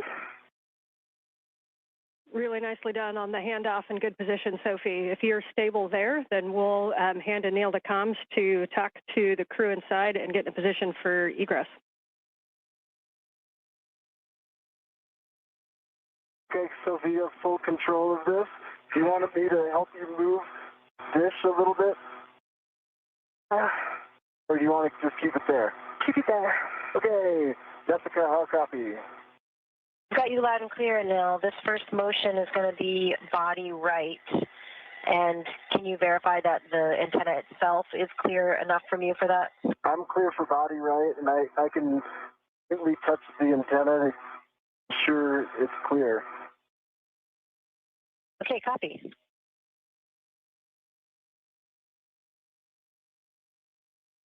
Okay, we're starting motion body right in 3, 2, 1.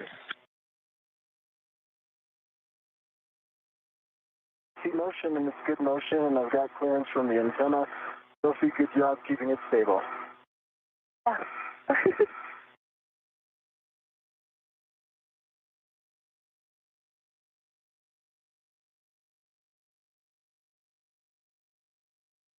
right, Anil, now we're going to start that motion body in Wait in 3, Wait 2, stop. 1. Stop 1 second. Stopping motion. Sophie, if I go body in, I'm going to hit this antenna. Are you able to bring it towards you? Like this. I think it's the limit because otherwise I'm close to the trunnion pin right now. Okay. Jessica, can we go body right 20 more centimeters? Stand by.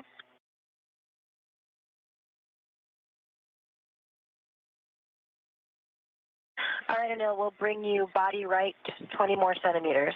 3, 2, 1. I see motion, good motion. It's going to give me clearances. Okay, Jessica, that's enough. We can go body forward. I don't know. We can come in up to 1.5 meters. Do you have an estimate, or do you want to call the stop? I will go 3, 2, 1 ramp out if I feel like we're close enough, but let's do the whole 1.5 meters. I think we might need it. Okay, we copy. Starting motion in 3, 2, 1. I've got clearances from the antenna.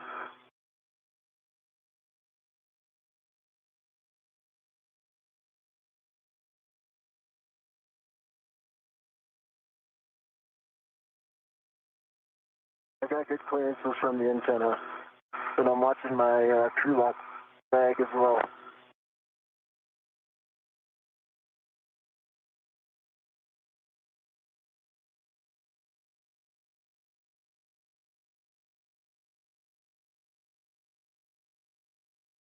Ian, you're clearing the antenna now. I'm sorry, I cannot help with clearances. It's okay, you're doing great.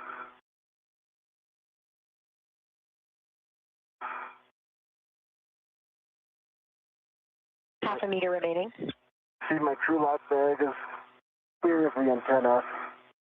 Ramp out in 3, 2, 1, ramp out. Okay, we've stopped motion. Stop GCA. GCA complete. All right, copy, GCA complete. So you ready for us to put brakes on so you can egress? Ready for brakes on and egress. Brakes are on, you go for egress. Go for egress. Okay, nice job. Sophie, nice job keeping the S-cant still. For Anil, you're going to be egressing and coming down the boom. As you come down the boom, a good position might be to go heads nadir and then go down handrail 2, which is the aft handrail, the long handrail. And then I'll talk you on to a good position when you get down there. But generally, you're going to stay port of the S-cant. Said head nadir. You want me to go head nadir? Yeah, I think as you move in position. Did I copy that? Yeah, I think as you move into position, obviously you decide, but as you move into position, if you go head nadir and come straight down the boom, the short handrails 3 and 4 where you're egressing, then you're going to go down handrail 2, which is on the aft side, and then we're going to walk you all the way down to Z1 into a position on the port side of the S-cant. Stand by. The antenna is moving. Anil, are you still ready? I am not ready. I think it's possible to head nadir. I put my crew lock bag into it. Okay, but now it's just becoming like tougher to control. So just try to be as close as you can to the boom. Yep, and Anil, if you cannot need see to where you are. reposition back and check what's coming in contact, you can also move over to the port side of the boom and try coming down on that side.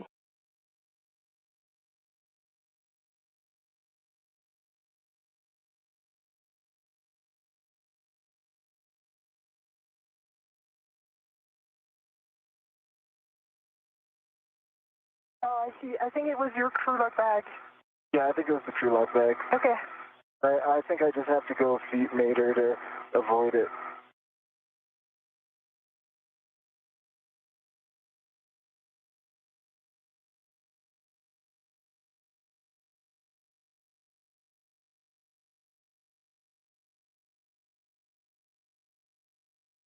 And I'm repositioning a little more aft. Slowly.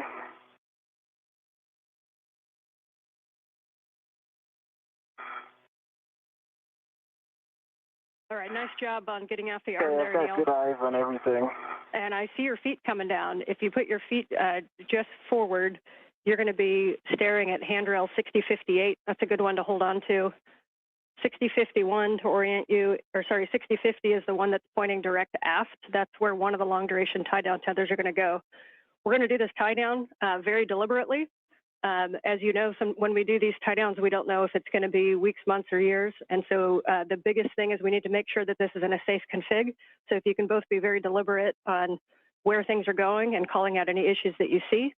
Also be aware that Anil's tether is in a very non-standard config, so not something that we're used to. Make sure that we're not tacking him down alongside the S-cant. Right now I see your real Anil going on your right shoulder. That's it, Sophie. Okay. And Anil, if you need to do a rich man's fair lead onto the boom, that might keep it clear of the S-cant, but your call.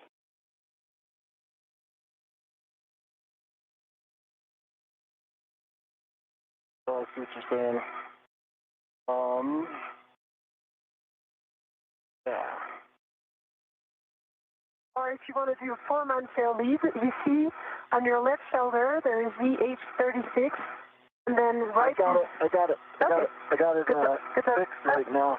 Well, you are yeah. So break, go for it. All right, Anil, that's a good handrail to come down on. Again.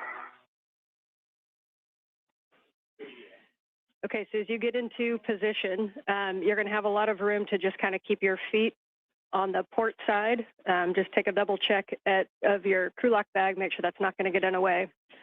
I'll talk you through the tethers one by one, but big picture, we're going to have the dish is going to be facing aft. We're going to put one tether is going to go from Anil to Sophie wrapped around a handrail and back to Anil to clip. And then we're going to put a second long duration tie down tether down by the agate handrails. So for Anil, when you're ready to get into a position, I'm going to have you holding on to handrail 6050, which is the aft facing handrail that's just over the lip to your right side. In front of my eyes. Okay, I see it. Going down there, I'm gonna. Yeah. I need to relocate my. Yeah, and we need to have a plan for like how. This is Mission Control Houston. We have now reached the 4-hour mark in today's spacewalk by Anil Menon and Sophie Adenot. They are in the process of conducting what is called a long-duration tie-down of the failed space-to-ground antenna that was removed from its boom on the Z1 truss a short time ago. This will ensure that the failed antenna is in a safe configuration for some period of time until it can be dispositioned to be installed on a stowage platform on the Port 3 truss of the International Space Station. Meanwhile, flight controllers here under the direction of Chris Dobbins currently evaluating the time remaining in today's spacewalk in order to determine whether or not we address the spare space-to-ground antenna and whether time permits its installation into the now empty boom on the Z1 truss. Over the edge is 6050.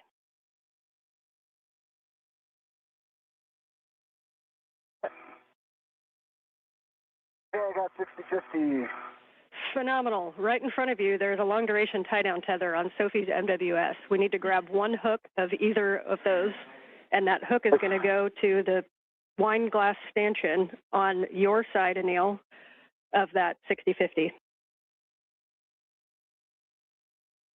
Right. Right. So if I could give you some advice, no, take the one that is attached to the hook, like the one that is closest to the trunnion. I'm gonna take them. You want me to take this one? Yeah. Right here. Yeah, this one. Okay.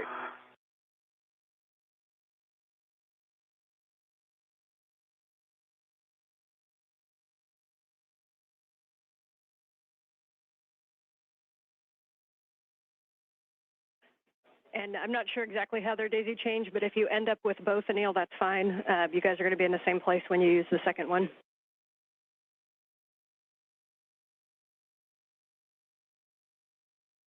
So he has one hook.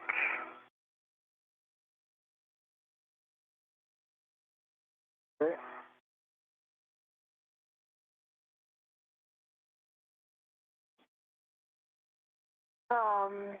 Yeah, so you need to put it on your right.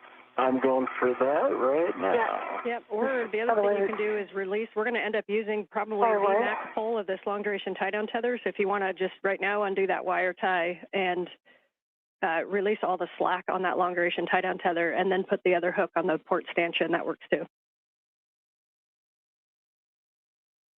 I'd rather give some leeway between Anil and I, just because with the antenna it's kind of tricky. Okay, yep, however you guys like to do it.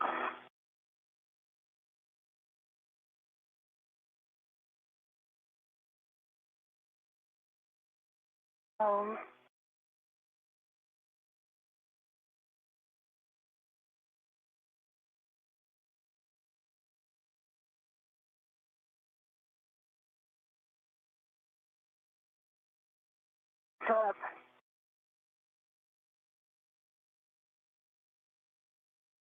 Right, and I'm about 5 seconds away from having that long duration tie down tether. That wine glass extension on 6050 is on now.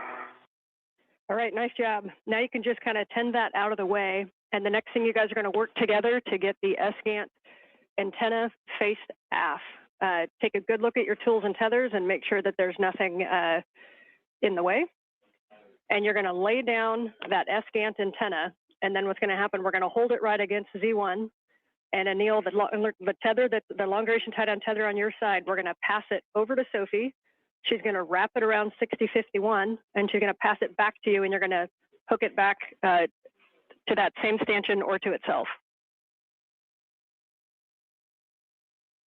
I should start loosening it now so I could pass it to her then. Do you agree? Yeah, that's a good plan, because then once I give you the antenna, then you're going to stabilize the antenna. Okay, you should be able to pull that and it'll just come loose. Yes, I agree. Okay. All right. So, but you need to put your base tether and effector and a more port of this stanchion. That, like, you're sure you're always saying port. I've got an idea. Yeah. Yeah, and Anil, you may lose access to 6050 once we move the antenna. Now, we can always move the antenna and grab it if you need to, but there is a handrail that should be by your right quad, which is handrail 6058 that you might be able to use. Okay, I think I'll relocate some air. That gives me a port movement plane. I'll be there in 1 sec, Sophie. Yeah, no worries. Once I give you the antenna, I'm going to take a second to adjust my TCV.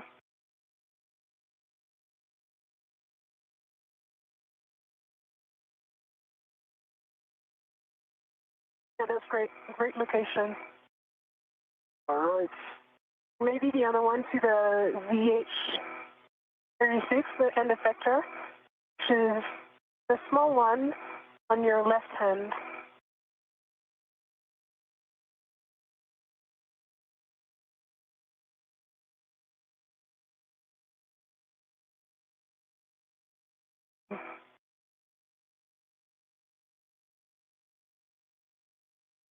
Job?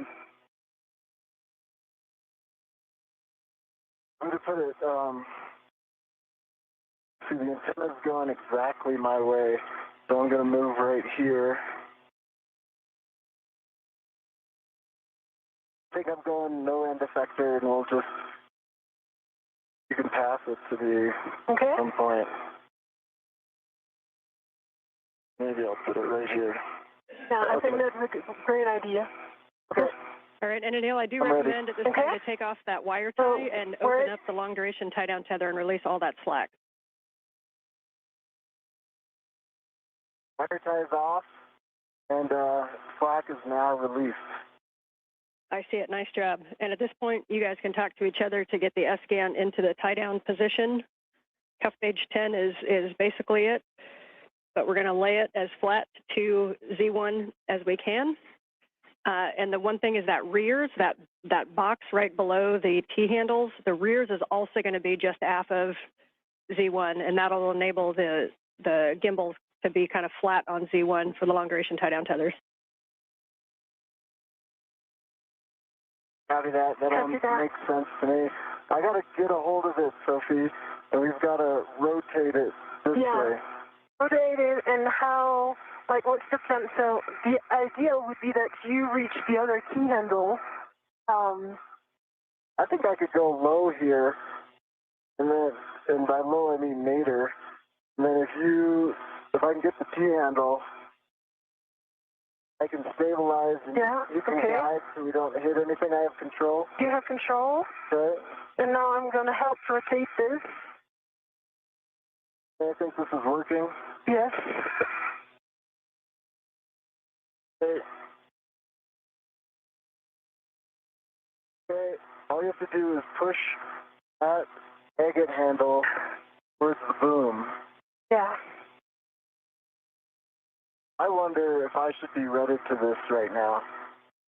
You're tugging on it. Yeah. But it's going to be better because we will rotate this thing. So. You don't necessarily have to rotate it, do you? We will, because it has to go dish facing you, basically, right now. Let me remove my DRT. Give me a sec.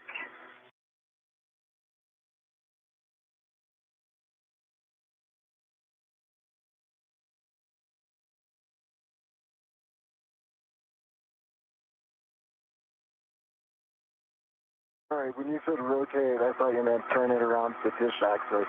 Yeah, I'm on the same page as you. The dish needs to go aft. Yeah. So I'm going to take care of the exit handle. You might want to...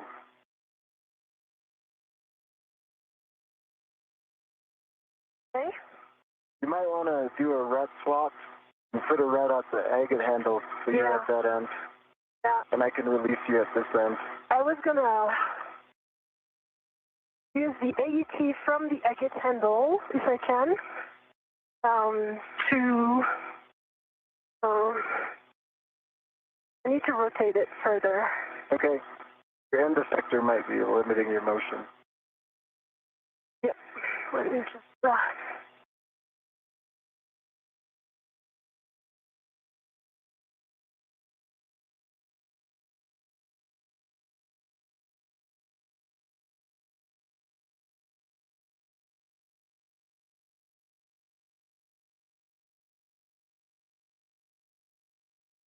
All right.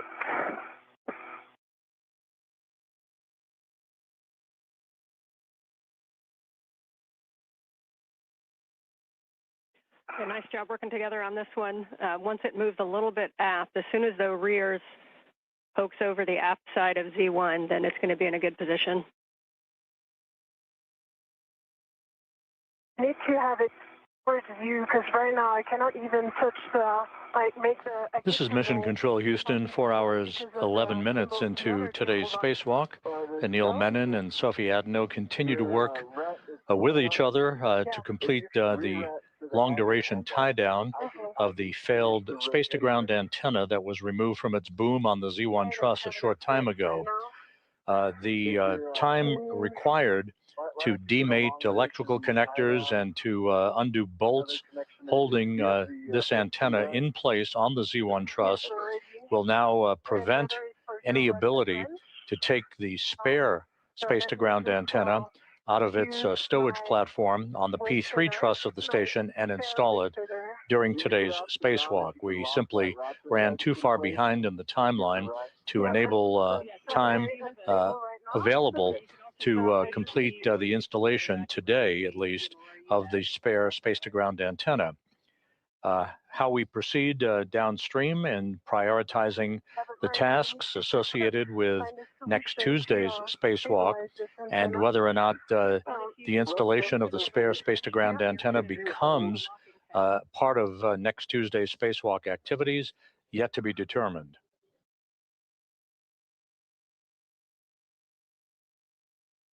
Yeah, it has a ratchet. It has a working tab right now. Okay, in that case, you can release your ret from that. That's a legal spot for your ratchet without a tether. Wait, I have my VRT, sorry, ret. So I'm going to use my VRT ret, even easier. But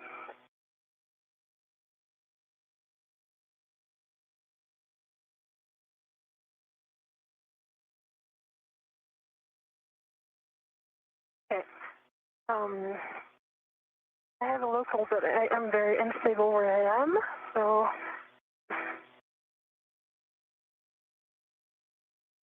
Right.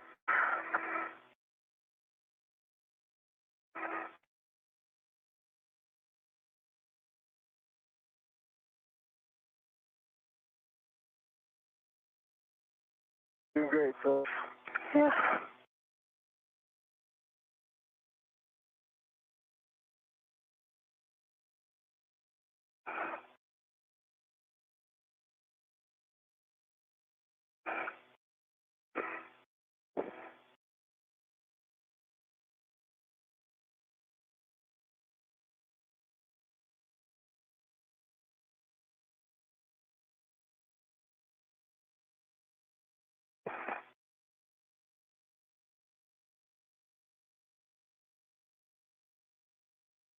And you guys are doing great. I know this is a little bit of a new work site and a weird config, but keep working through it. We're very close to getting this tied down. Ground is happy with the work you're doing, so just keep marching forward.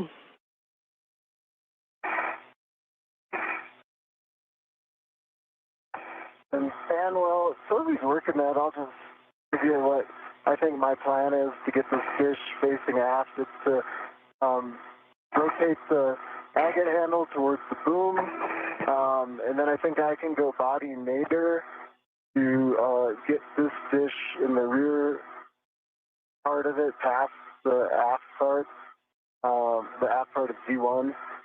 I think I can do that all from this particular position.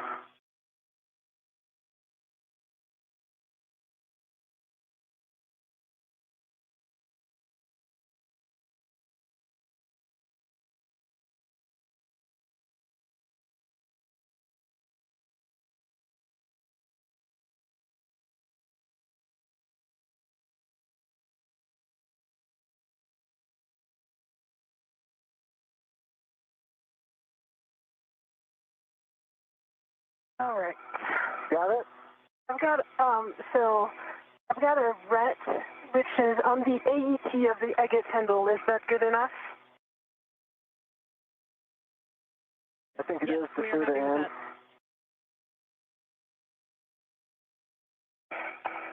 Okay. Good problem solving on that one. So now I'm gonna release your ret. standby one. I need to unlock it. It is unlocked and I'm ready to receive it.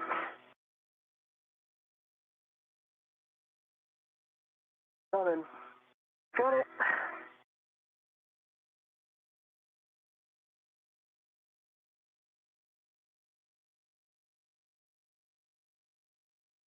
Okay. All right, if you're squared away, what we're going to do is move that the agate handle zenith and port. And Copy. Zenith and port. I'm in work. That's the right direction. Good direction. A little port. That thing port. There you go. Good direction. Now we just need to lay it flat. I'm going to get out of the way here. And the rear is past the aft side of And for V1, orientation, so all I need to do is get out of the way. The one thing that matters is that the gimbal locks are, either one of them is faced zenith up.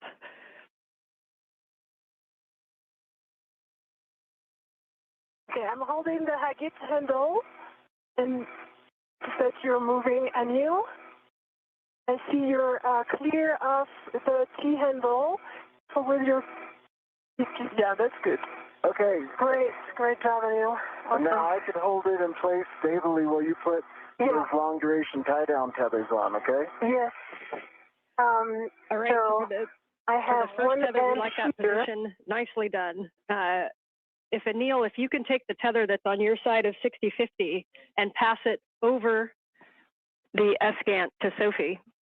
The one thing is that we need to make sure that the long duration tie down tether is routed in between the gimbal lock bolts. So I'm sending it to you. You see this that is coming? 1, 2, 3. And coming into a handover. 1, 2, 3. Okay. Okay. See it coming, Anil? I see it coming. Okay. But I've got a hand on the S-gant. You got that?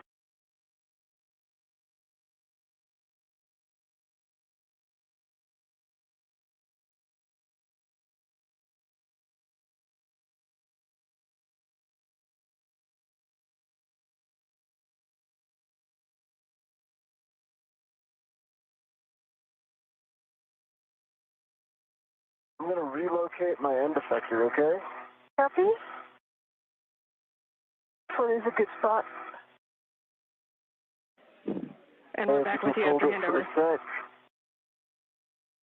See?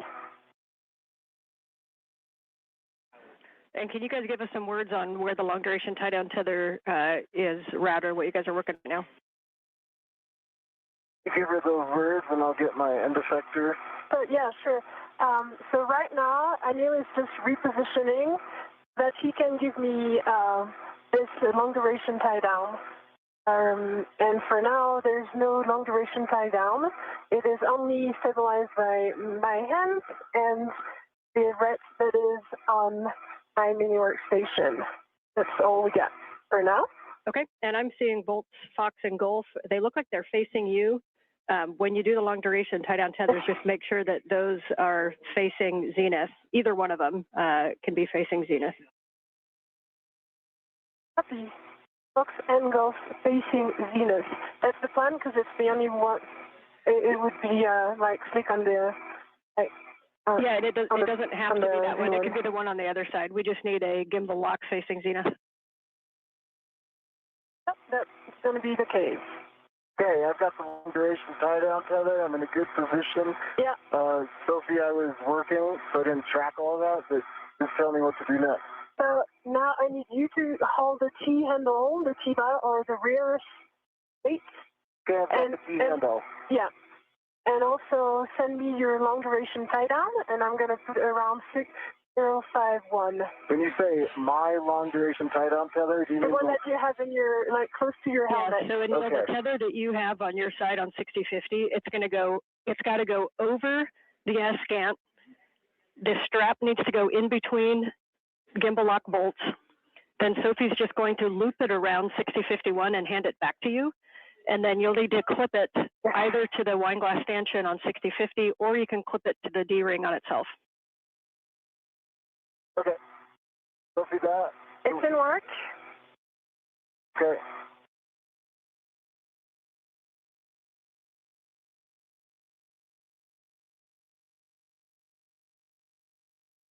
Okay, it is right now looped around 6051.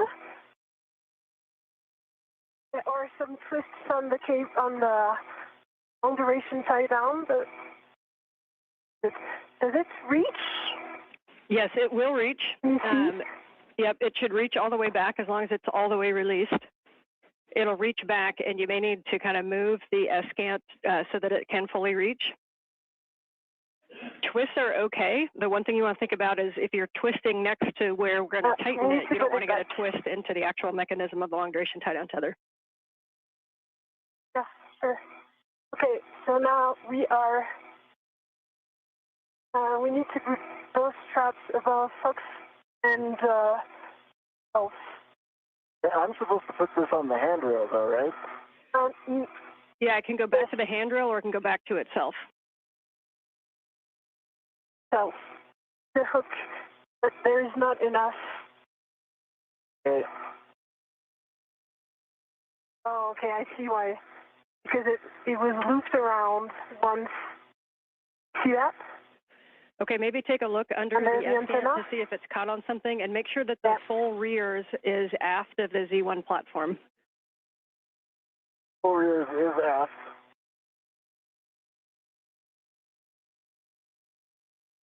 And long duration tie down tether is fully loose.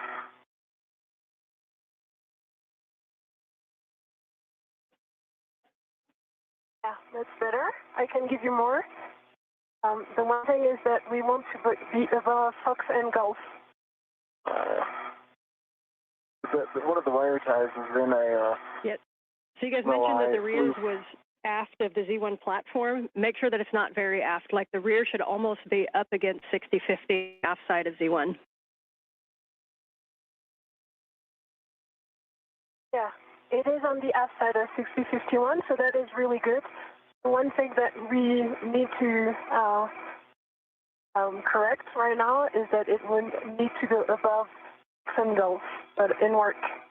Neil is working on his side. Okay, it's maximum release here. Okay, can you grab this, put it above Fox and Golf? Like aft side of Fox and Golf? When you say grab this, grab the strap. Okay. And yes, exactly. And there it is. That's it. And now I'm going to give this to you, and I think, wait, it needs again to be above, and I think that you would have enough. Thanks. Good luck. That did the trick, and I think we're gonna just done. We're in. Good, nice, you guys. About an inch to spare. Yeah. As for your Excellent. information, it goes to Z8. This is Mission Control Houston, 4 hours, 24 minutes into today's spacewalk. Menon and Adenot wrapping up the long-duration tie-down of the failed space-to-ground antenna near its original parking place on the Z1 truss of the International Space Station.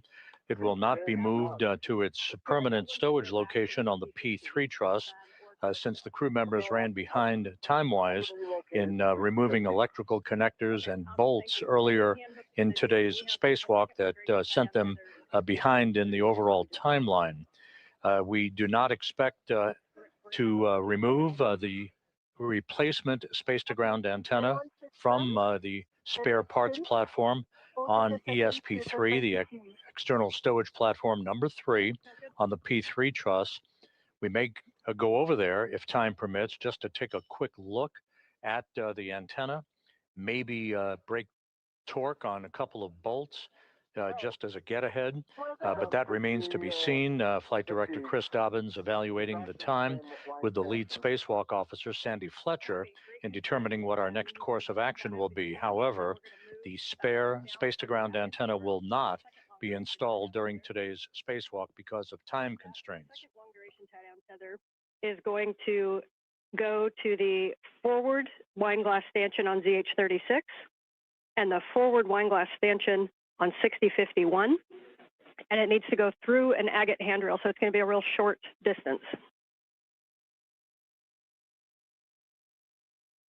Copy. Anil, I'm going to give this to you. Okay. One end, and you can work on this. It is attached to me right now. But, either you ret or you put on the stanchion already. I could put it direct to the stanchion. Yeah, that's great. And then I'm giving you the other as soon as you tell me it's on the stanchion. It's on the stanchion. Copy. I'm going to give you the other one. Yep, and Sophie, if you want to keep that one, you can just reach up and put it through an agate handrail. Yeah, but I really need to adjust my TCD, sorry. I'm just giving this so that Anil can do the first step, but I really need to do something right now. Okay, yeah, please do that. So you can he's got it attached, so you can just let it go as well. It is, and now I did send it to Anil.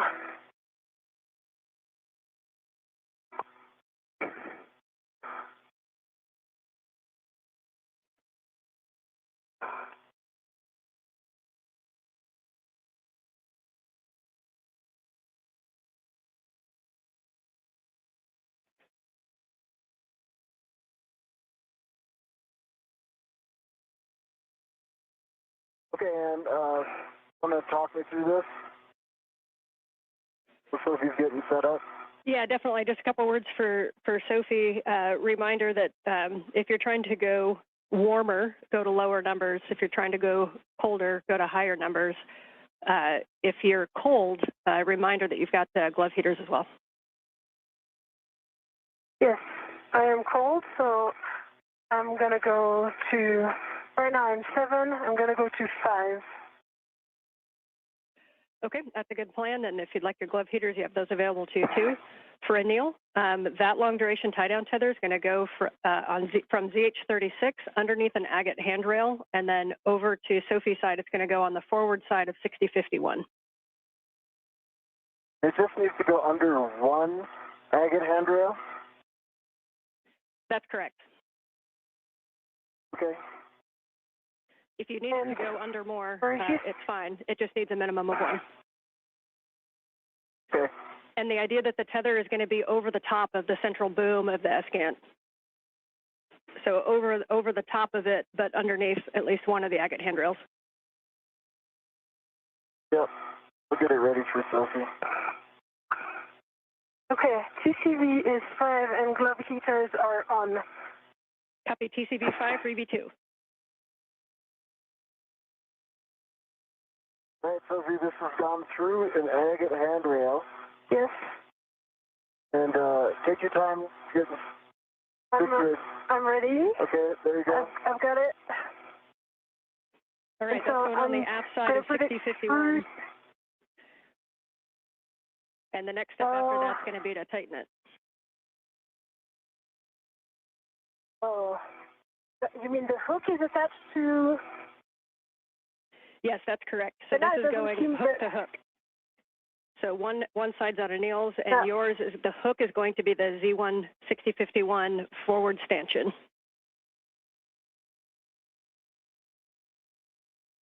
And just want to check that long duration tie down tether. It looks like it's going underneath the S-gant. We want that to actually go over the S-gant, but underneath one agate handrail. Yeah. Oh, gotcha. Yeah, this is what I thought it was. Yeah. So. Got it. I understand. I can grab it from here if you pass it through. Yep. Yeah, we like that config. Two agate handrails. I'm gonna hold it right here, Sophie. Yeah.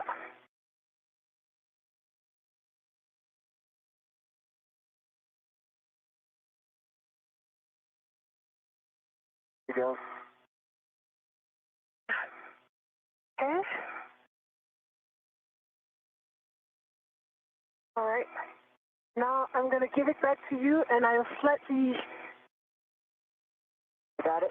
Yeah, you got it. And now, if you lift this, do you see the handrails? Where it goes? It's here. The one. I see it. There. It's there. The one right in front of the gimbal.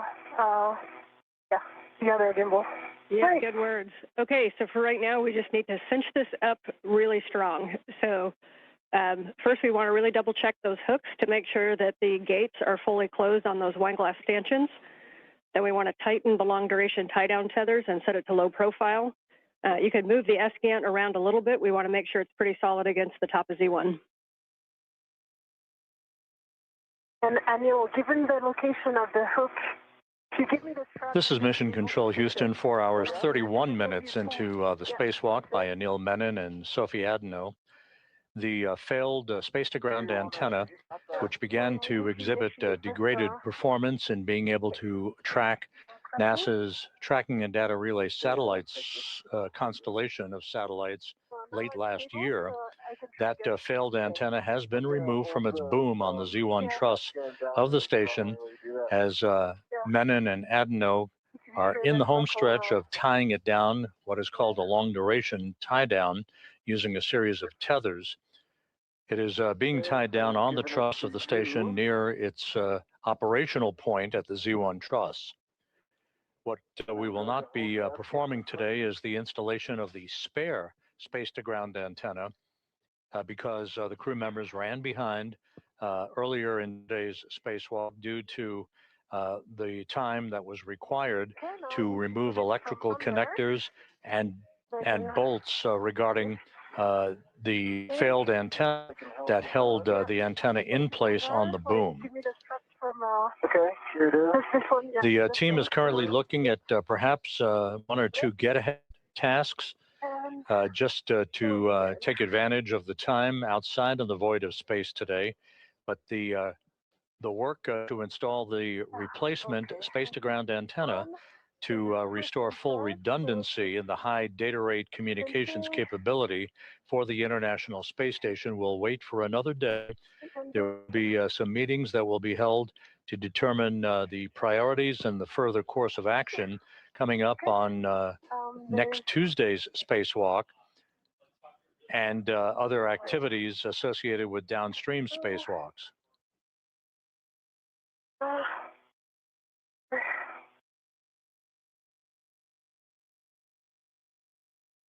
Make sure this twist doesn't go through. Yes. So I'm going to turn it before and actually pass this excess of strut under.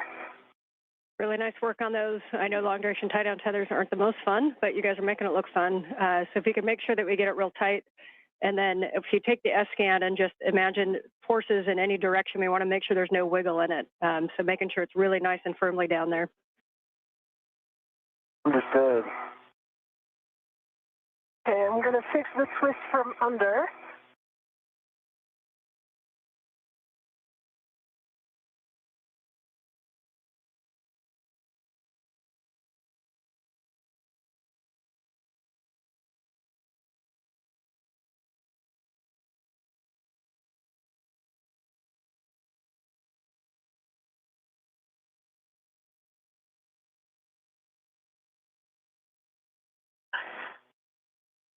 Okay, pulling again.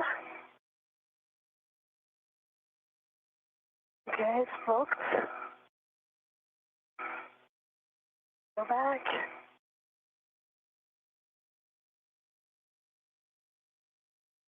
Okay, it's not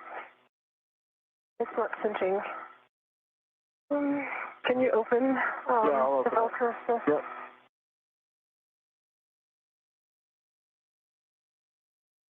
And based on that angle, it may actually be more of a zenith pull to tighten it instead of over towards Sophie. I don't know if that would make a difference.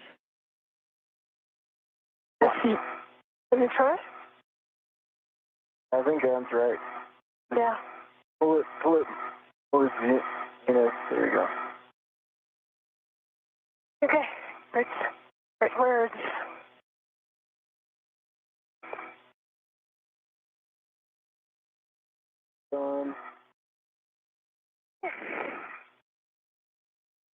Okay.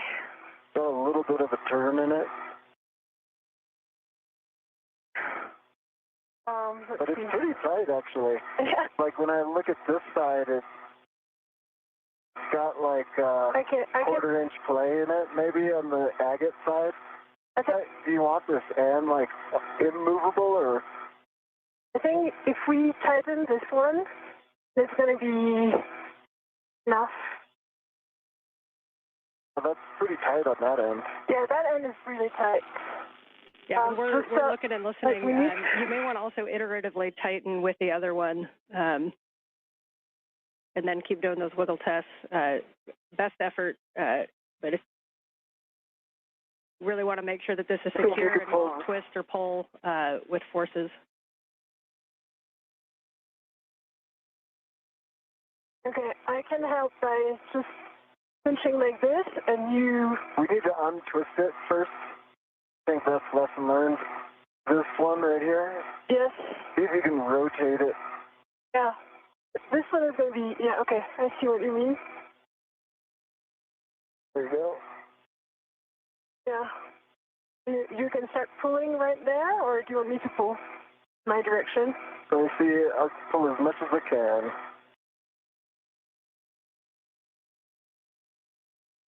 Good pull.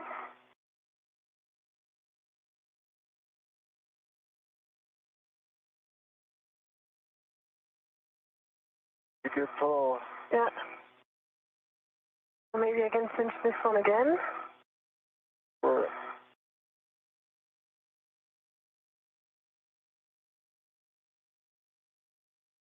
No, it doesn't work.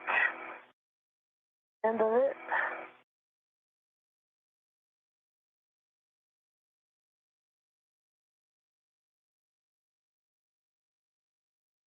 Okay. 10 seconds to a handover. What you guys are doing is great. it's pretty secure, Sophie. What do you think? Yeah, I think.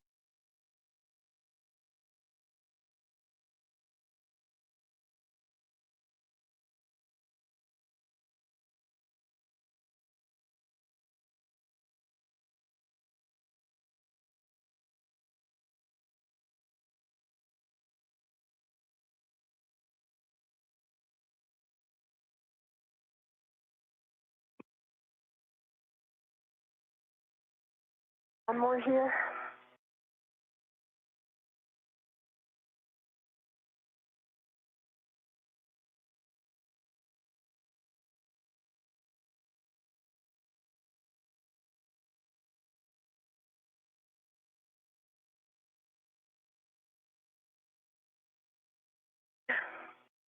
What do you think? Pretty good. Anne, are you with us? I am back with you. Audio, no video. Okay. I think we've got it max tightened. Because of the long duration tie down tether confirmation, there's probably like maybe quarter-inch movement capability in it if you apply direct force. If you wanted it tighter than that, I recommend putting like an AET. Yeah, I get the AET right here. Okay. So and then tying that down to a handrail on either side of the agate handle, and then Copy. And since it has also two tether points, can you check that I can remove my ret? Because I think it also put this flight forward.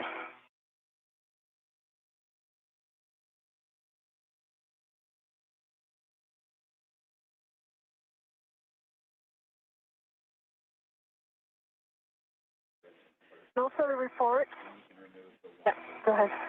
All right, you guys can stand by for 1 second while we talk about it to give your hands a rest. Copy.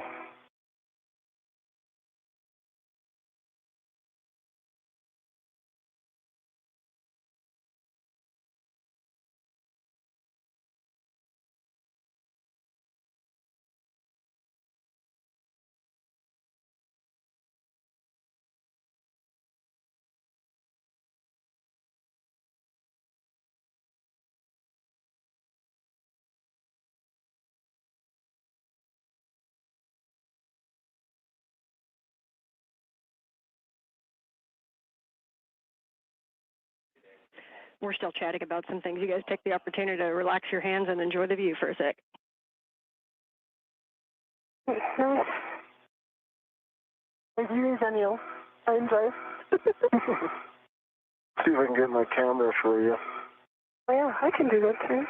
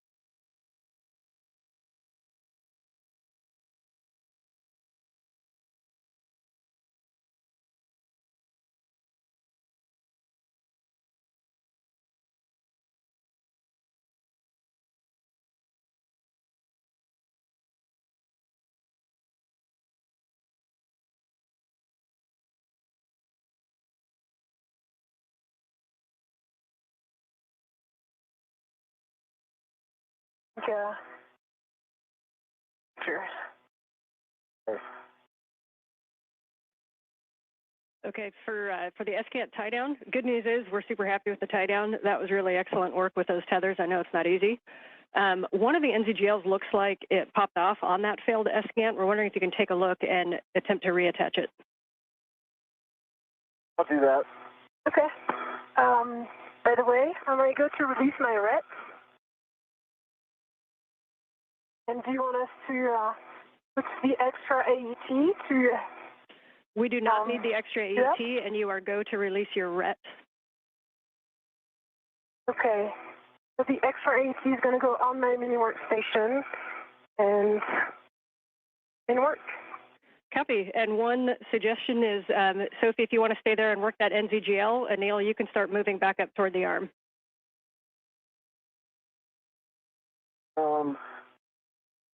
Okay. Unless the NZGL is on your side and it's easier access, up to you guys.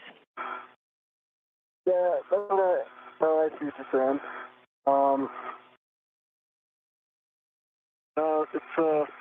Sophie's got direct access to that. So I'm moving up to the arm. Copy. And Anil, when you get up there, if you wouldn't do us a favor and just look back down at that whole work site for a HECA scan, that would give us a really good top-down view of the tie-down. Okay, I'll do a HECA and take a couple photos. Copy. So, Sophie, we'd love you to take care of that NZGL, and then when you have time, either before or after, a glove and hab check. Okay. I'm just taking care of my fair lead, which went away. This is Mission Control Houston, 4 hours, 44 minutes into today's spacewalk. Anil Menon and Sophie Adenot, they are in the process of cleaning up the work site on the Z1 truss of the International Space Station after having removed a failed space-to-ground antenna from that work site, that antenna having experienced a degradation of performance last November, rendering it unable to properly track NASA's Tracking and Data Relay Satellite System constellation of satellites. That antenna, which was removed, has now been tied down in a safe configuration on the truss of the station for future disposition.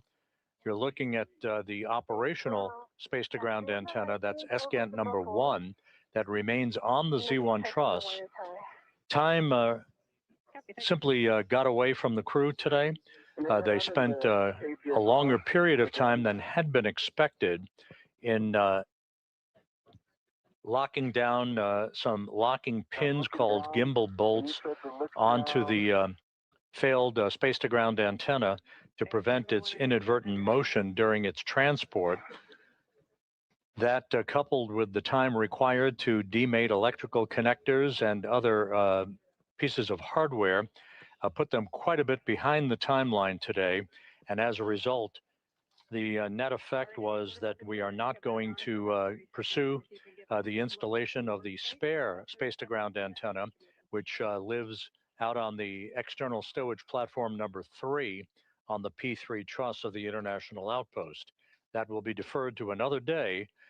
Future discussions will be held to prioritize tasks associated with next Tuesday's spacewalk and to determine whether or not we pursue the failed or the replacement space GANT activities next Tuesday, or wait for another day to take that task under consideration.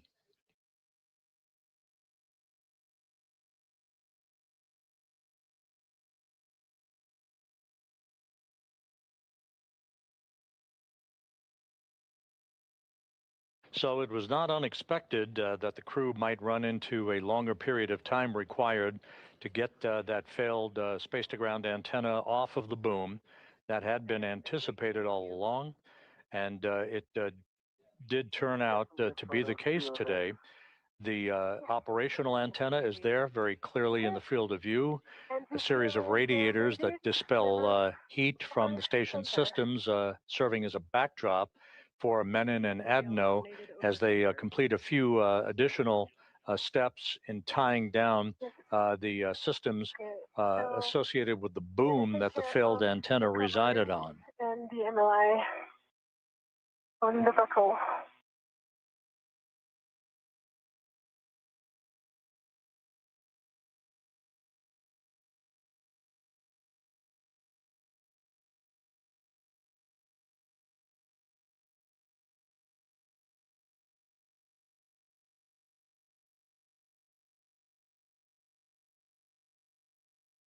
And Sophie, just confirm, I heard you say made it over center. Are you talking the NZGL by your right hand? Oh, I was talking about the other one. The one that was fully demated. Yeah, that's true. This one was also demated, like not November. The flight control team here is currently determining whether or not we will pursue a few get-ahead tasks and what those tasks would be to take advantage of the crew's time outside. Today's spacewalk began at 7:29 a.m. Central Time, 8:29 a.m. Eastern Time, and has resulted in the removal of the failed space-to-ground antenna, which has been tied down in what is called a long-duration tie-down configuration, but a very safe configuration for that antenna on the truss of the International Space Station. Yeah, actually. Small one is aft, over center. Yeah, they were aft. Connected. Connected, yeah.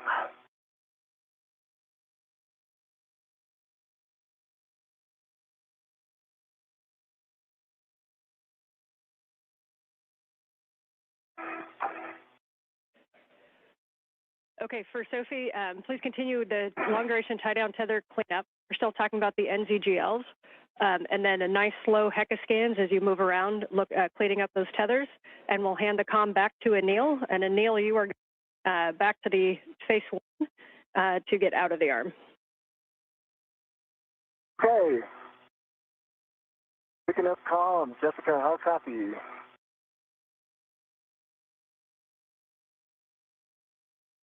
With you, Anil. We are ready to get the arm back in motion. We're going to take brakes off and get set. Sounds great. That was Jessica Meir at the robotics workstation inside the station as she works with Jack Hathaway, about to maneuver Menon away from the work site. He is still at the end of the station's robotic arm and a portable foot restraint. Starting motion in 3, 2, 1.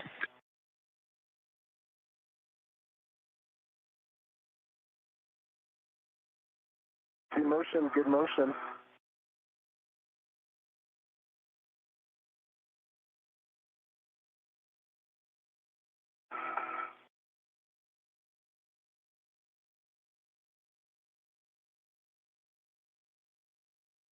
I should have given you the rush hand. It's really annoying. You could drop it in the MRU. Yeah, this is my plan, but for now, I'm need to work on the MLI. Okay. And I did see a long duration tie down tether that wasn't closed on the on my side, and you can go over the top of the edge to get it.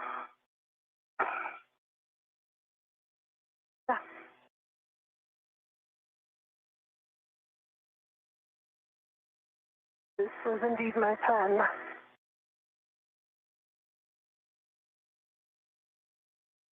Right, Anil, we're going to start motion body right in 3, 2, 1. Motion, good motion, Jessica.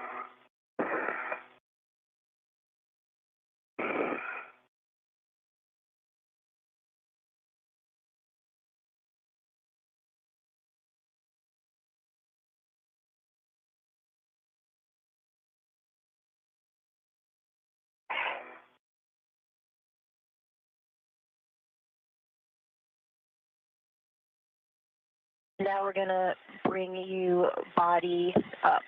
Sorry, body down. Copy.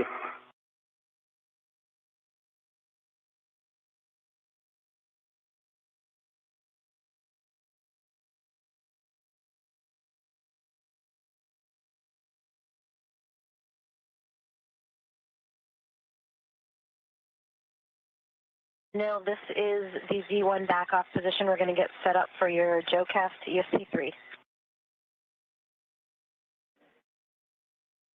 And for all crew, we are going back to phase 1, so we're going to the APFR egress position. Copy egress. Hey, we copy. We're going to the APFR egress position.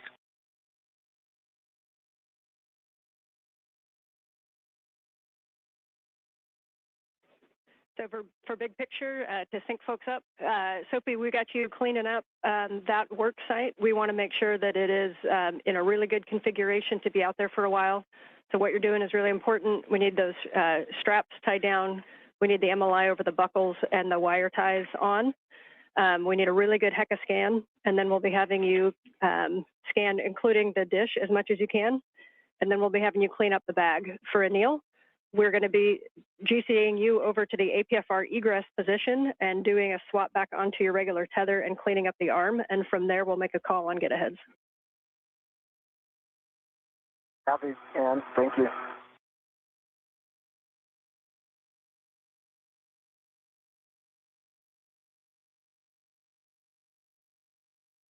I've got a good photo range of all of this. I'm just kind of blanketing the area. Let me know if there's anything in particular you want me to target.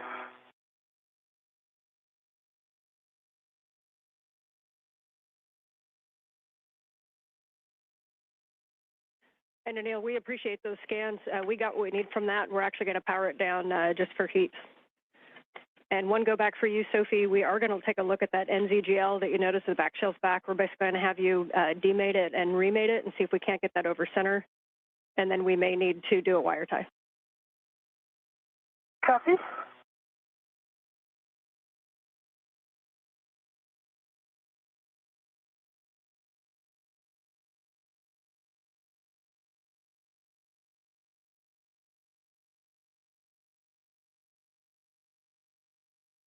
Anil, on your go, we will start the JOCAS to the intermediate position and then another one to APFR back off. Here we go for me. Be starting motion in 3, 2, 1.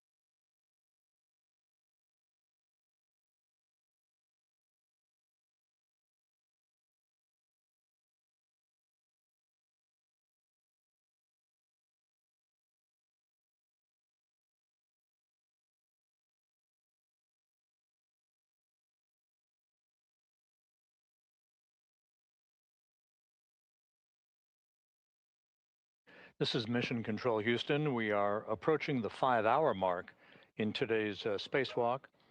As previously mentioned, the forward plan now calls for Anil Menon at the end of the station's robotic arm, as you see here in this view, wearing the suit with the red stripes.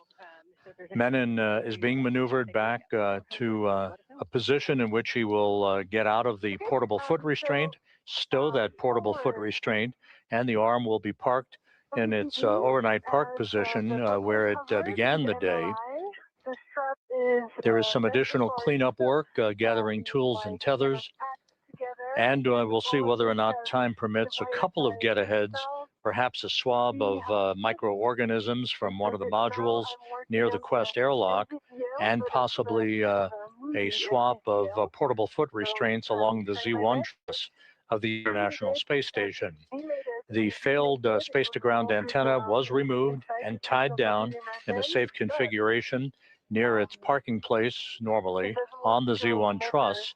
However, time will not permit the retrieval and installation of the replacement space-to-ground antenna, which will remain in a safe configuration, a safe slot in external stowage platform number 3 on the port truss of the International Space Station. It will be installed on a future spacewalk. Just when that will happen will be a matter of discussion by NASA managers and flight controllers. Okay, so for that wire tie, basically what we want to do is we want to prevent thermal loading to the inside of that cable, since we will be coming out at some point and touching this again. So we want you to have it kind of in that half-connected position that you had it, and then use a wire tie. Be creative to somehow pull that connector down onto the other side of the connector, and so that it stays touching and stays mated. Still starting motion in 3, 2, 1 for the next maneuver. Ready for motion. Understood, M.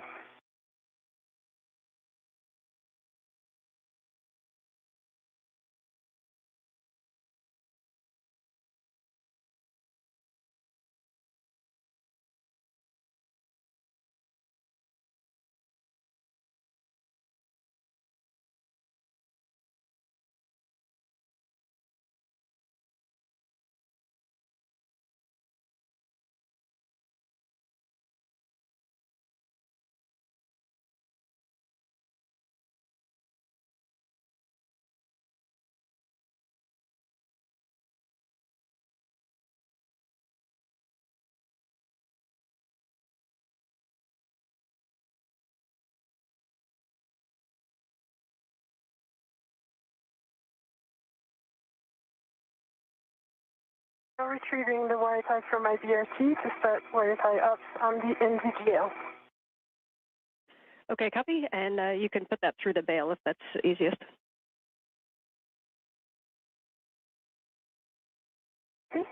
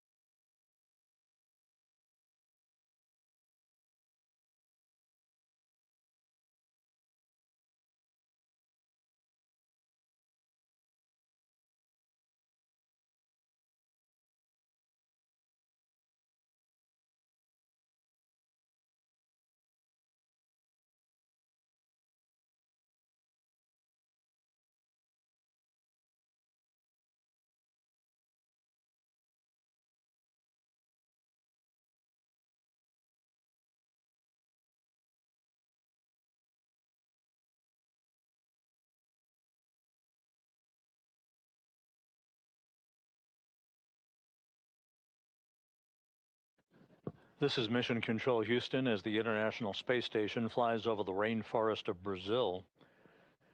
A good view of Anil Menon riding at the end of the Canadarm2 robotic arm with Sophie Adenot not far behind as they make their way back toward the final work site of today's spacewalk. Time will determine whether or not we do have, in fact, the time to take a swab sample of microorganisms from one of the modules near the Quest airlock.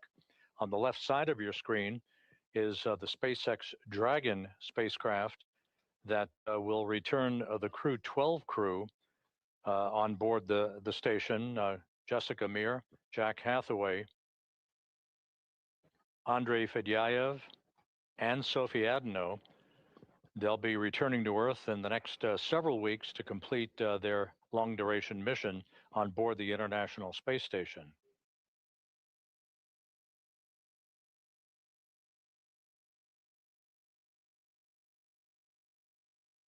And so if we still don't have Heka, once you do have that wire tie on, if you have a camera with you, if you wouldn't mind snapping a bunch of photos of that whole area, it'd be great. Copy, will do. I'm just adjusting my body position right now. Working on the wire tie.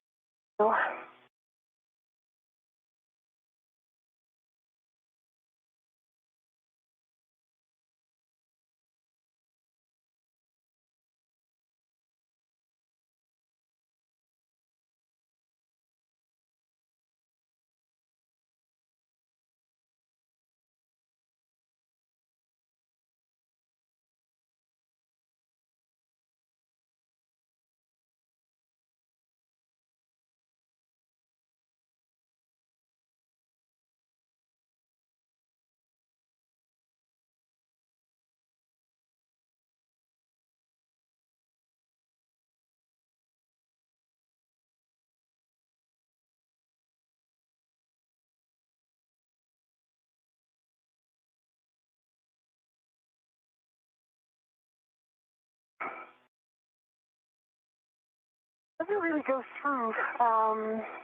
Wire tie is too thick. This NZGL, the gap between the bail, the lever, and the body of the NZGL itself is very thin. Yeah, you may have to pinch it So- if you can. Pinch it and make it small, or if you have if you think a long one would work with a smaller loop. But pinching that loop No, small might. Yeah, it's not the loop. The loop is already in. It's a white plastic thing that is kind of protecting the free end. And this one doesn't go through, so I'm trying again. So yeah, the risk is that this white thing is going to go apart, and then once it's apart, then it's going to expose one sharp edge.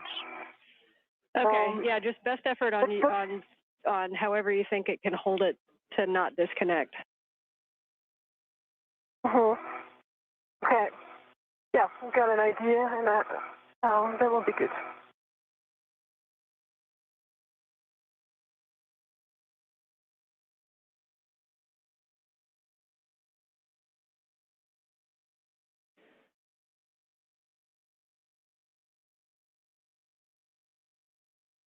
And now we're getting set up to bring you to the APFR egress position. Stand by. Stand by.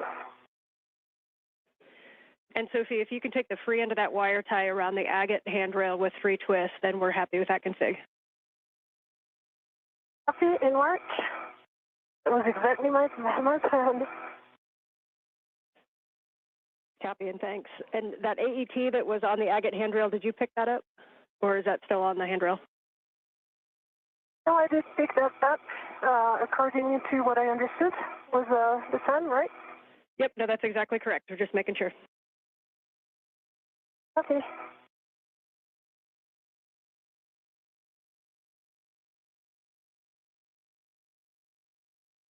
And I've reduced my TCV to 5. Copy. TCV to 5 for EV1. Anil, are you ready for the GCA to the published egress position? That'll just be coming station aft. So where are you ingress? Go to publish. Okay, copy. We're starting motion in 3, 2, 1.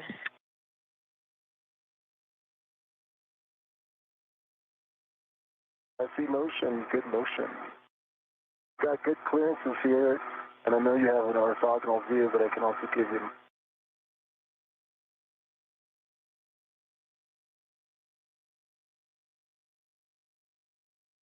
Near space. Okay, 3 house twists done, and I'm removing my ret. Hey, it's not going to move.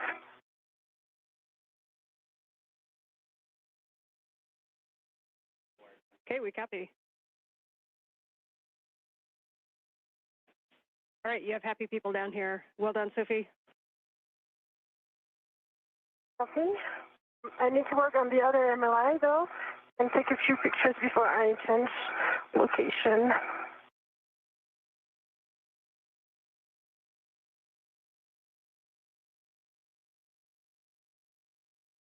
Glove heaters are off OSS for Sophie. And sorry, say again, Sophie? Glove heaters are off OSS. Copy, glove heaters Ramp off. out. Working will warm you right up. Ramping out. We are at the published.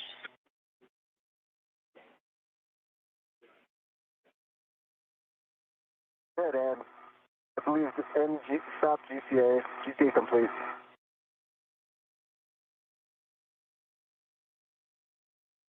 Thanks, Anil. You can go to egress. What do you guess? All right, Anil, you will egress and then temp stow the bag as desired. And then we're going to be cleaning up the arm, your safety tether swap being the first thing. For Sophie, I see you doing some pictures. Definitely need some pictures of that area. And then can you confirm for us the configuration of the buckle on the aft long duration tie down tether, the one that was on Anil's side? Did we get the MLI and the wire tie on that one? Not yet in work. It's just wanted to take the picture before I leave this workspace. Okay, copy. We got you going over to the other side. Yeah.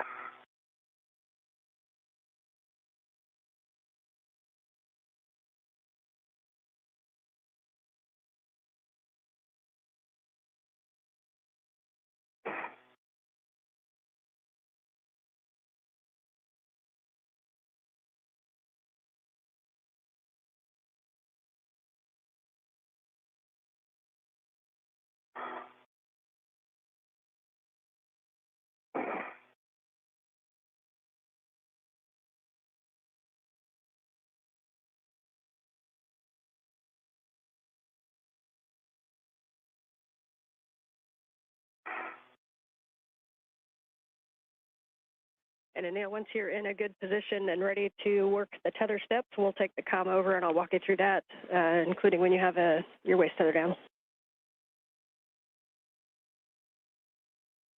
With that, Ann. Captain, for both of you, the plan after we get the Z1 worksite cleaned up and Anil's arm cleaned up and reconfigured is to work the APFR relocate task together. So we'll be grabbing the ESP2 with, or APFR rather, and coming up to Z1 to do the swap. Copy.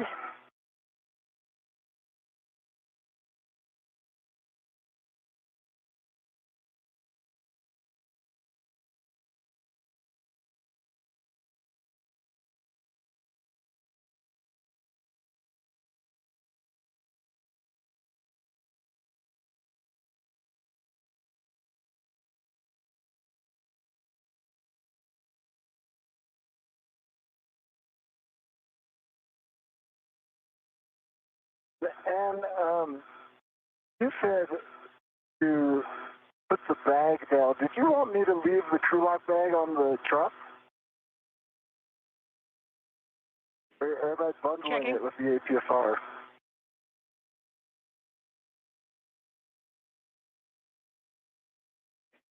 Yes, bundling it to the APFR is fine.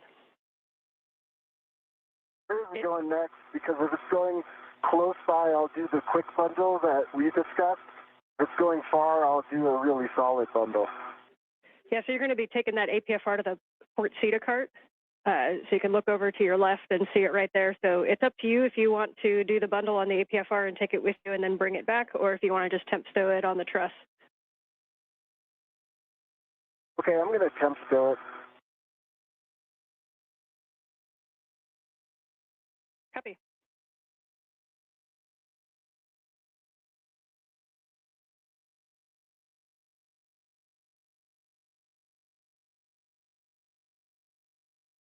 And Sophie, as you get set up over there, it looks like your hands are empty for a sec. If we could get a glove and hap check, please.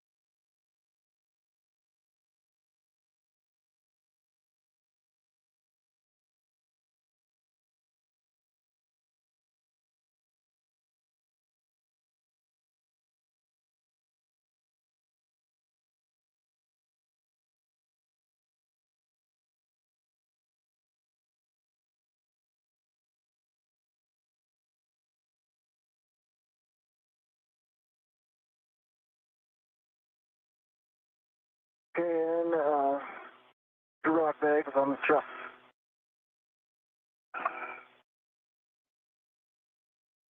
Okay, copy. And are you ready for your tether swap steps? Ready for tether swap. And for Sophie, hat is dry. And gloves in work. And Okay, copy. And Sophie, you can head up to the medium ORU bag and clean that up. yeah, I still need to work on the MLI, but I'm going to remove the ratchet wrench from my mini workstation because it's really annoying. Okay, And put it into the medium ORU ratchet. bag. That's great. And then we have you going down to the other long duration tie-down tether to clean that up. And I'll take the comm with the nail for the tether swap. Copy. Okay, for Anil, with your waist tether down, you're going to retrieve your green hook from the NTA vertical handrail and attach it to your red tether reel. Work. Locking the green reel.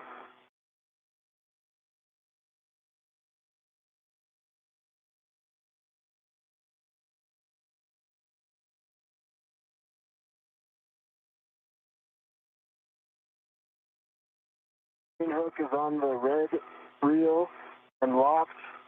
I'm unlocking the green reel. Copy. The green hook is on the red reel, and the green is unlocked. You can then release your yellow hook. You can release your yellow hook from the SSRMS and attach it to the green tether reel, also checking gate and hook.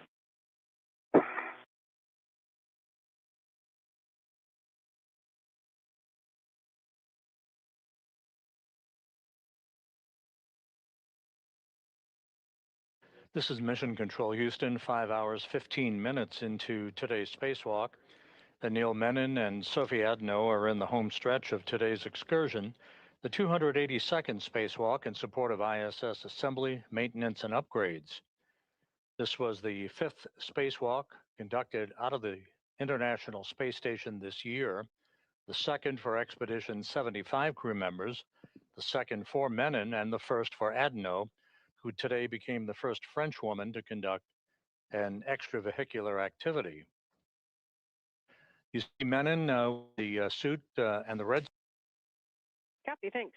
And if that long duration tie down alert. The major activity for today was the removal of a failed space-to-ground antenna on the Z1 truss of the station. There are 2 such antennas that sit side by side to provide redundancy for high data rate communications through NASA's Tracking and Data Relay Satellite System. The crew ran into some time constraints. It took longer than expected for them to install locking pins on the failed antenna that first encountered swiveling or gimbaling problems to track the TDRS network satellites last November. They also spent more time than had been anticipated in demating electrical connectors on the boom that the failed antenna resided on the Z1 truss. Because it took much more time than had been expected to get the failed antenna removed, the decision was made to tie the antenna down with tethers right there on the truss of the space station in a safe configuration, but not to pursue the installation of the spare antenna that is housed on an external spare parts platform on the Port 3 truss of the International Space Station. Both reels are unlocked. So with the failed antenna tied down, future meetings are to be conducted to determine the next set of priorities for the upcoming spacewalk that is planned for next Tuesday. Gonna rent to the APSR, then remove it. That'll be the 3rd spacewalk of the month of August, the 3rd to be conducted in a 19-day period. We are expecting a couple of get-aheads for the crew as they make their way back to the Quest airlock, the swabbing of surfaces on the outside of the station to collect microorganism data, and an exchange of portable foot restraints out near the Quest airlock.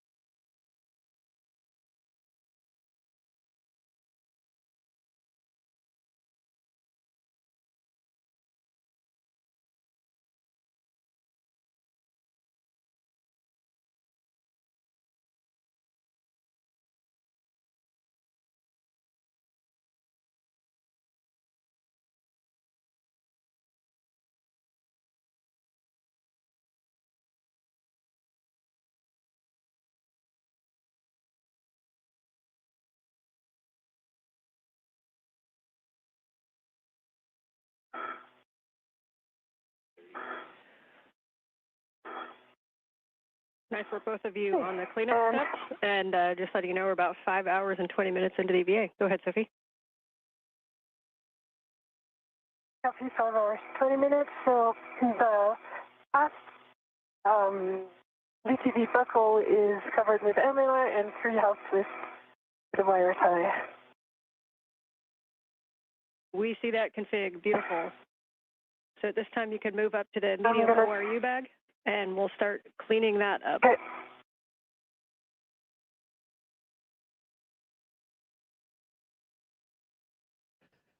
So the bottom line of today's spacewalk is that Menon and Adenot were able to remove the failed space-to-ground antenna. It is in a safe configuration in what is called the long-duration tie-down configuration with tethers on the truss of the station. However, as occurs from time to time during these spacewalks, there were bolts and electrical connectors that proved to be more bulky than had been planned.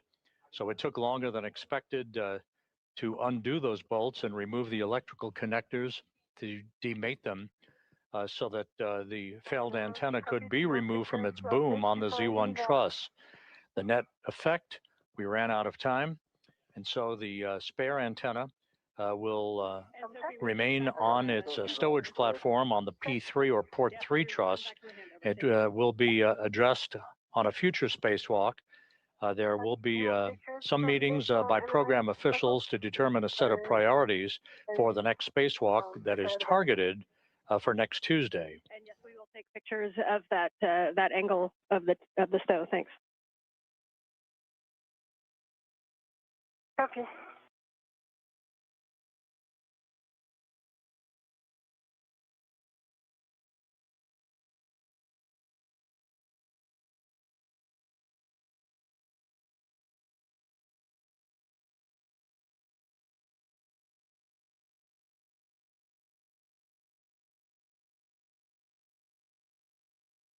And the excess strap of the Ford LDTV, I was not able to put it inside the MLI of the buckle because it was under the agate handle and would have required a whole reconfiguration. So I don't know if you're okay with that plan, but I just put it under another agate handle so that it doesn't fly around.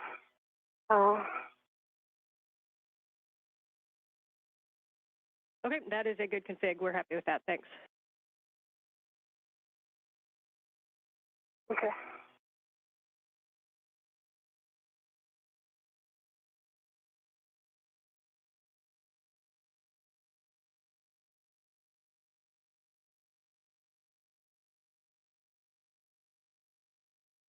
Okay, APFR cleanup complete on the BRT. I think I would be go for the back off. Okay, we agree. If you just give one more copy, we'll get set up for that. And I'll pass you off to Jessica.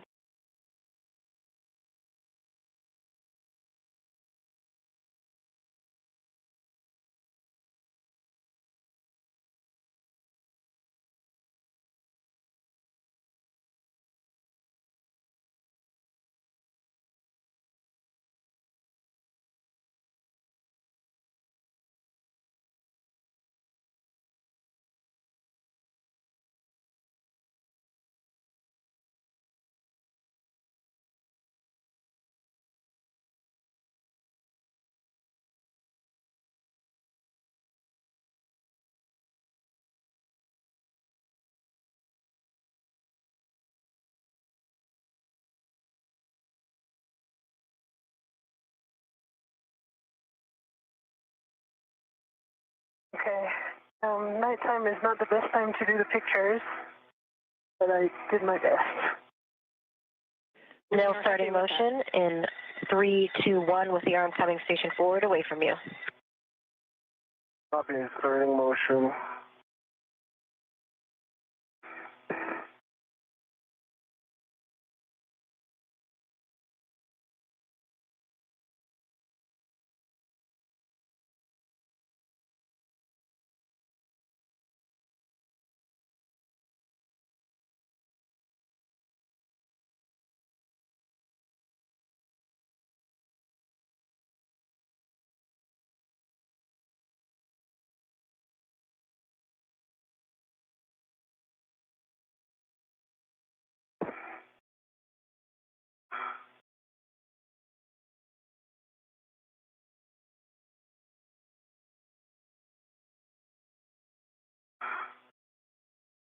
And just a clarification, I close the bag with everything in it. I do the HECA scan, and then I put it on my BRT. Is that correct?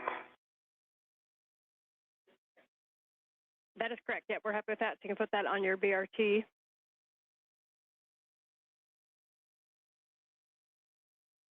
Okay. And we can see your scan. So yes. So if you just want to go through everything that's in the bag and show it to us, we will. Okay. Right now. Okay. Inventory metal segment with a scoop on it. The ratchet wrench. Squeeze out the palm wheel. And coming soon, the heat shield, which I need to protect as well.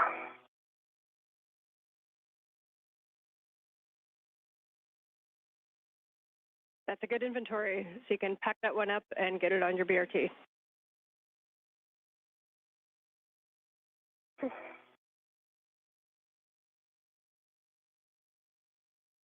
And I'm at the Fort Cedar. Copy. You'll be stowing that in with 3 and setting it to low profile, and I have recommended settings. Okay. Go for settings. Copy. It is 6 Papa Papa Fox 6. 6 Papa Papa Fox 6. And that's that top left whiff. 6 Papa Papa Fox 6. I'm at the top left lift. Copy. And big thing too is we want to make sure that the ingress aid is low profile and won't move, so it's tightened up there. And then we'll just get your words on making sure that it's clear of the empty in the POA.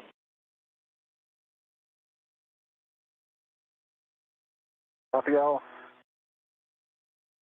And for Sophie, once you have that packed up, we're going to have you put that on your BRT, and we'll have you start heading toward the airlock. Copy airlock.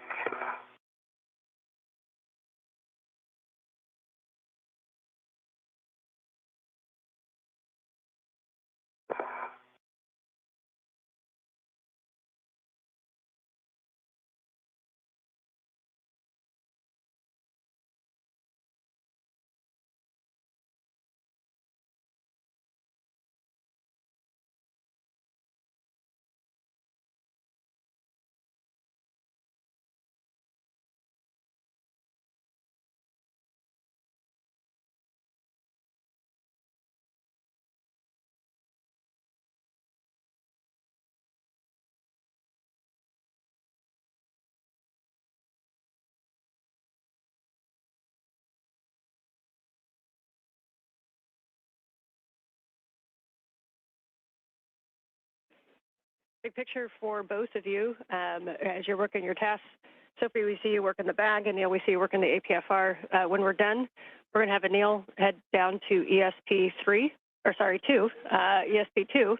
and pick up the APFR that you previously gave us the inspection on, and we're going to have you relocate that to Z1. And for Sophie, you're going to grab that medium ORU bag, and you'll be heading back to the airlock. And we don't have any further tasks, so you can take your time and enjoy the view while you do that.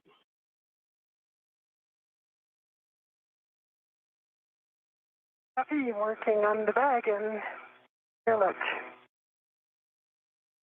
And can you repeat those APFR settings again?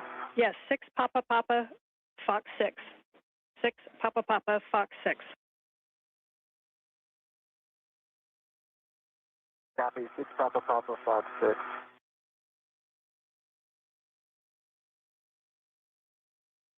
And for a picture in your mind, the boot plate should be kind of facing toward the MT.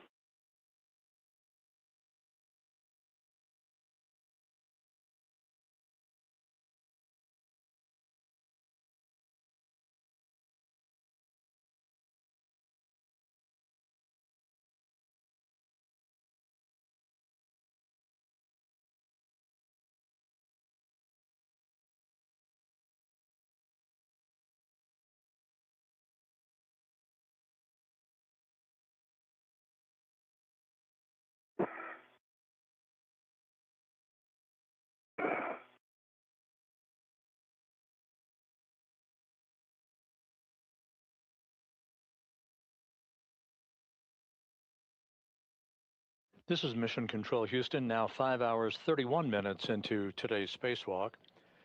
Sophie Adenot is cleaning up her part of the spacewalk paraphernalia that she has operated with throughout the course of today's excursion outside the Quest airlock.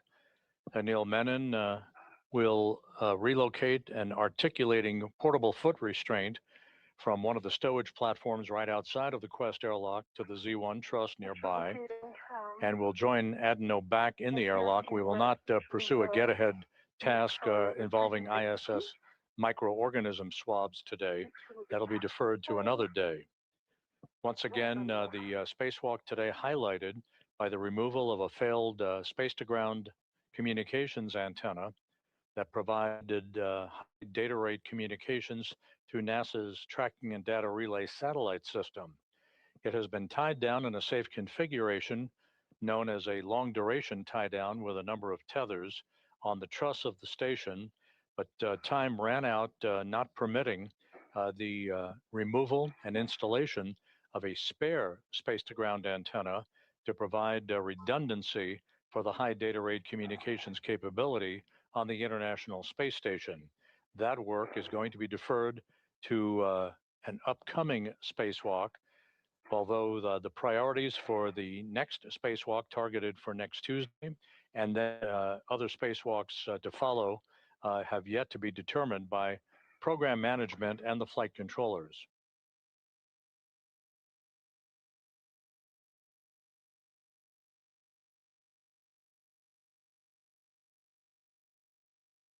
Okay, 6, Papa, Foxtrot 6, sets in whisk 3, locking collar, black on black, good pull and twist test, and it does look low profile. I'm sure you can see it in back. Copy, that's a good config. So this time you can move back to retrieve your crew lock bag, and you'll go down toward the airlock. You can drop your crew lock bag off and then pick up the APFR.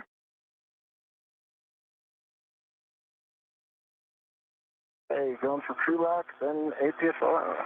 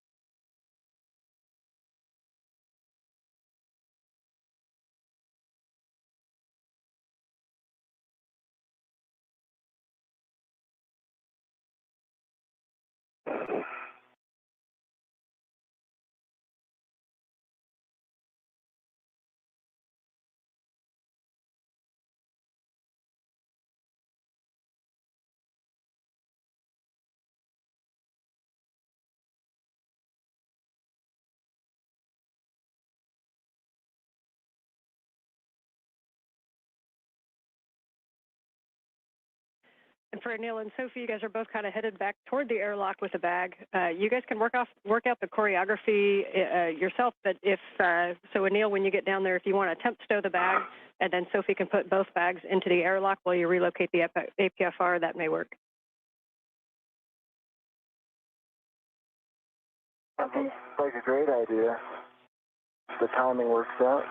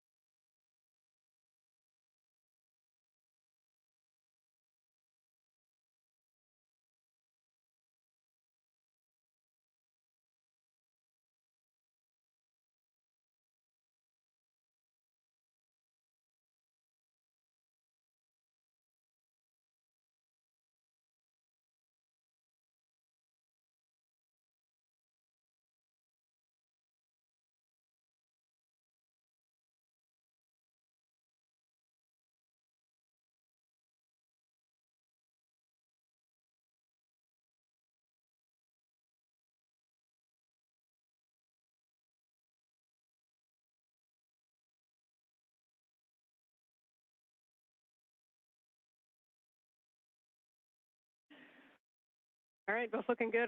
Anil, it looks like you've got that crew locked bag out at the NTA, and Sophie, it looks like you're about to grab the medium ORU bag as well.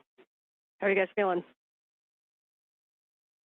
Yeah, it is on my BRT. I'm about to do a final check before heading back to the airlock. Okay, copy. And for future reference, as you go down, if you want to give us any words on the forward or the aft translation paths, I know there was a lot of discussion as we were planning the CVA because we haven't had a lot of people do it. So if you have any thoughts on your way down, we'd take them. All right, let me wait before, and I'll give you the information.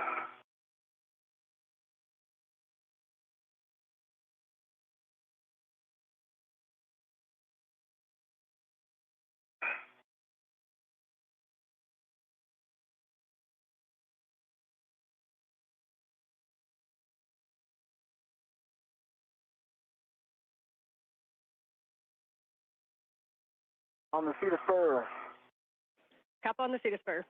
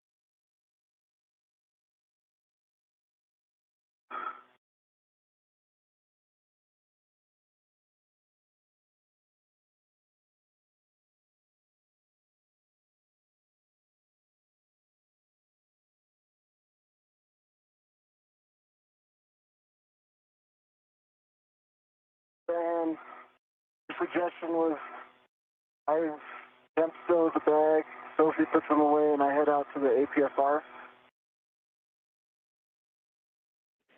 And Anil, can you tell us where you temp stowed that? Oh, it was a question. Well, the question was, were you suggesting, Sophie, I temp stow it on the circular handrail or ring, and then Sophie puts them inside the airlock, and then I head to the APFR. We both temp stow Yes, that outside that the was. airlock. If that works for you guys, you can temp stow. You can temp stow the crew lock bag right there at the circular handrail or somewhere in that area, and then go forward on ESP2. Sophie is just headed that way with the medium ORU bag, and she can stow both bags inside of the airlock. Sophie, are you good with that plan? Yeah. I have a little gun sleep right now because I'm working on my translation. But It's okay. Anne can repeat it when you get here. yeah.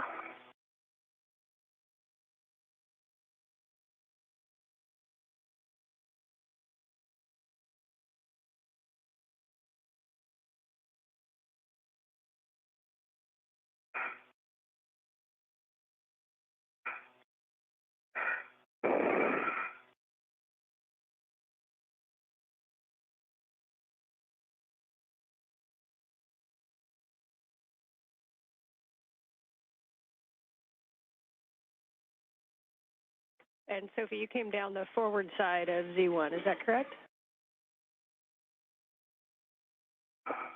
Yes. Because the antenna was on the aft side, and so now I'm still working on it. Okay. Yeah, so you'll come down, as you get down to the bottom there, you'll see 6024 and then WIF 9. And at that point, you can either kind of reach over to the high pressure gas tanks, or you can go more zenith and you'll see handrail 6005 and you can get the high pressure gas tanks from there. Yeah, I have 6024 in hand. Just Okay. this ORU bag is a giant thing. Yeah, so 6042, getting down to 6052, you can either go, or sorry, you said 6024. So from there, you can kind of go starboard to the gas tank, or if you go down nadir to 6005, then it's a little bit of a shorter reach over to the gas tanks. Yeah, I'm trying that.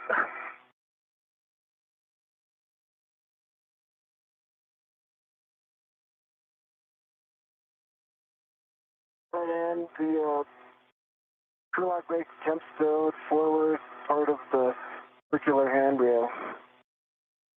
Copy temp stow. So you are going to translate to ESP2 WIF 4, which is the one that you passed before. That's on the most starboard side of the forward side of ESP2.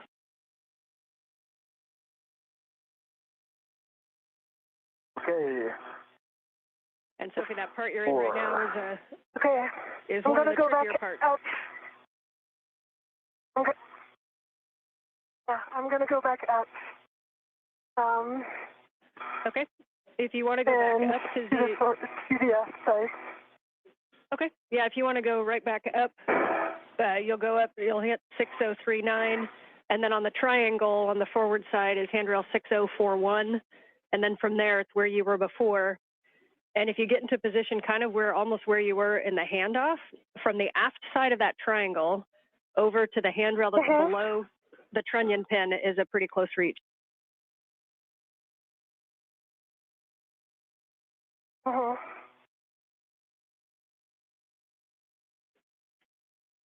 Yeah, nicely done. So from the... I'm over the triangle. It's just, Yeah, so that in your left hand is 6040. If you reach from that down below the trunnion pin, you'll see handrail 6003, and that'll take you right down the aft path.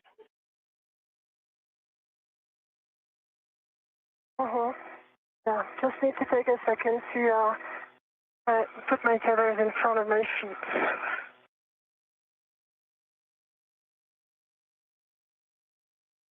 Good call. Slow and careful. Oh,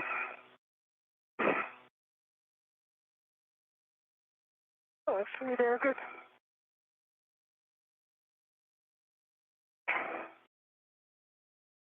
Okay, mindful also about the antenna.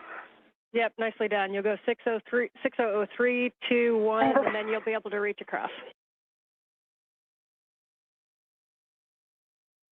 Yeah.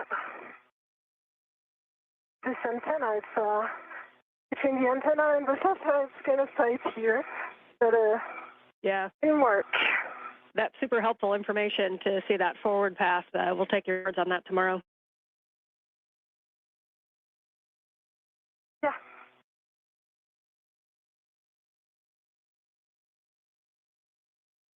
This is Mission Control Houston, 5 hours and 47 minutes into today's spacewalk.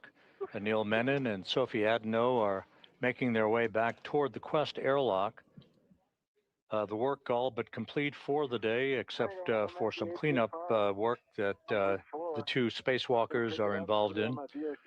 The failed space-to-ground antenna, the ESCANT-2, was removed from its boom on the Z1 truss of the International Space Station and tied down in what is known as a long-duration tie down with tethers by the Z1 truss where it resided.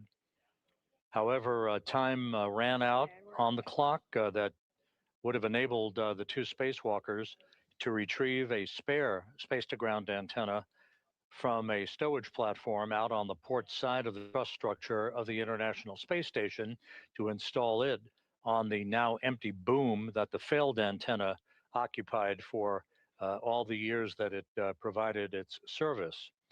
So that work will be deferred to another spacewalk. We will determine through a series of meetings what the priorities are for dispositioning the completion of the space-to-ground antenna spare installation. It will be conducted, it's just a matter of when, and other work yet to be determined in the next spacewalk that is tentatively scheduled and actually targeted for next Tuesday, August 25th. Boxes. And I see your tethers, Anil. This was the second spacewalk for Anil Menon. He ventured outside back on August 6th with Jessica Meir to complete the construction of the bracket platform upon which the final IROSA or ISS rollout solar array will be installed after it is delivered to the space station later this year on a SpaceX resupply mission. Yeah, I remember that from the... So Menon is in the home stretch of the second spacewalk of his career. This was the first spacewalk for Sophie Adenot of the European Space Agency, the first spacewalk by a French woman in history. And again, the determination of the priorities for the upcoming targeted spacewalk for next Tuesday, along with determining when we will complete the installation of the spare space-to-ground antenna, which we could not get to today when time ran out. The two spacewalkers simply ran into a longer than expected amount of work to disconnect electrical connectors and to remove bolts holding the failed space-to-ground antenna in place. So as we approach the 6-hour mark in the spacewalk, the two spacewalkers soon will be making their way back inside the Quest airlock. You see them right there at the hatchway to Quest. They will close the hatch, and the end of the spacewalk will be officially marked with its elapsed time at the point that the repressurization of the spacewalk of the Quest airlock begins.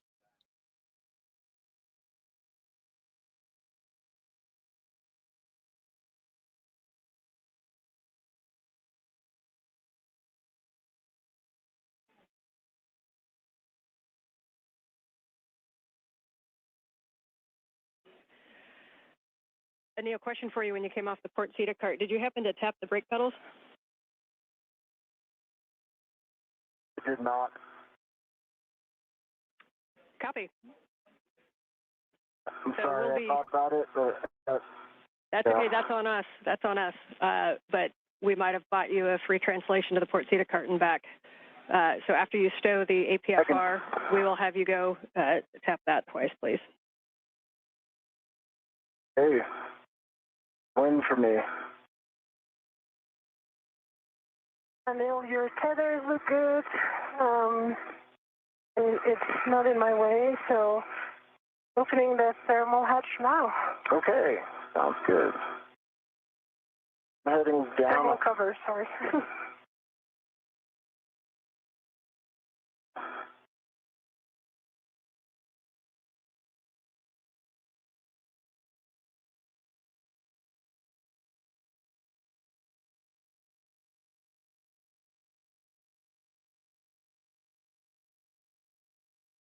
So once again, to recap, the failed space-to-ground antenna was removed, albeit with a longer period of time to disconnect electrical connectors and remove bolts holding the failed antenna in place on the Z1 truss. It is now in a safe configuration, securely tied down to the truss on the International Space Station. Ultimately, it will be moved to the external stowage platform number 3 on the port truss of the International Space Station. That slot is currently occupied by the spare space-to-ground antenna that was first delivered to the International Space Station on the STS-127 mission in the summer of 2009. Time ran out for the 2 spacewalkers to be able to accomplish that task today. It will be deferred to a future spacewalk. The next spacewalk is scheduled for next Tuesday, August 25th. Whether or not the space-to-ground antenna installation of the spare makes it to that spacewalk next Tuesday or not is going to be the subject of some discussions over the next several hours. 11, I'm going to just get situated and then I'll be ready for those settings. Copy. And Sophie, you are go to open the thermal cover when you need to. Yeah, I just verbalized it. Did you get it? Like, it was like 5 minutes ago? We see that now. Yep. Okay, great news. And then you'll see your tethers.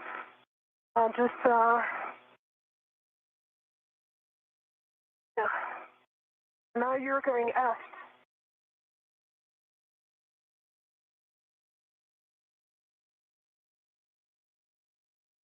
Okay, ready for those settings, Van. Your settings are 12, Papa Papa, Fox 9. 12, Papa Papa, Fox 9. Oh, Papa Papa Fox 9, got it.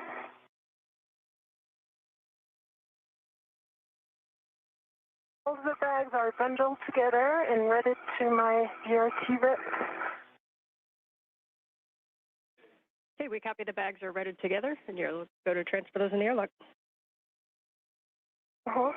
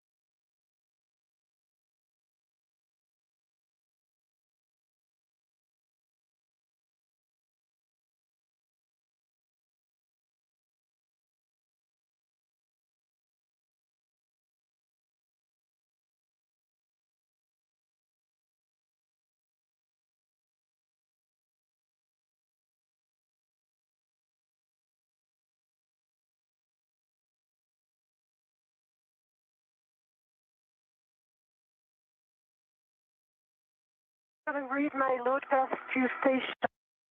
Right. Base tether is small hook gate close lock back on black. Large hook gate close lock back on black. On the airlock waist tether, gate close lock black on black for the big hook, and small hook gate close lock black and black as well. So I have a good load path to station, and I'm retrieving my local from the and going back in. Okay, we concur that that is a good load pass. Hey, And 12 Papa Foxtrot. Copy, 12 Papa Fox 9. Twist. Up depressible, black and color, black on black. Copy, good calls. You are go to translate to the port seat card. And Sophie, we see you about to get in the airlock. You might want to pause there and take a view. It's going to be a little bit before you're back. But nicely done.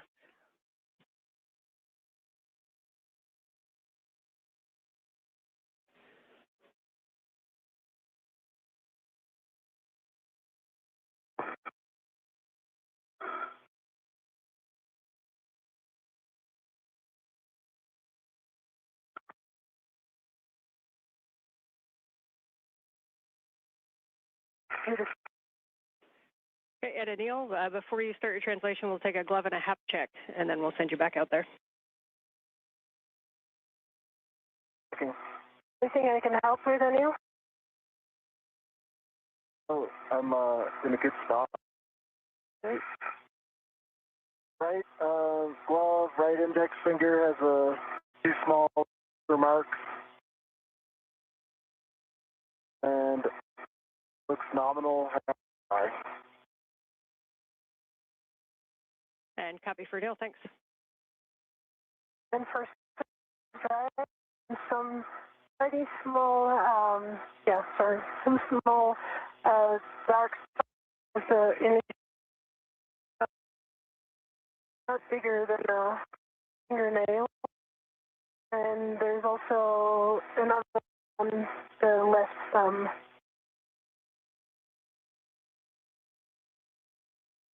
Really, just. Okay, we copy, Sophie. Your comms are coming in a little bit broken, so we didn't quite catch that. Copy. Some for the gloves, I can observe is dark markings on the fingertips of both hands.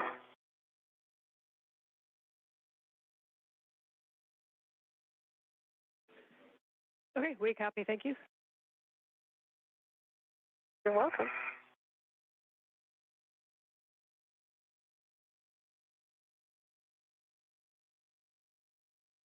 Right, and I'm headed to the feeder cart. Copy, we appreciate your extra work and overtime today. Oh, any day.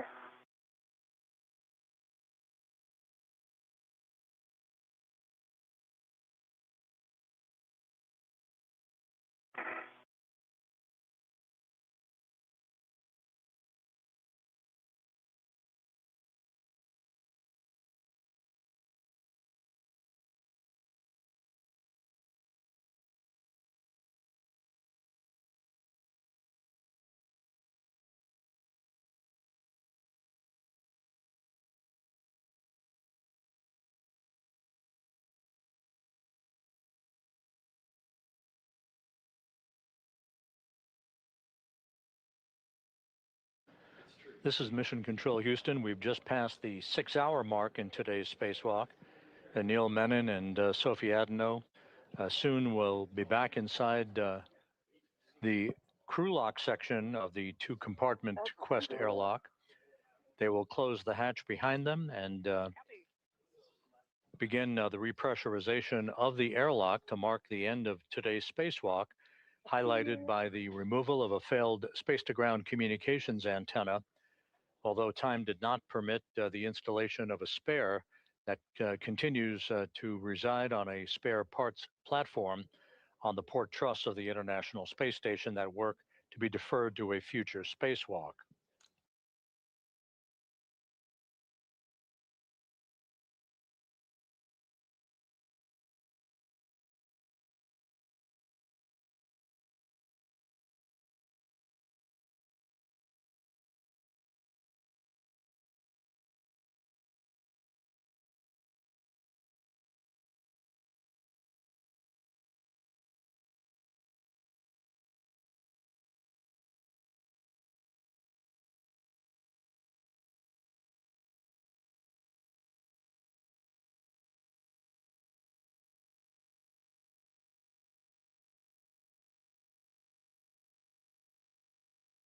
I'm hitting the brakes on the outboard side, right? Inboard. Yes, that pedal that's right in front of you, that's correct. 2 pumps a day keeps the myrrh away. Pumped it. Unfortunately, I'm on the myrrh one. Oh, I thought you were going to say, unfortunately, go back and do it again. We appreciate that. I don't so, mind. Anil, with that, you are going to return to the airlock, and Sophie, you're going to ingress the airlock. Copy.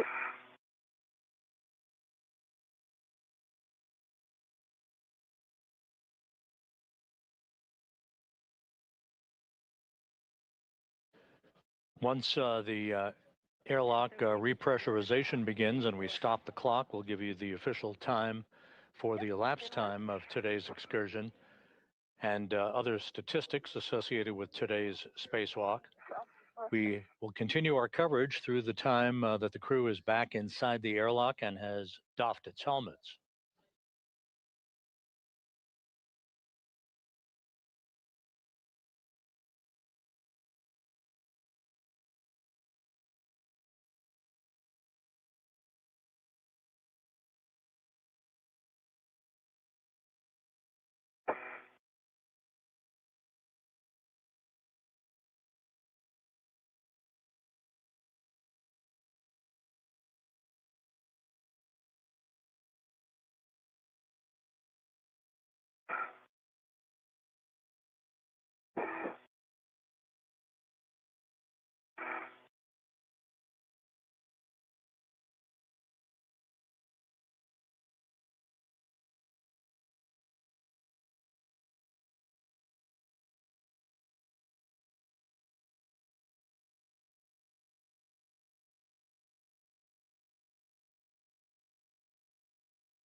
And at the end of the feeder spur. Copy. And Sophie has her good load path into the airlock and bags in the airlock. So as you get down, once you get her go, you retrieve anchor hook. Sure, bag 1 and 2 are in the airlock.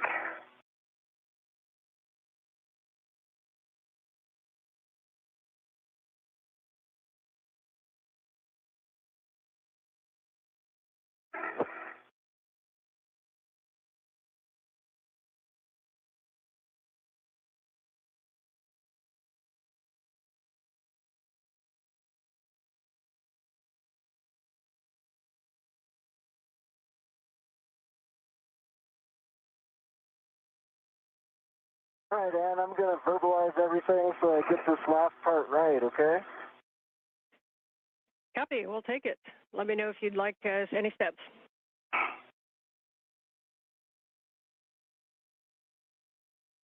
All right, my load path is through forward anchor hook, so I believe Sophie got a load path to station, so I believe I'm go to take off the aft airlock D-ring, which is her anchor hook, EV2, and put that on my red reel. Anil, we concur with that plan. Hey, Sophie. Yes, I concur.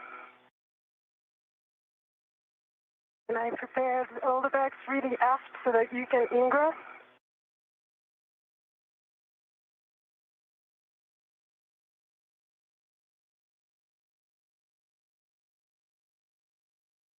Sorry, really port. All right, your anchor hook is on EV1's red reel, closed lock, black on black. Now I have a load path through you, Sophie. Yes. So I'm going to pick up my anchor hook and put it on my NWS. We concur. Agree? Yeah, concur.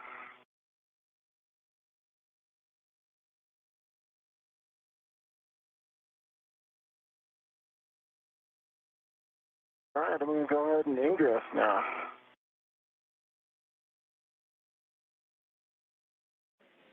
Copy, you go to ingress, and if you want an end effector on your thermal cover, you can.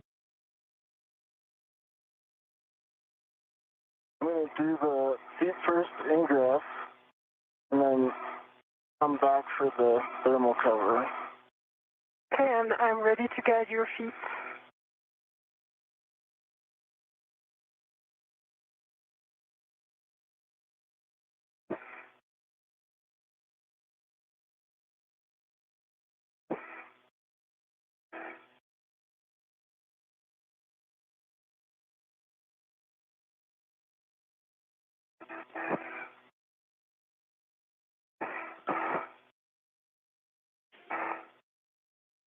Okay, I'm going for the thermal cover here. Mm-hmm. Copy, you can close the airlock thermal cover, and we'll be attaching the integral strap to the magnetic plate D-ring and cinching until snug.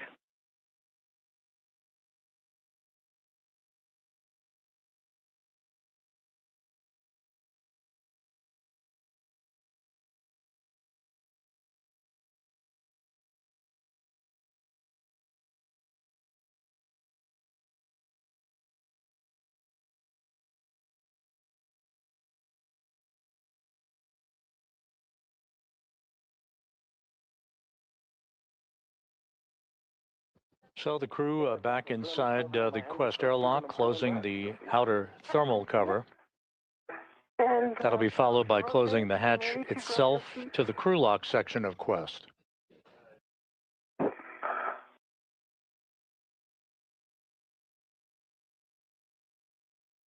cover is closed. I'm in. Mm-hmm. I'm going to do the strap now. Mm-hmm.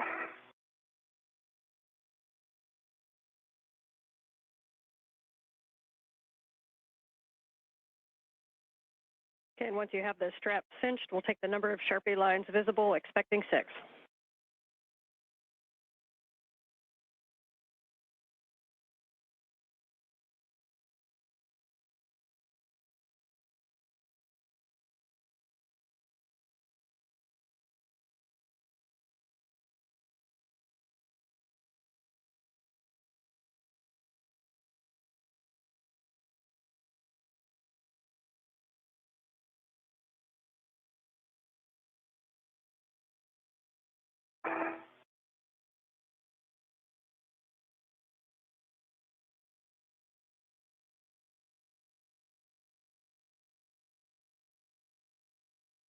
Hey, the map is on, and I'm cinching it.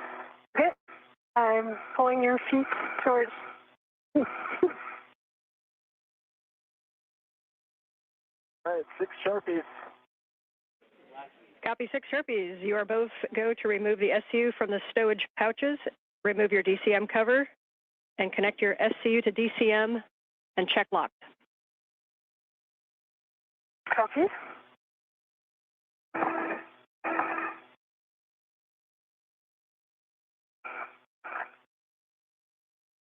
And Anil, if you could turn your HECA off, please.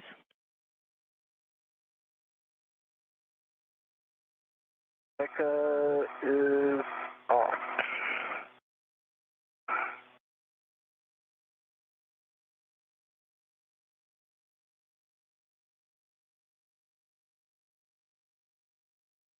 As you work your SCUs, just a note on the water that comes out of the SCUs, reminder that the station water is a little bit warmer than what your PLIS gives you, and so you may want to turn down your cooling to a higher number if you need it. Copy. I leave mine at current setting.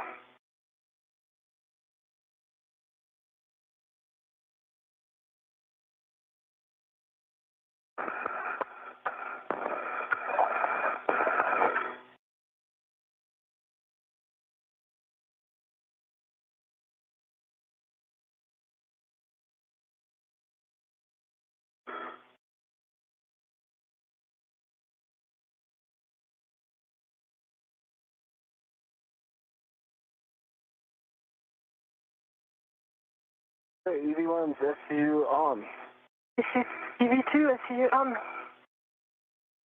Connected. Copy. SCU for EV1 and 2 are connected. We are in the pre-repressed cue card. You can now switch your water to off FF.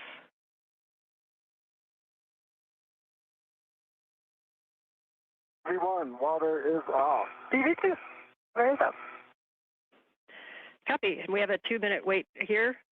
Today definitely showed how well you guys can adapt. The strength of the plan is in the planning. And while we did a lot of things that were not on the nominal timeline, we did nothing today that we had not already planned for. Your ability to adapt and change to the plan is what made today successful. So thank you. And if it's, for the team, we went into this with a mindset of we wanted it all to go perfectly, and I think that's a great winning attitude. Things were a lot different than expected, but I would say that what I'm really impressed with is that all of those contingencies were well thought out, and I heard those plans by the ground team, Sandy Fletcher, Chris Dobbins, Lucas, the whole team had thought through all those scenarios. And it just, I think that the success of today really rests to you all there and MCC and everyone who put in some work planning this, because you really thought through everything. And I felt like we always had a clear pathway ahead, and I had even heard that pathway and studied it. So thank you all for that. And I'm just so grateful to work with you all today. And Sophie, if you'd like to add anything, please go ahead. Yeah, thank you. Yeah, what a day. I concur with everything you said.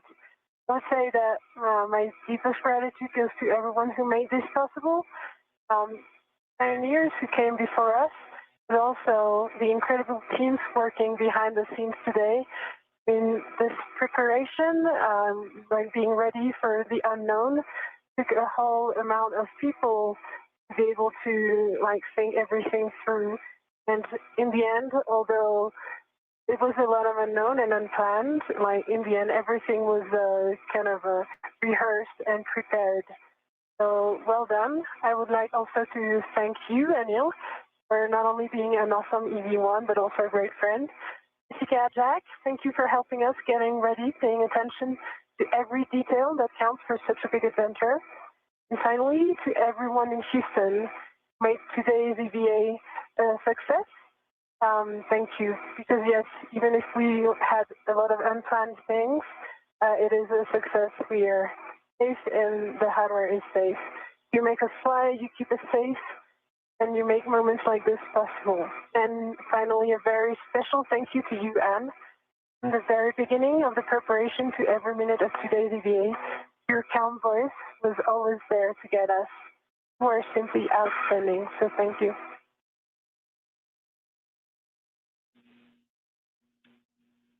Anil, Sophie, Jack, and Jess, it's Dobbins. I just wanted to say really quick, great job today. I know that wasn't necessarily the result we were hoping for in the morning, but I really appreciated your perseverance and resilience throughout the day.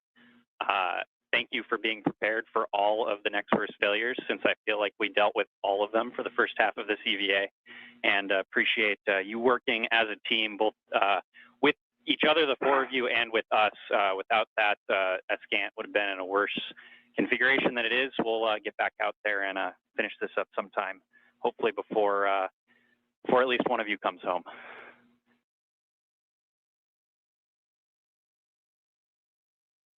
Okay, for Neil. Thank you, Chris. And you, Anil, you are go to close the hatch, verify that the outer hatch is clear of hardware, and the handle position is per the decal, and you can close and lock the hatch. Handle position per decal. With that, a round of congratulations from our two spacewalkers, Anil Menon and Sophie Adenot. Menon wrapping up his second spacewalk in just 12 days. For Sophie Adenot, the first French woman to walk in space, this was her first spacewalk of her career. And the lead flight director for this spacewalk, Chris Dobbins, acknowledging the work that the crew did out there, especially when the crew fell behind due to difficulty demating some of the electrical connectors on the failed space-to-ground antenna, and working with some of the bolts that were balky throughout the course of today's spacewalk. The failed antenna was removed, and it was left outside in what is called a long duration tie down configuration, safely on the truss in a good config. The work yet to be conducted will be the installation of a spare space to ground antenna that will be on an upcoming spacewalk that will restore full redundancy to the high data rate communications capability on the International Space Station. Sometimes an end effector on that handrail helps. Yeah, I thought maybe my arms were long enough to reach the hatch key, but I needed the anchor hook. In any case, the hatch is down. Menon and Adenot are in the process of configuring their suits to airlock systems before the repressurization of the Quest airlock begins to mark the official end of today's spacewalk.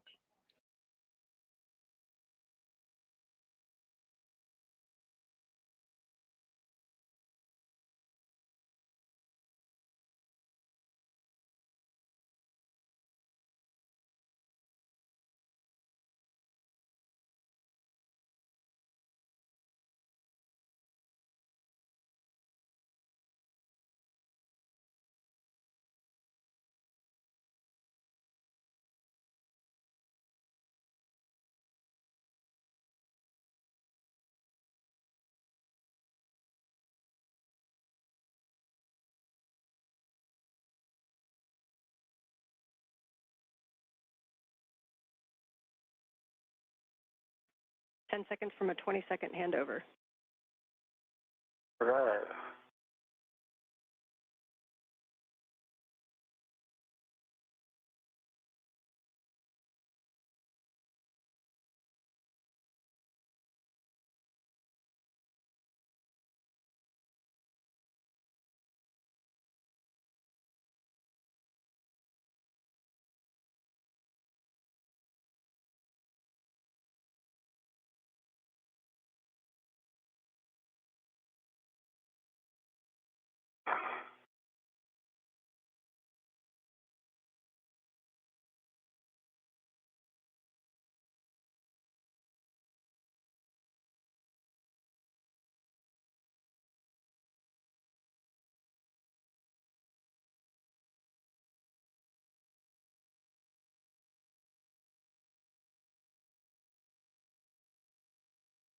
Looks like we got S-band again. You can repeat it now. Hatch is locked. The locking mechanism is in place. Okay, I confirm, Houston confirms that the EV hatch is closed and locked. With that, I'll pass you off to the dream team of Jack and Jessica.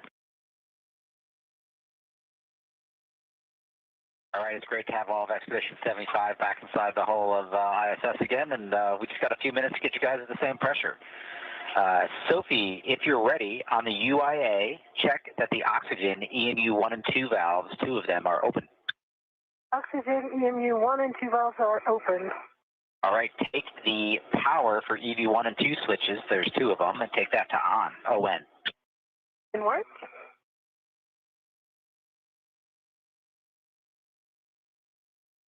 Power EV1 and 2 on, ON.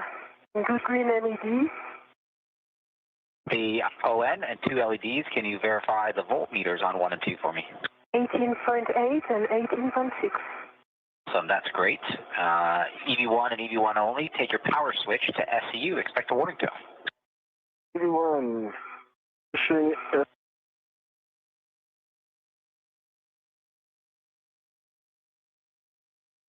1-2 contact. got you. I'm on it. Yeah. It sounds good. EV2, you can now take your power switch to SCU. EV2.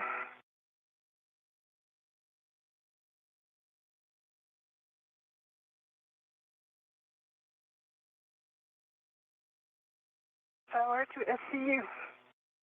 Both EV1 and EV2 are on SCU power. All right, for both EV1 and EV2, take your O2 actuators to press.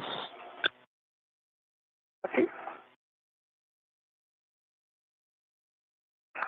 Please verify on the DCM that it does say O2 position to press.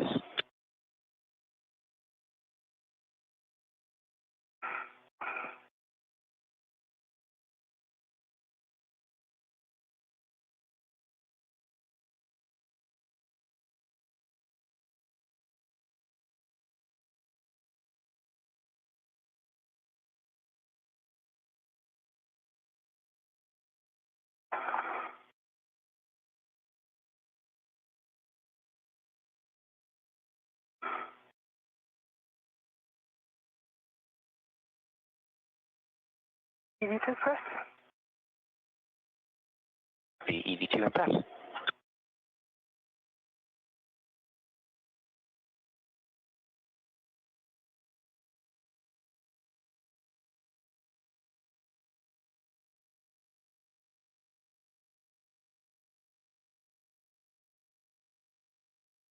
EV1 press.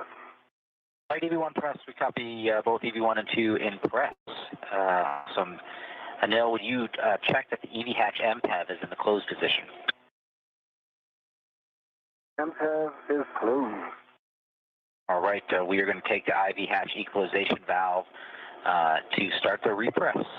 You guys should get an alert tone as we start.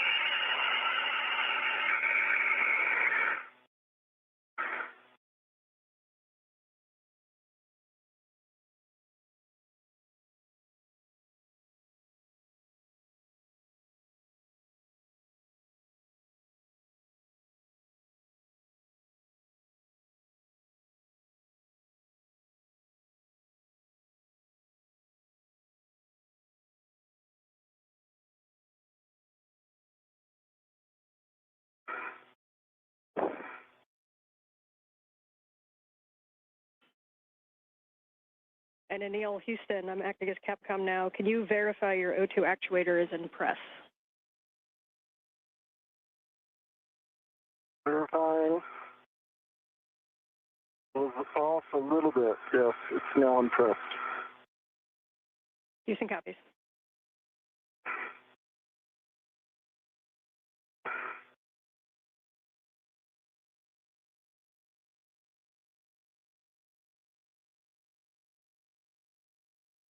Jack, can you go down the rate? Going down the rate.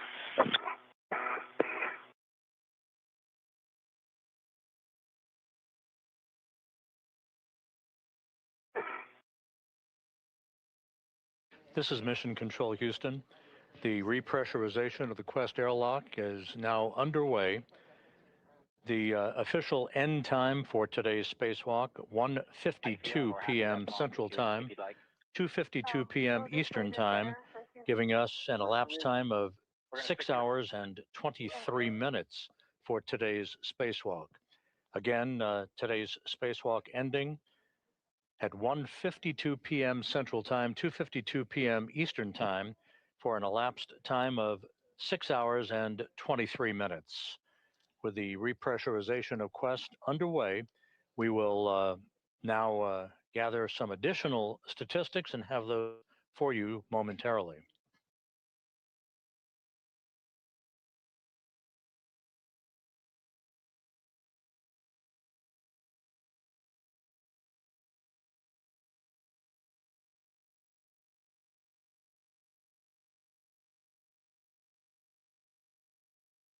Right, we're passing up through 2 PSI on our way to 5. Copy.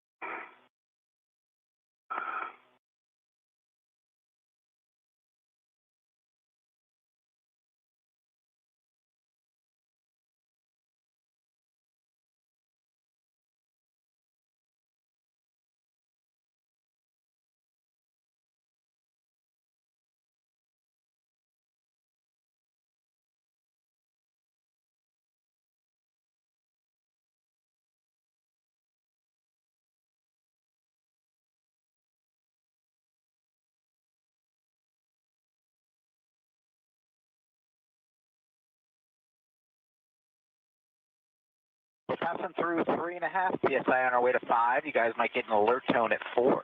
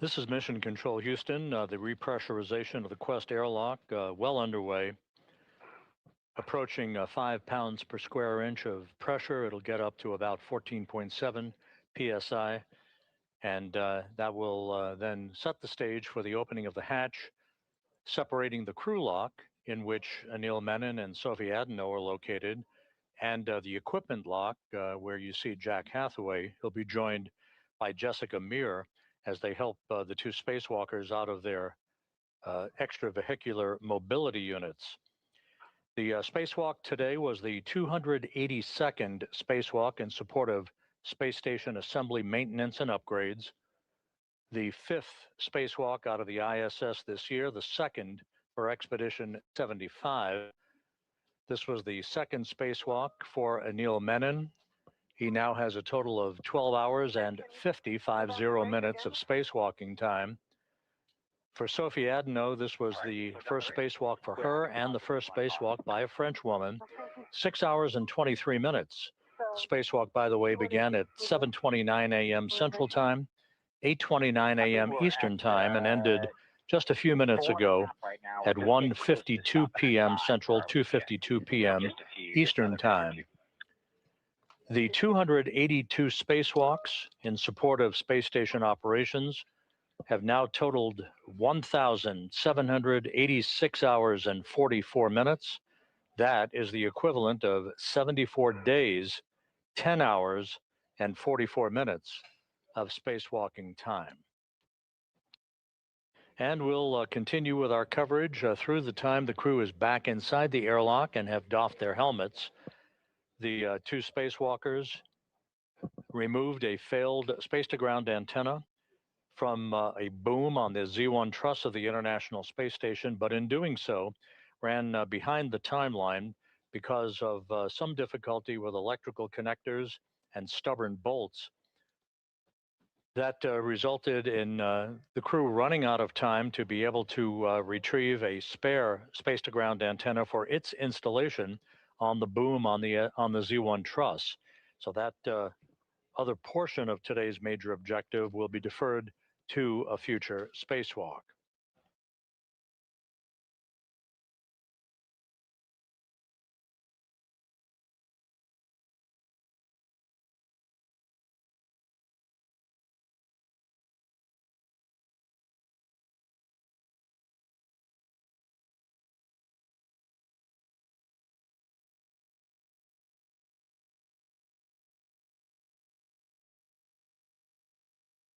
Welcome to 5 PSI. I've paused it, and we're going to pause for 2 minutes, allow the pressure stabilize before we do a 1-minute leak check. Okay. Copy.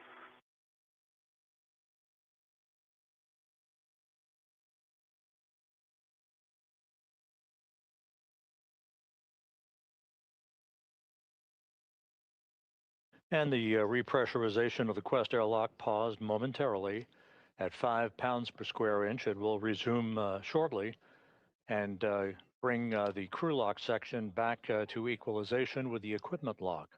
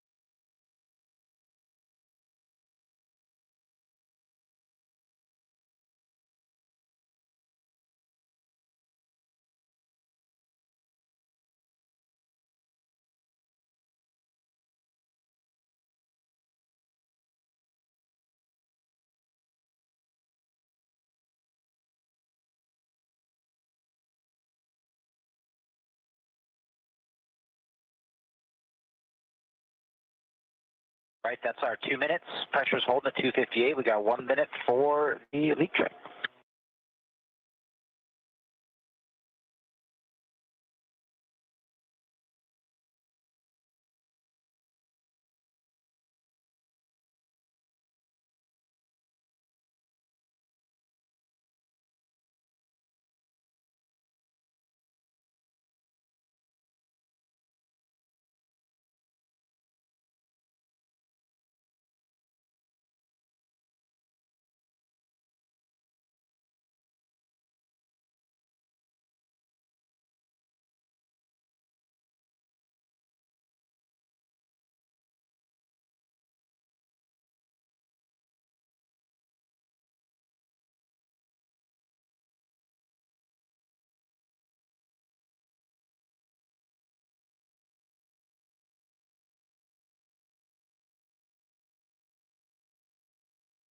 Right, that is our minute wait, and the pressure is held steady, so that's a good leak check. All right. EV1 and EV2, will you check your gloves? Heater switches are in off, OFF position. One is off. And 2 is off.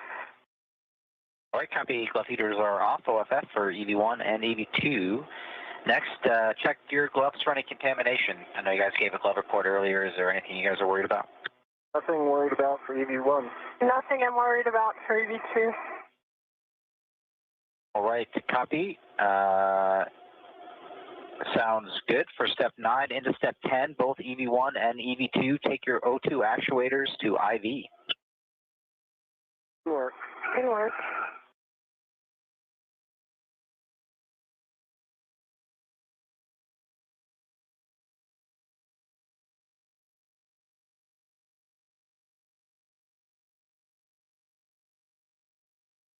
One's an IV. 2 IV. Great work, guys. I hear EV1 and EV2 O2 actuators and IV. All right, next up, I'm going to take the equalization valve back up to start repressing, and we'll continue at the nice slow rate we've been at. Thank you. One copy.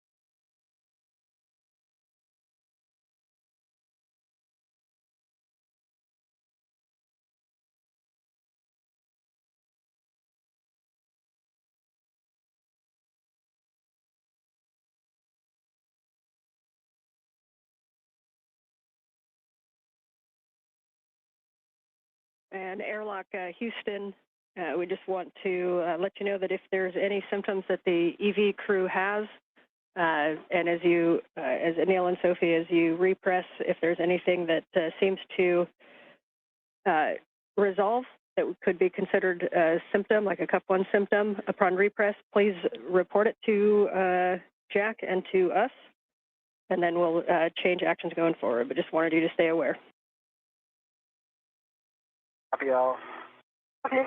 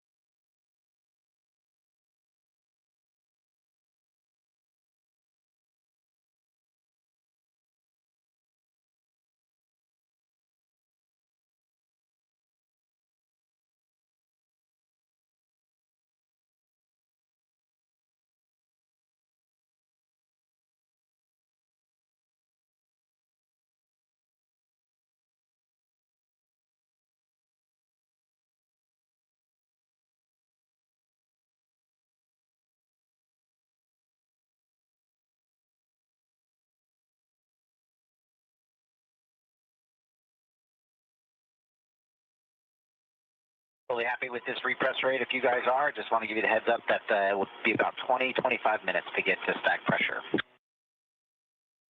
Okay. I think I'm happy with this rate.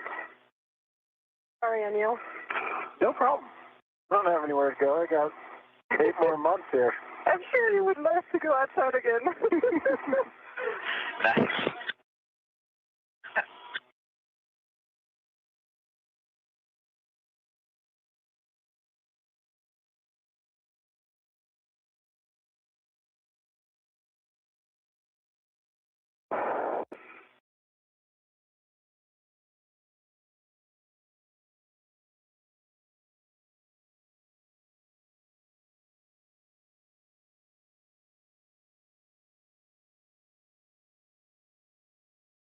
The repressurization of the Quest airlock is continuing. This should take a few more minutes to complete, at which point the hatch between the crew lock, where the 2 spacewalkers are located just beyond that hatch, and the equipment lock will be open, and Menon and Adenot will be helped inside their respective locations on either side of the equipment lock walls to be assisted with the removal of their helmets and gloves. The spacewalk ended at 1:52 p.m. Central, 2:52 p.m. Eastern Time, with an elapsed time of 6 hours and 23 minutes for today's spacewalk, which saw a failed space-to-ground antenna removed and stowed on the truss of the International Space Station, setting the stage for the retrieval and installation of a spare space-to-ground antenna on a future spacewalk.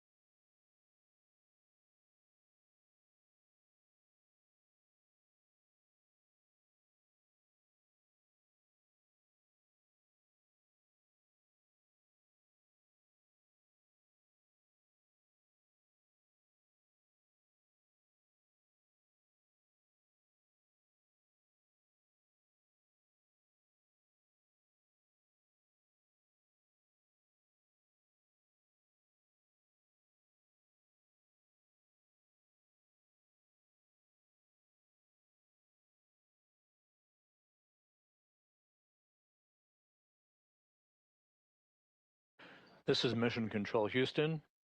Once again, monitoring the slow and steady repressurization of the Quest airlock. You see Jessica Meir in the equipment lock section of Quest. She and Jack Hathaway awaiting the full repressurization of the crew lock section of Quest so that they can open the hatch and bring the two spacewalkers back inside.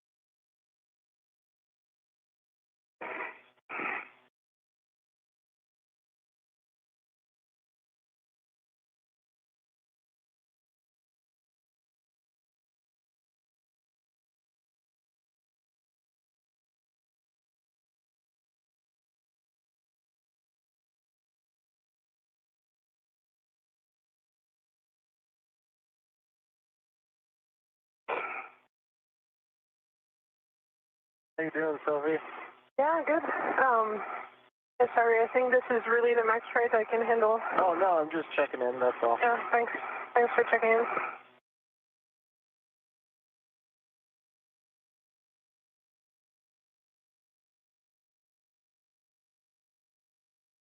Passing 11 and a half PSI, almost 12 PSI, still probably 12 to 15 minutes left.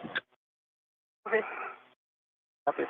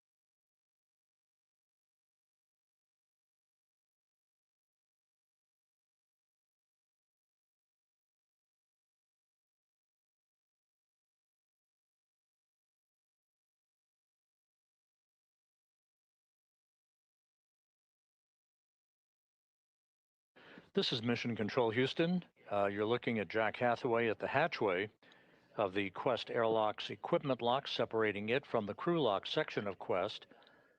As we are almost complete now with the repressurization of the crew lock section of Quest, that will lead to the opening of the hatch and Hathaway and Jessica Meir guiding Anil Menon and Sophie Adenot of the European Space Agency back inside the International Space Station's habitable volume.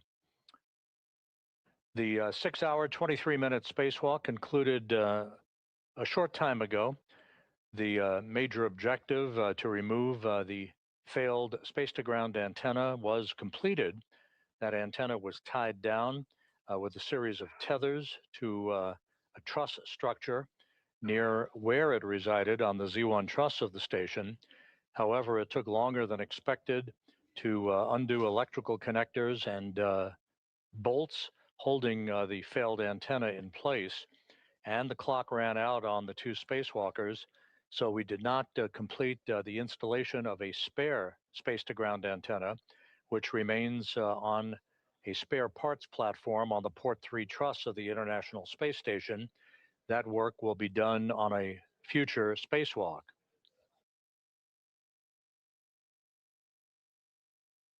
This was the second of 3 August spacewalks for Expedition 75. The next one is targeted for next Tuesday, August 25th.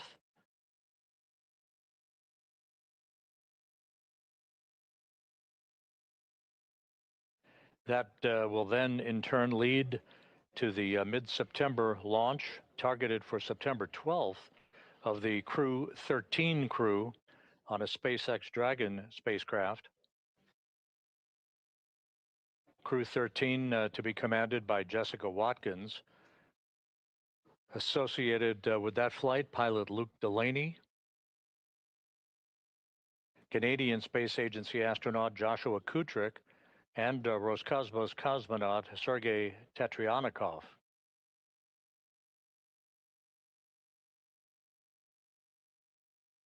The Crew 12 crew will conduct a short number of days of handover with Crew 13 once they arrive on station. And Crew 13, led by Jessica Meir, that you see there in the sweatshirt, along with her pilot, Jack Hathaway, Roscosmos cosmonaut Andrei Fedyaev, and Sophie Adenot, will return to Earth to complete their mission on board the International Space Station.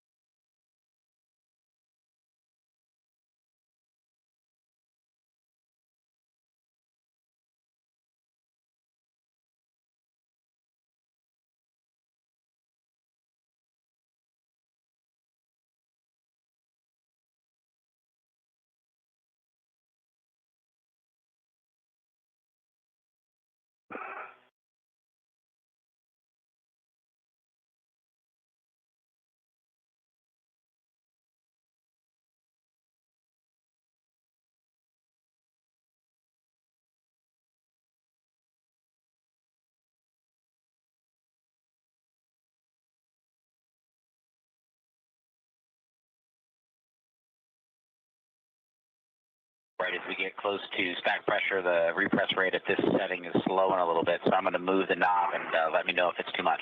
Okay.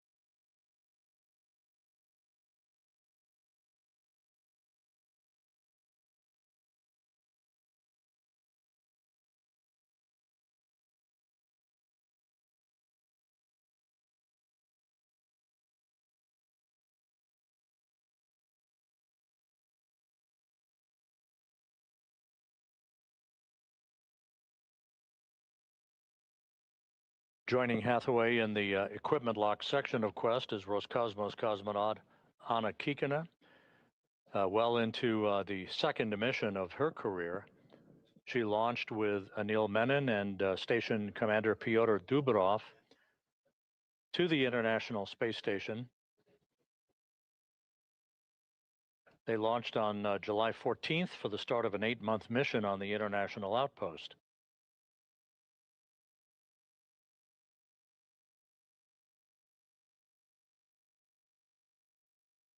We're just moments away from the completion of the repressurization of Quest. The repress has been conducted in a deliberately slow fashion, and once pressure is equalized across the hatchway, that hatch will be opened and the 2 spacewalkers will be back inside the equipment lock.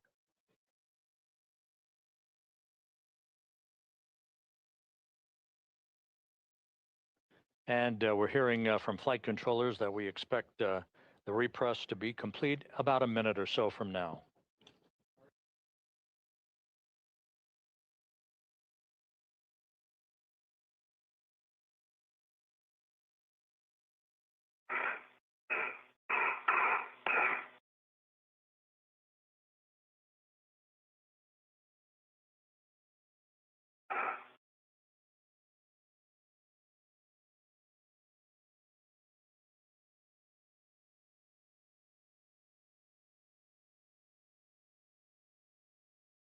All right, we're passing 740 millimeters on our way to 750. You guys will get alert tone when we level off. Copy.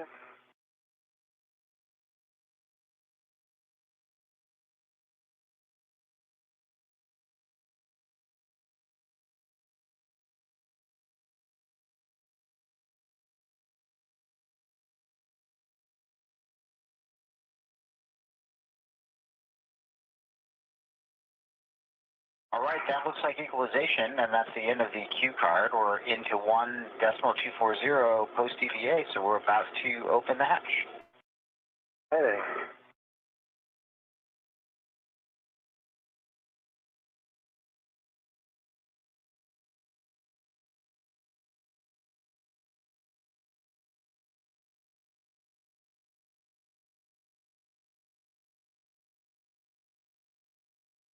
Hathaway now opening the hatch. Jessica Meir and Anna Kikina awaiting the entrance of the two spacewalkers back inside.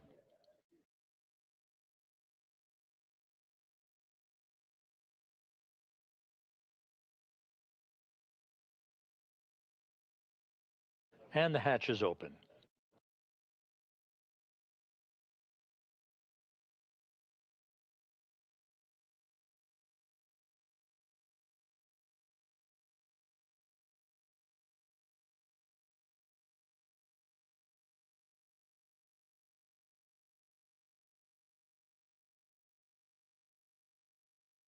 Airlock, listen.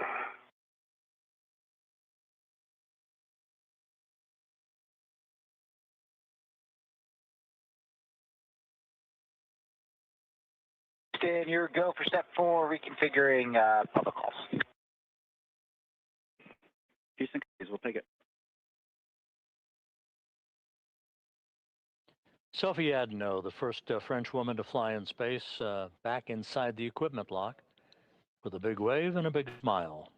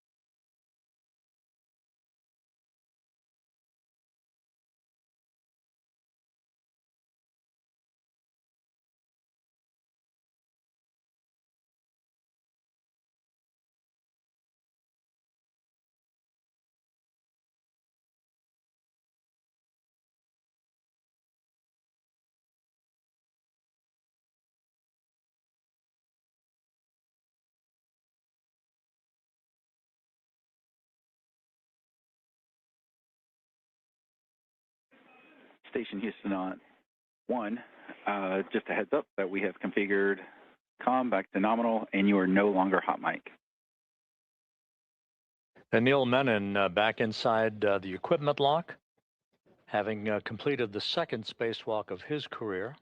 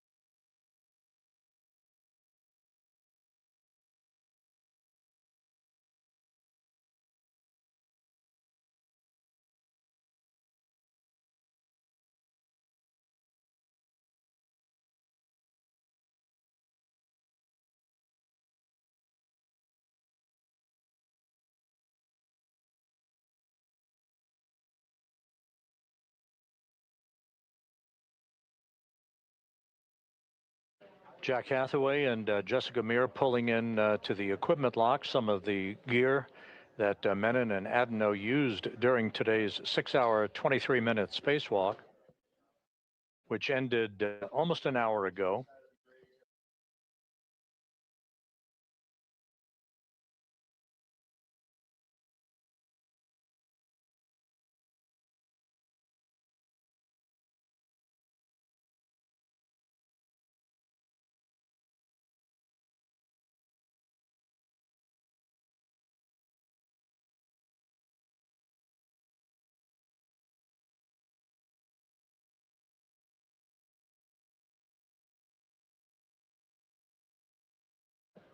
We're in a handover between satellites on our tracking and data relay satellite system.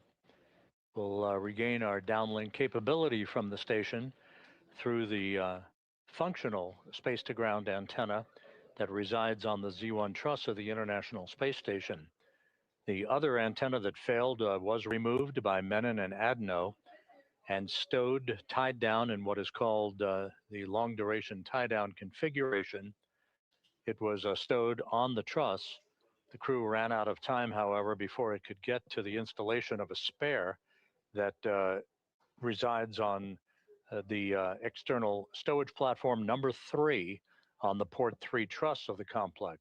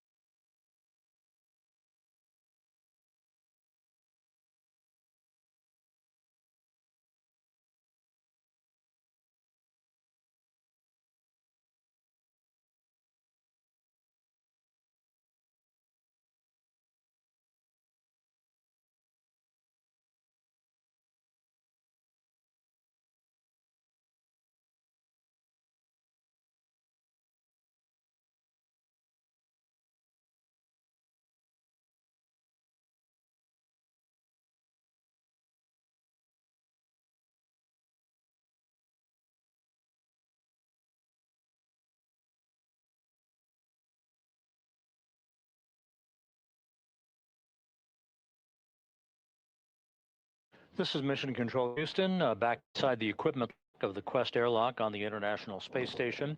Sophie Adenot on the left, Anil Menon partially obscured by a laptop computer on the right. Their helmets now doffed, their work for the day complete. A 6-hour, 23-minute spacewalk to remove a failed space-to-ground antenna from the boom it resided on the Z1 truss of the complex. The installation of a spare that has resided on a spare parts platform on the station since 2009 is forward work that was originally intended to be completed today. It will be deferred to a future spacewalk as officials will gather to determine the exact complement of work that lies ahead for the next scheduled spacewalk that is targeted for this coming Tuesday. In the meantime, the two spacewalkers, Adenot from the European Space Agency and Menon from NASA, their work complete for the day. They completed a 6-hour, 23-minute spacewalk, the 282nd, in support of space station assembly, maintenance, and upgrades. We appreciate your attention throughout the day. Thank you for joining us. And for now, we'll sign off. This is Mission Control Houston.